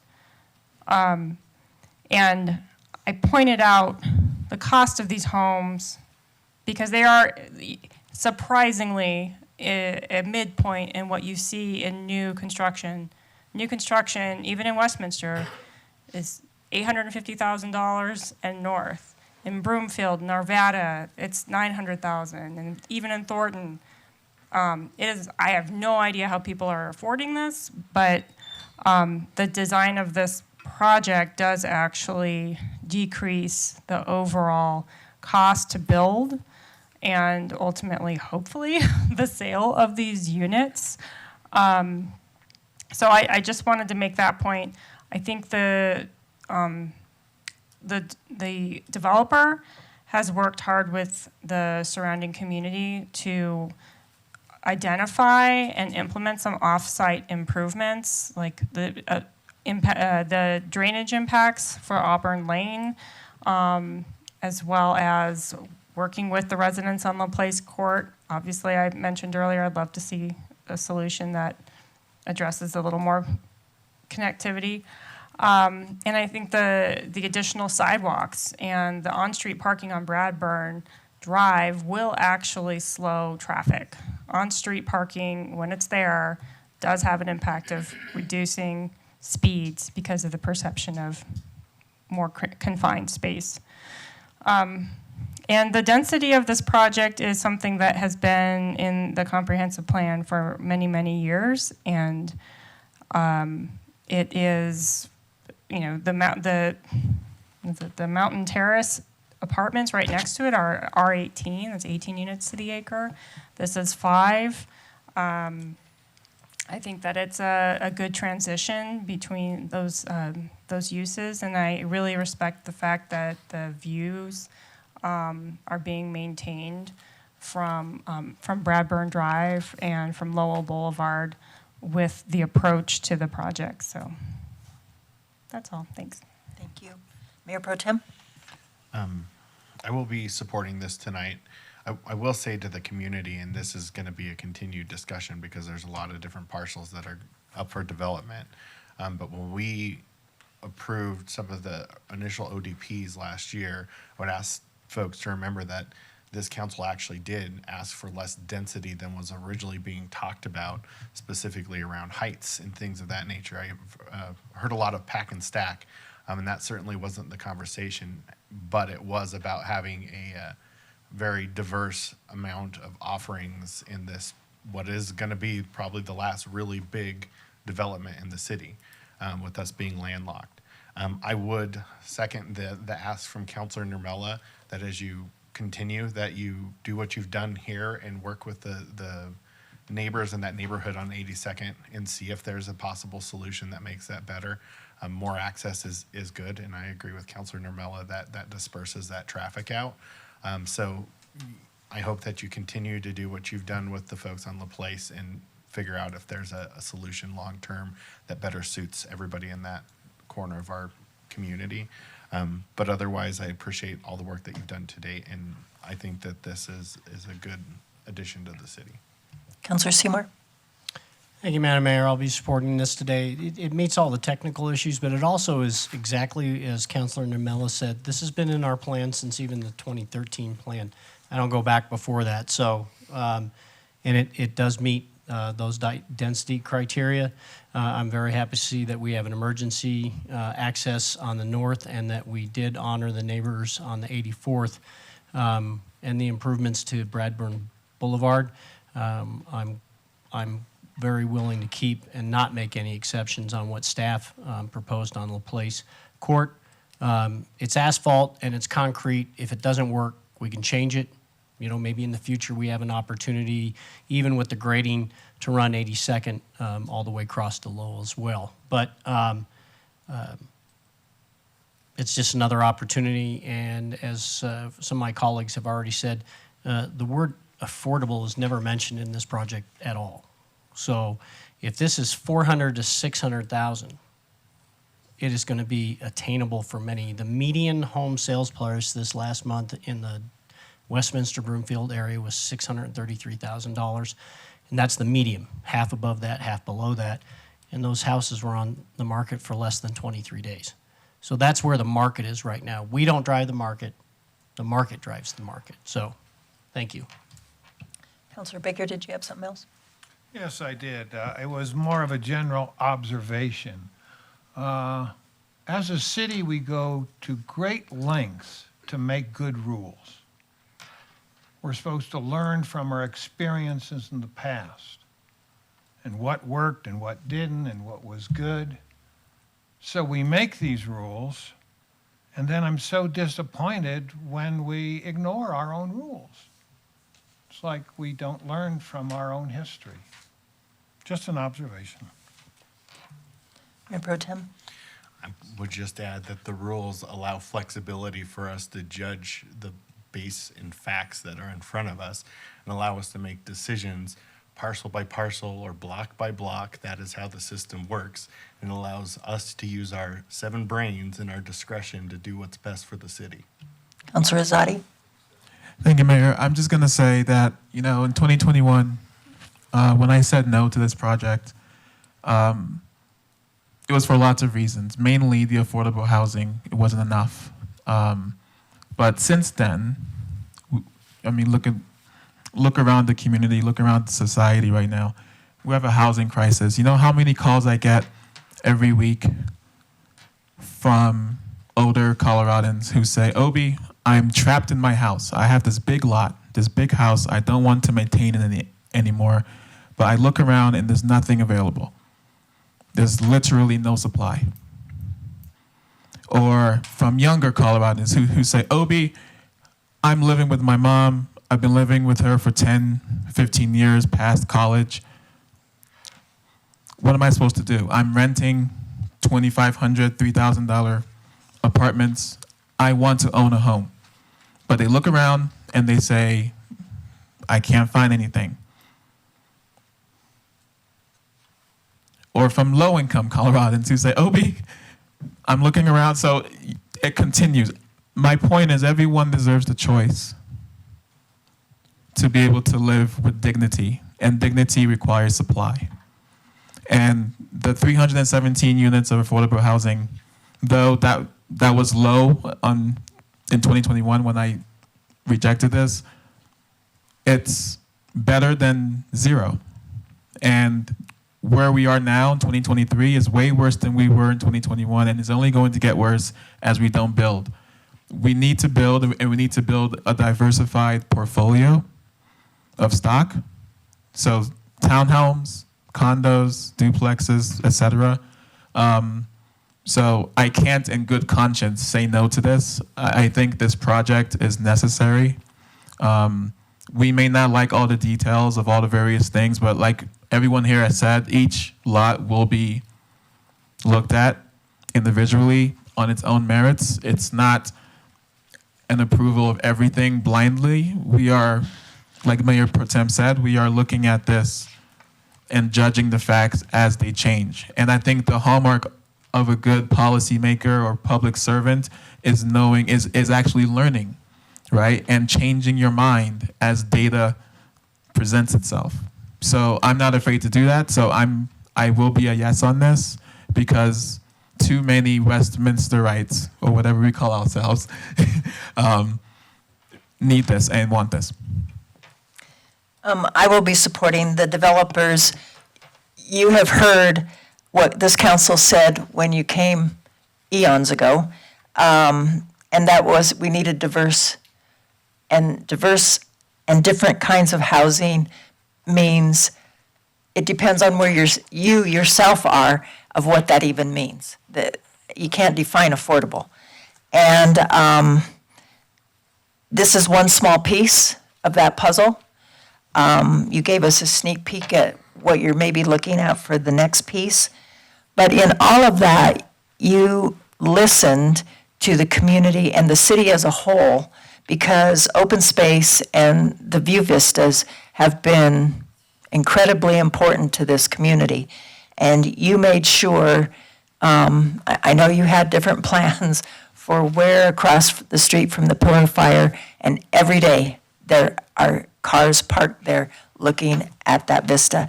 And you have made sure that that stayed open space and that you built over to the side on that other parcel. And we keep that vista. And you also did the same at 84th and Federal, and looking into downtown. So I will be supporting, and if there's nothing else, roll call. Mayor Pro Tem Demott. Yes. Councilor Emmons. Yes. Councilor Azadi. Yes. Mayor McNally. Yes. Councilor Nermella. Yes. Councilor Seymour. Yes. And Councilor Baker. No. The motion passes on a 6-1 vote. That brings us to Resolution 26. Mayor Pro Tem. Thank you, Mayor. I move to adopt resolution number 26, authorizing the city manager to execute the proposed memorandum of understanding between the City of Westminster and the Westminster Professional Firefighters International Association of Firefighters Local 2889. Councilor Emmons. Second. It's been moved and seconded to pass Resolution number 26. Is there any further discussion? Roll call, please. Councilor Emmons. Yes. Councilor Azadi. Yes. Mayor McNally. Yes. Councilor Nermella. Yes. Councilor Seymour. Yes. Councilor Baker. Yes. And Mayor Pro Tem Demott. Yes. The motion passes on a 7-0 vote. That brings us to Resolution 27. Oh, I'm sorry, Mayor Pro Tem. Thank you, Mayor. I move to adopt resolution number 27, authorizing the city manager to execute a purchase and sale agreement with MJ Development LTD in substantially the same form as attached for the sale of Schoenberg Farms, described as Lot 14A and Lot 5 of the first replat of Schoenberg Farms Commercial. Councilor Emmons. Second. It's been moved and seconded to pass Resolution 27. Are there any comments? Councilor Baker? Isn't this the one where there are not enough parking spaces just for the retail? Or is that a different one? I'd have to ask the Economic Development Director, Kimball, to speak to that. Welcome. Director. They will comply with all of our parking requirements that are in the code. Was this the one where they had a ground floor retail and then residential second floor? In one of the concepts, which is on the private side, so not the city-owned property, I think you might be talking about the property that's owned by the Tepper family, where they were proposing two concepts, one that paid homage to the historical architecture of the Schoenberg site, which would be retail on the bottom and residential on top, or it could have been in, or it may be in a more modern-looking container sort of configuration. But even with that, they will adhere to our parking code. So this is just the milk barn part of it in the silo? Correct. Okay. But in the presentation, we got this, well, I mean, this did not include the farmhouse on the front end of the property? I'm sorry, can you The repeat that question? farmhouse on the front end. This, for this PSA, yes, sir. It would include that. So it includes that? Yes, sir. Okay. And this is the one we're basically selling them to it for $10? Yes, sir. Okay. And how does this differ from the previous plan that was brought up, but that was really rejected because we made an assessment of the really, I mean, the financial capabilities of that really presenter? Right, so the prior proposal was to turn the historic site itself, and it didn't involve the private property to the south, that it would be used as a wedding venue, an event venue. We had entered into only an LOI with that entity, and we're doing our own due diligence, as well as I would say that private entity was also doing their due diligence on the site. So we encouraged them to try to understand the site, understand the costs associated with it, understand what would need to be done. And, you know, there wasn't a lot of movement on an actual plan for the site. There was a great idea, a wonderful idea, but it didn't seem that we were making progress in terms of an actual submission for a PDP even. Okay. And then looking to the future on this one, how much of, I mean, the responsibility for maintaining, the historic site, does this take off the city? Or is there going to be any really financial responsibility left on the city? That's a great question. So there still is a lot to be negotiated. And I would underline, there's many requirements to get to the actual closing. And that includes negotiating an economic development agreement, negotiating a repurchase option. So there's a lot of those things, and all of those items will need to come back to this body for your approval, ultimately. But I would say from your question towards, will we be responsible in the future if we sell this property, as is outlined here? No. The city would be completely absolving itself of those historic covenants. They don't leave the property. The property still has to be protected. And MJ Development has gone and had conversations, plural, with the State Historic Board. They'll have to go to our local Historic Landmark Board and receive a certificate of appropriateness. So there's a lot of steps there, and there also are a lot of protections, including, as I mentioned, the repurchase option. We want to make sure that what we are presented here and anything that we would bring back to this body would be what actually happens. That's the most important thing. So I'll call back to a few weeks ago.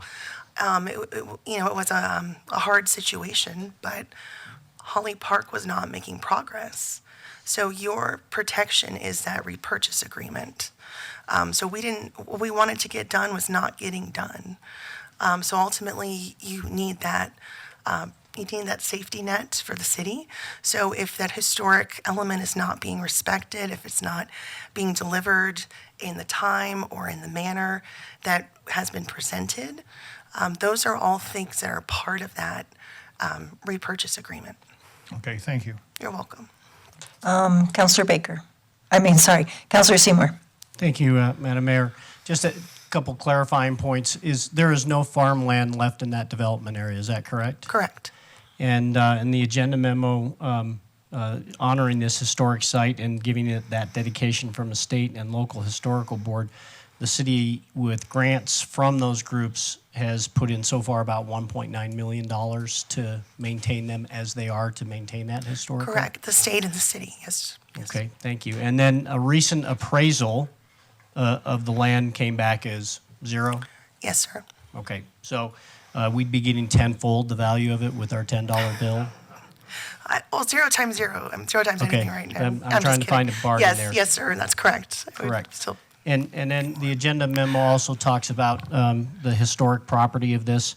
And as far as honoring the National Jewish Hospital and the Jewish history in this area, and that the developers were working in conjunction and having discussions with Rabbi Brackman, is that correct? Yes, sir. Okay, That's correct. thank you very much. I appreciate that. Thank you. You're welcome.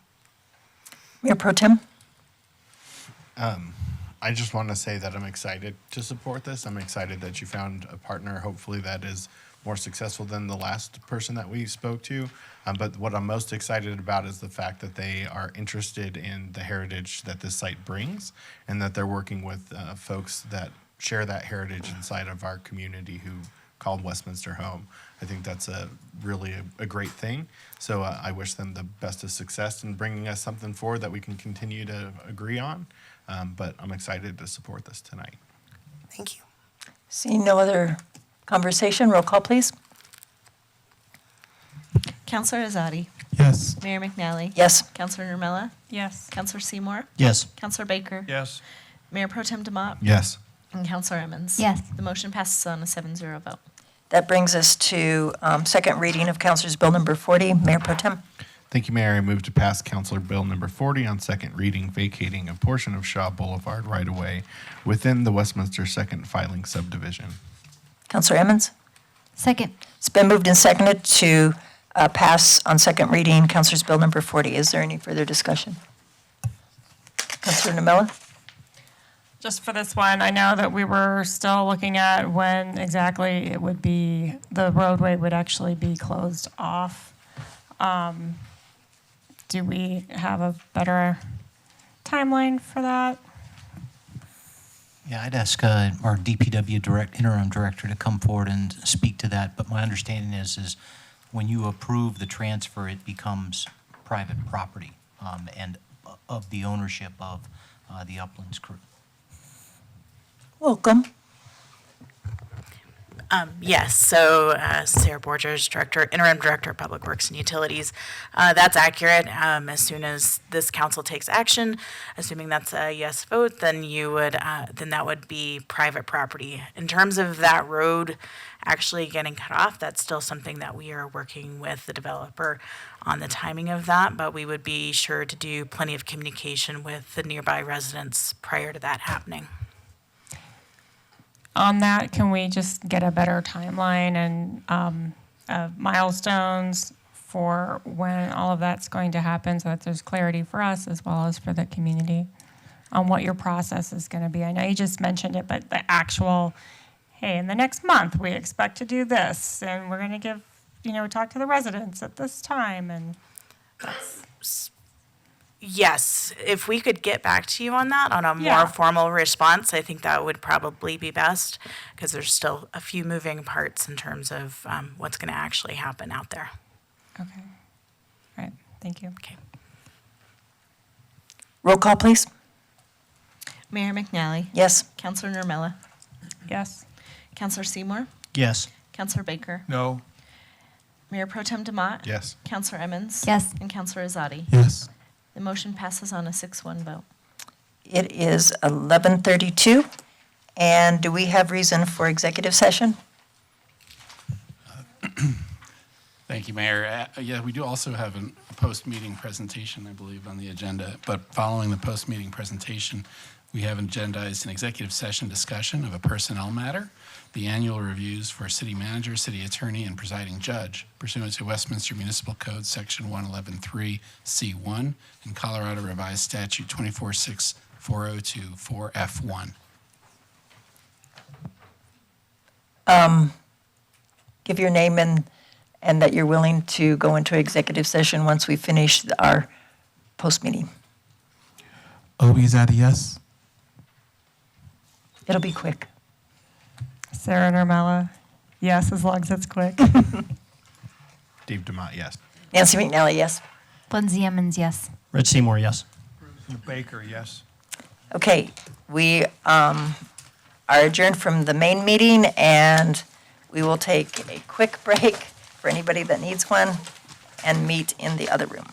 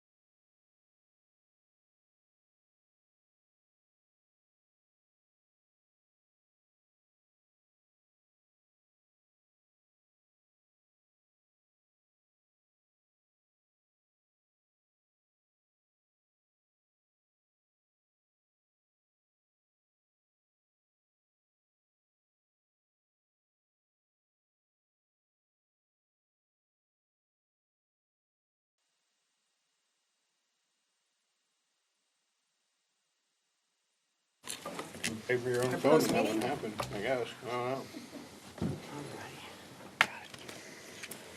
All right. She gets to sit at City the head clerk. of the table. Yeah, go ahead.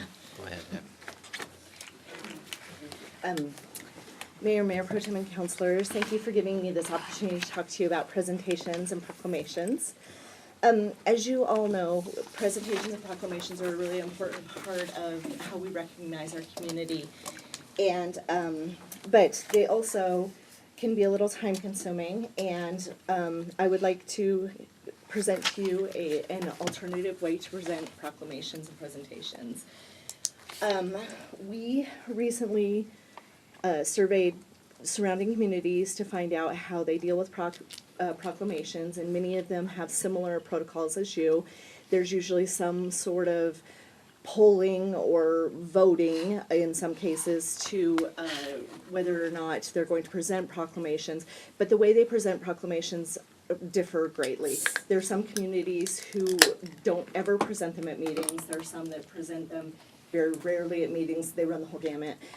So what we would like to propose is to have council pick a Monday each month where they would come in early and do presentations and proclamations before the meeting actually starts. It would be open to the public. You would use chambers, and it would be streamed and posted to social media and all of our normal communication outlets. It would just be before the actual business meeting starts. So I'm here tonight to look for direction, to see if you are interested in that proposal. Councilor Zadi? Question. The goal of that would be to shorten the total meeting time? Correct. Well, the end. Yes. Because we're not shortening it. Correct. You're just Correct. making it end sooner? Mhm. Sure, I'm good with that. Councilor Simard?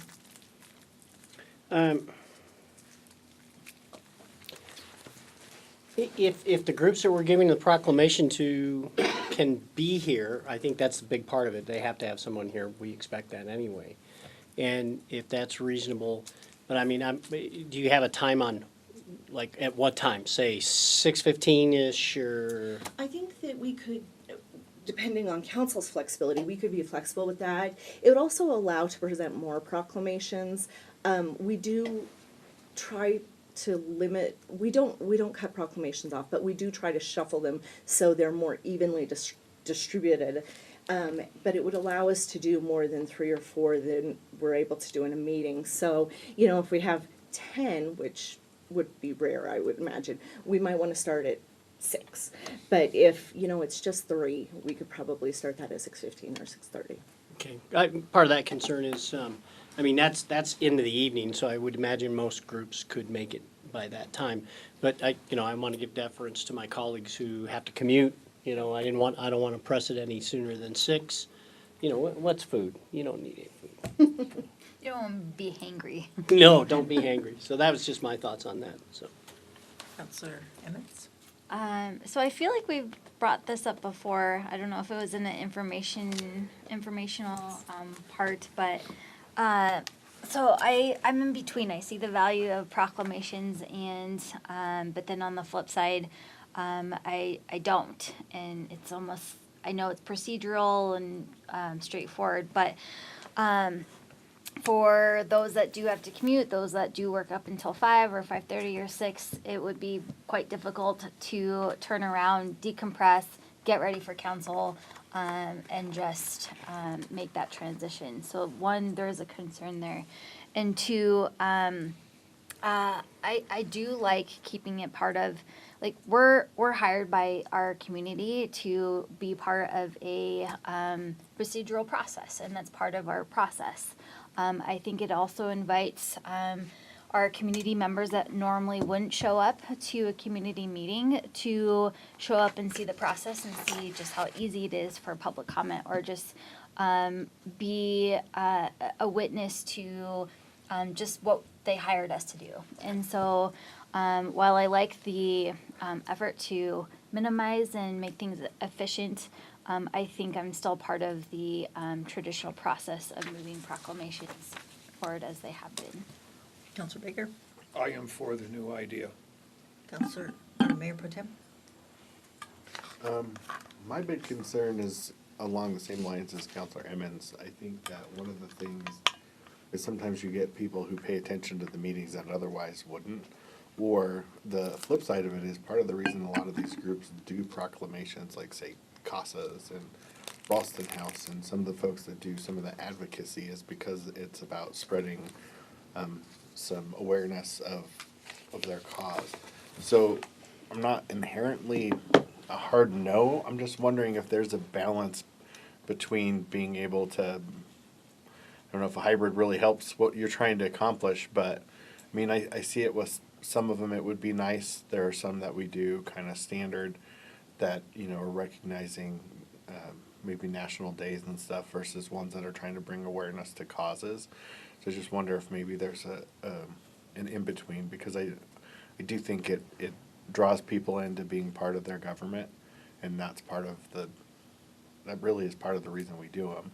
But that goes along with all the other things that I just said as far as awareness and engagement that I'm concerned we'd lose with changing the process.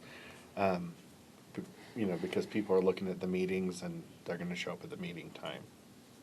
But maybe they wouldn't, maybe they did change, but want to at least throw that out there and see what folks think.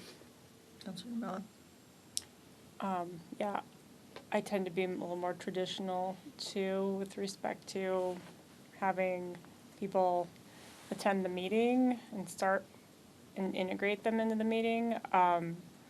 If there's a way to, I don't know, streamline, reduce, I mean, there could be some protocols for, do we want to do a presentation associated with a proclamation or not? You know, if it's recognizing, you know, just some like national day or something, it could just, you know, be posted on our agenda and, you know, Facebook or so, yeah, and then we could decide which ones we want to highlight on the Monday, you know, of the month that we do it or whatever. I just, yeah, I think just logistics, you know, getting people here on time, people attend, you know, whether or not they know when to come, and then also our pre-meeting could get shot, you know, if we're doing these at 6:30 or something, so I'm open, I just maybe kind of flesh out some other option. I tend to be a hard no.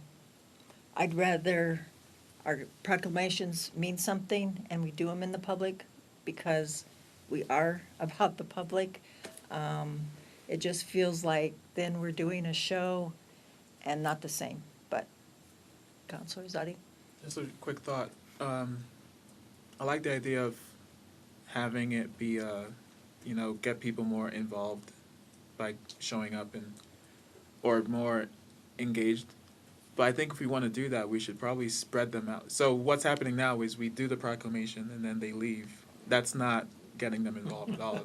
Right, but if we kind of spread them out throughout the agenda, then at least maybe we can get some of them to stay. But then we don't want to keep them here if they.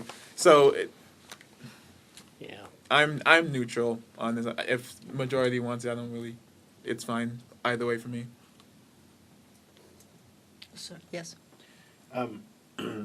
Again, I'm kind of the more traditional, but one thing that I am curious about that we've done in the past, not for the last couple of years, definitely not since COVID, is there were times where organizations would want a proclamation, but they would want us to go participate there. I mean, would some of this also, if, we open it up, say, like Ralston House is one that they've had us go on site and do a proclamation before. CASA has done something similar before. So I'm just wondering if there's some thought into making that an option, so it's, if they're just looking to be recognized and get some awareness, if that's something else we would be open to. Well, and recently, we've got people that can't come, but they want the proclamation for who knows whatever. She just sends it to them. I sign it and they go. Because that's a really cool frame. Sometimes they don't ask for the frame, they just have one. They just want your autograph. It's cool word. Yeah. It's the cursive. Can I ask a quick question to the council? Do you still want to do the length of service recognitions every quarter? Because again, when we do those are, those are long evenings, because that adds a good 45 minutes or so to a council meeting. So do you still want to do those? I know, that's our favorite I night. find value. Okay, just checking. We find that, does staff find value? Like, that's for them, honestly. For, like- for those that come, Yeah. again, there are Bring the generally whole family. a handful that choose not to. So, but I just wanted to make sure that that wasn't something you felt like, oh, man, this. It's the only time we get to say thanks. Okay, good. All right. Well, let us kick it around a little bit. I'm sensing not interest, but if we come back with something more tangible, maybe there might be interest, so we can certainly do that. Or just, let's hunker down with what's important. It doesn't have to be every Tom, Dick, and Harry that wants a proclamation. That takes time. Needs to I be just meaningful. caution, because what does that look like for parameters on what are we excluding and including? That's my only. Yeah, good luck with that, but yeah. All right. May I ask a quick question? Would council be interested in opening it up so you could do some ad events? Because we do have some people that would also be open to that, or some recipients, I would say. Yeah. And if we don't have anybody that can do it, we mail it to them. Not to belabor this because it's late. But on the service awards, though, is that one that council also feels like, because we do those quarterly, and they're showing up specifically to recognize them. I don't feel the same. It's nice for them to participate in meetings, but that might be potentially something that once a quarter we come in early for, just throwing an idea out instead of having. Because they all leave. They Brain do. clears. Oh, sure. You kept this conversation going, but a good thing came out of it. Well, That's just, a good- yeah. it's all about efficiency, right? We're trying to be Meet more them at efficient 5 with when our they're time. walking out the door. I would be open to that if 6 o'clock. the council would. Yeah. Yeah. We'll go back and take another look at this. Surprise, proclamation! Are you good with that? A lot more fun. Can we change the check to like an Ed McMahon size? I was gonna say, like the clearinghouse with the balloons. They'll be so disappointed. We're getting goofy. Okay, do you have enough? Yep. Okay. Thank you. We have reason for executive session. Left my phone on the dais. Let me grab that.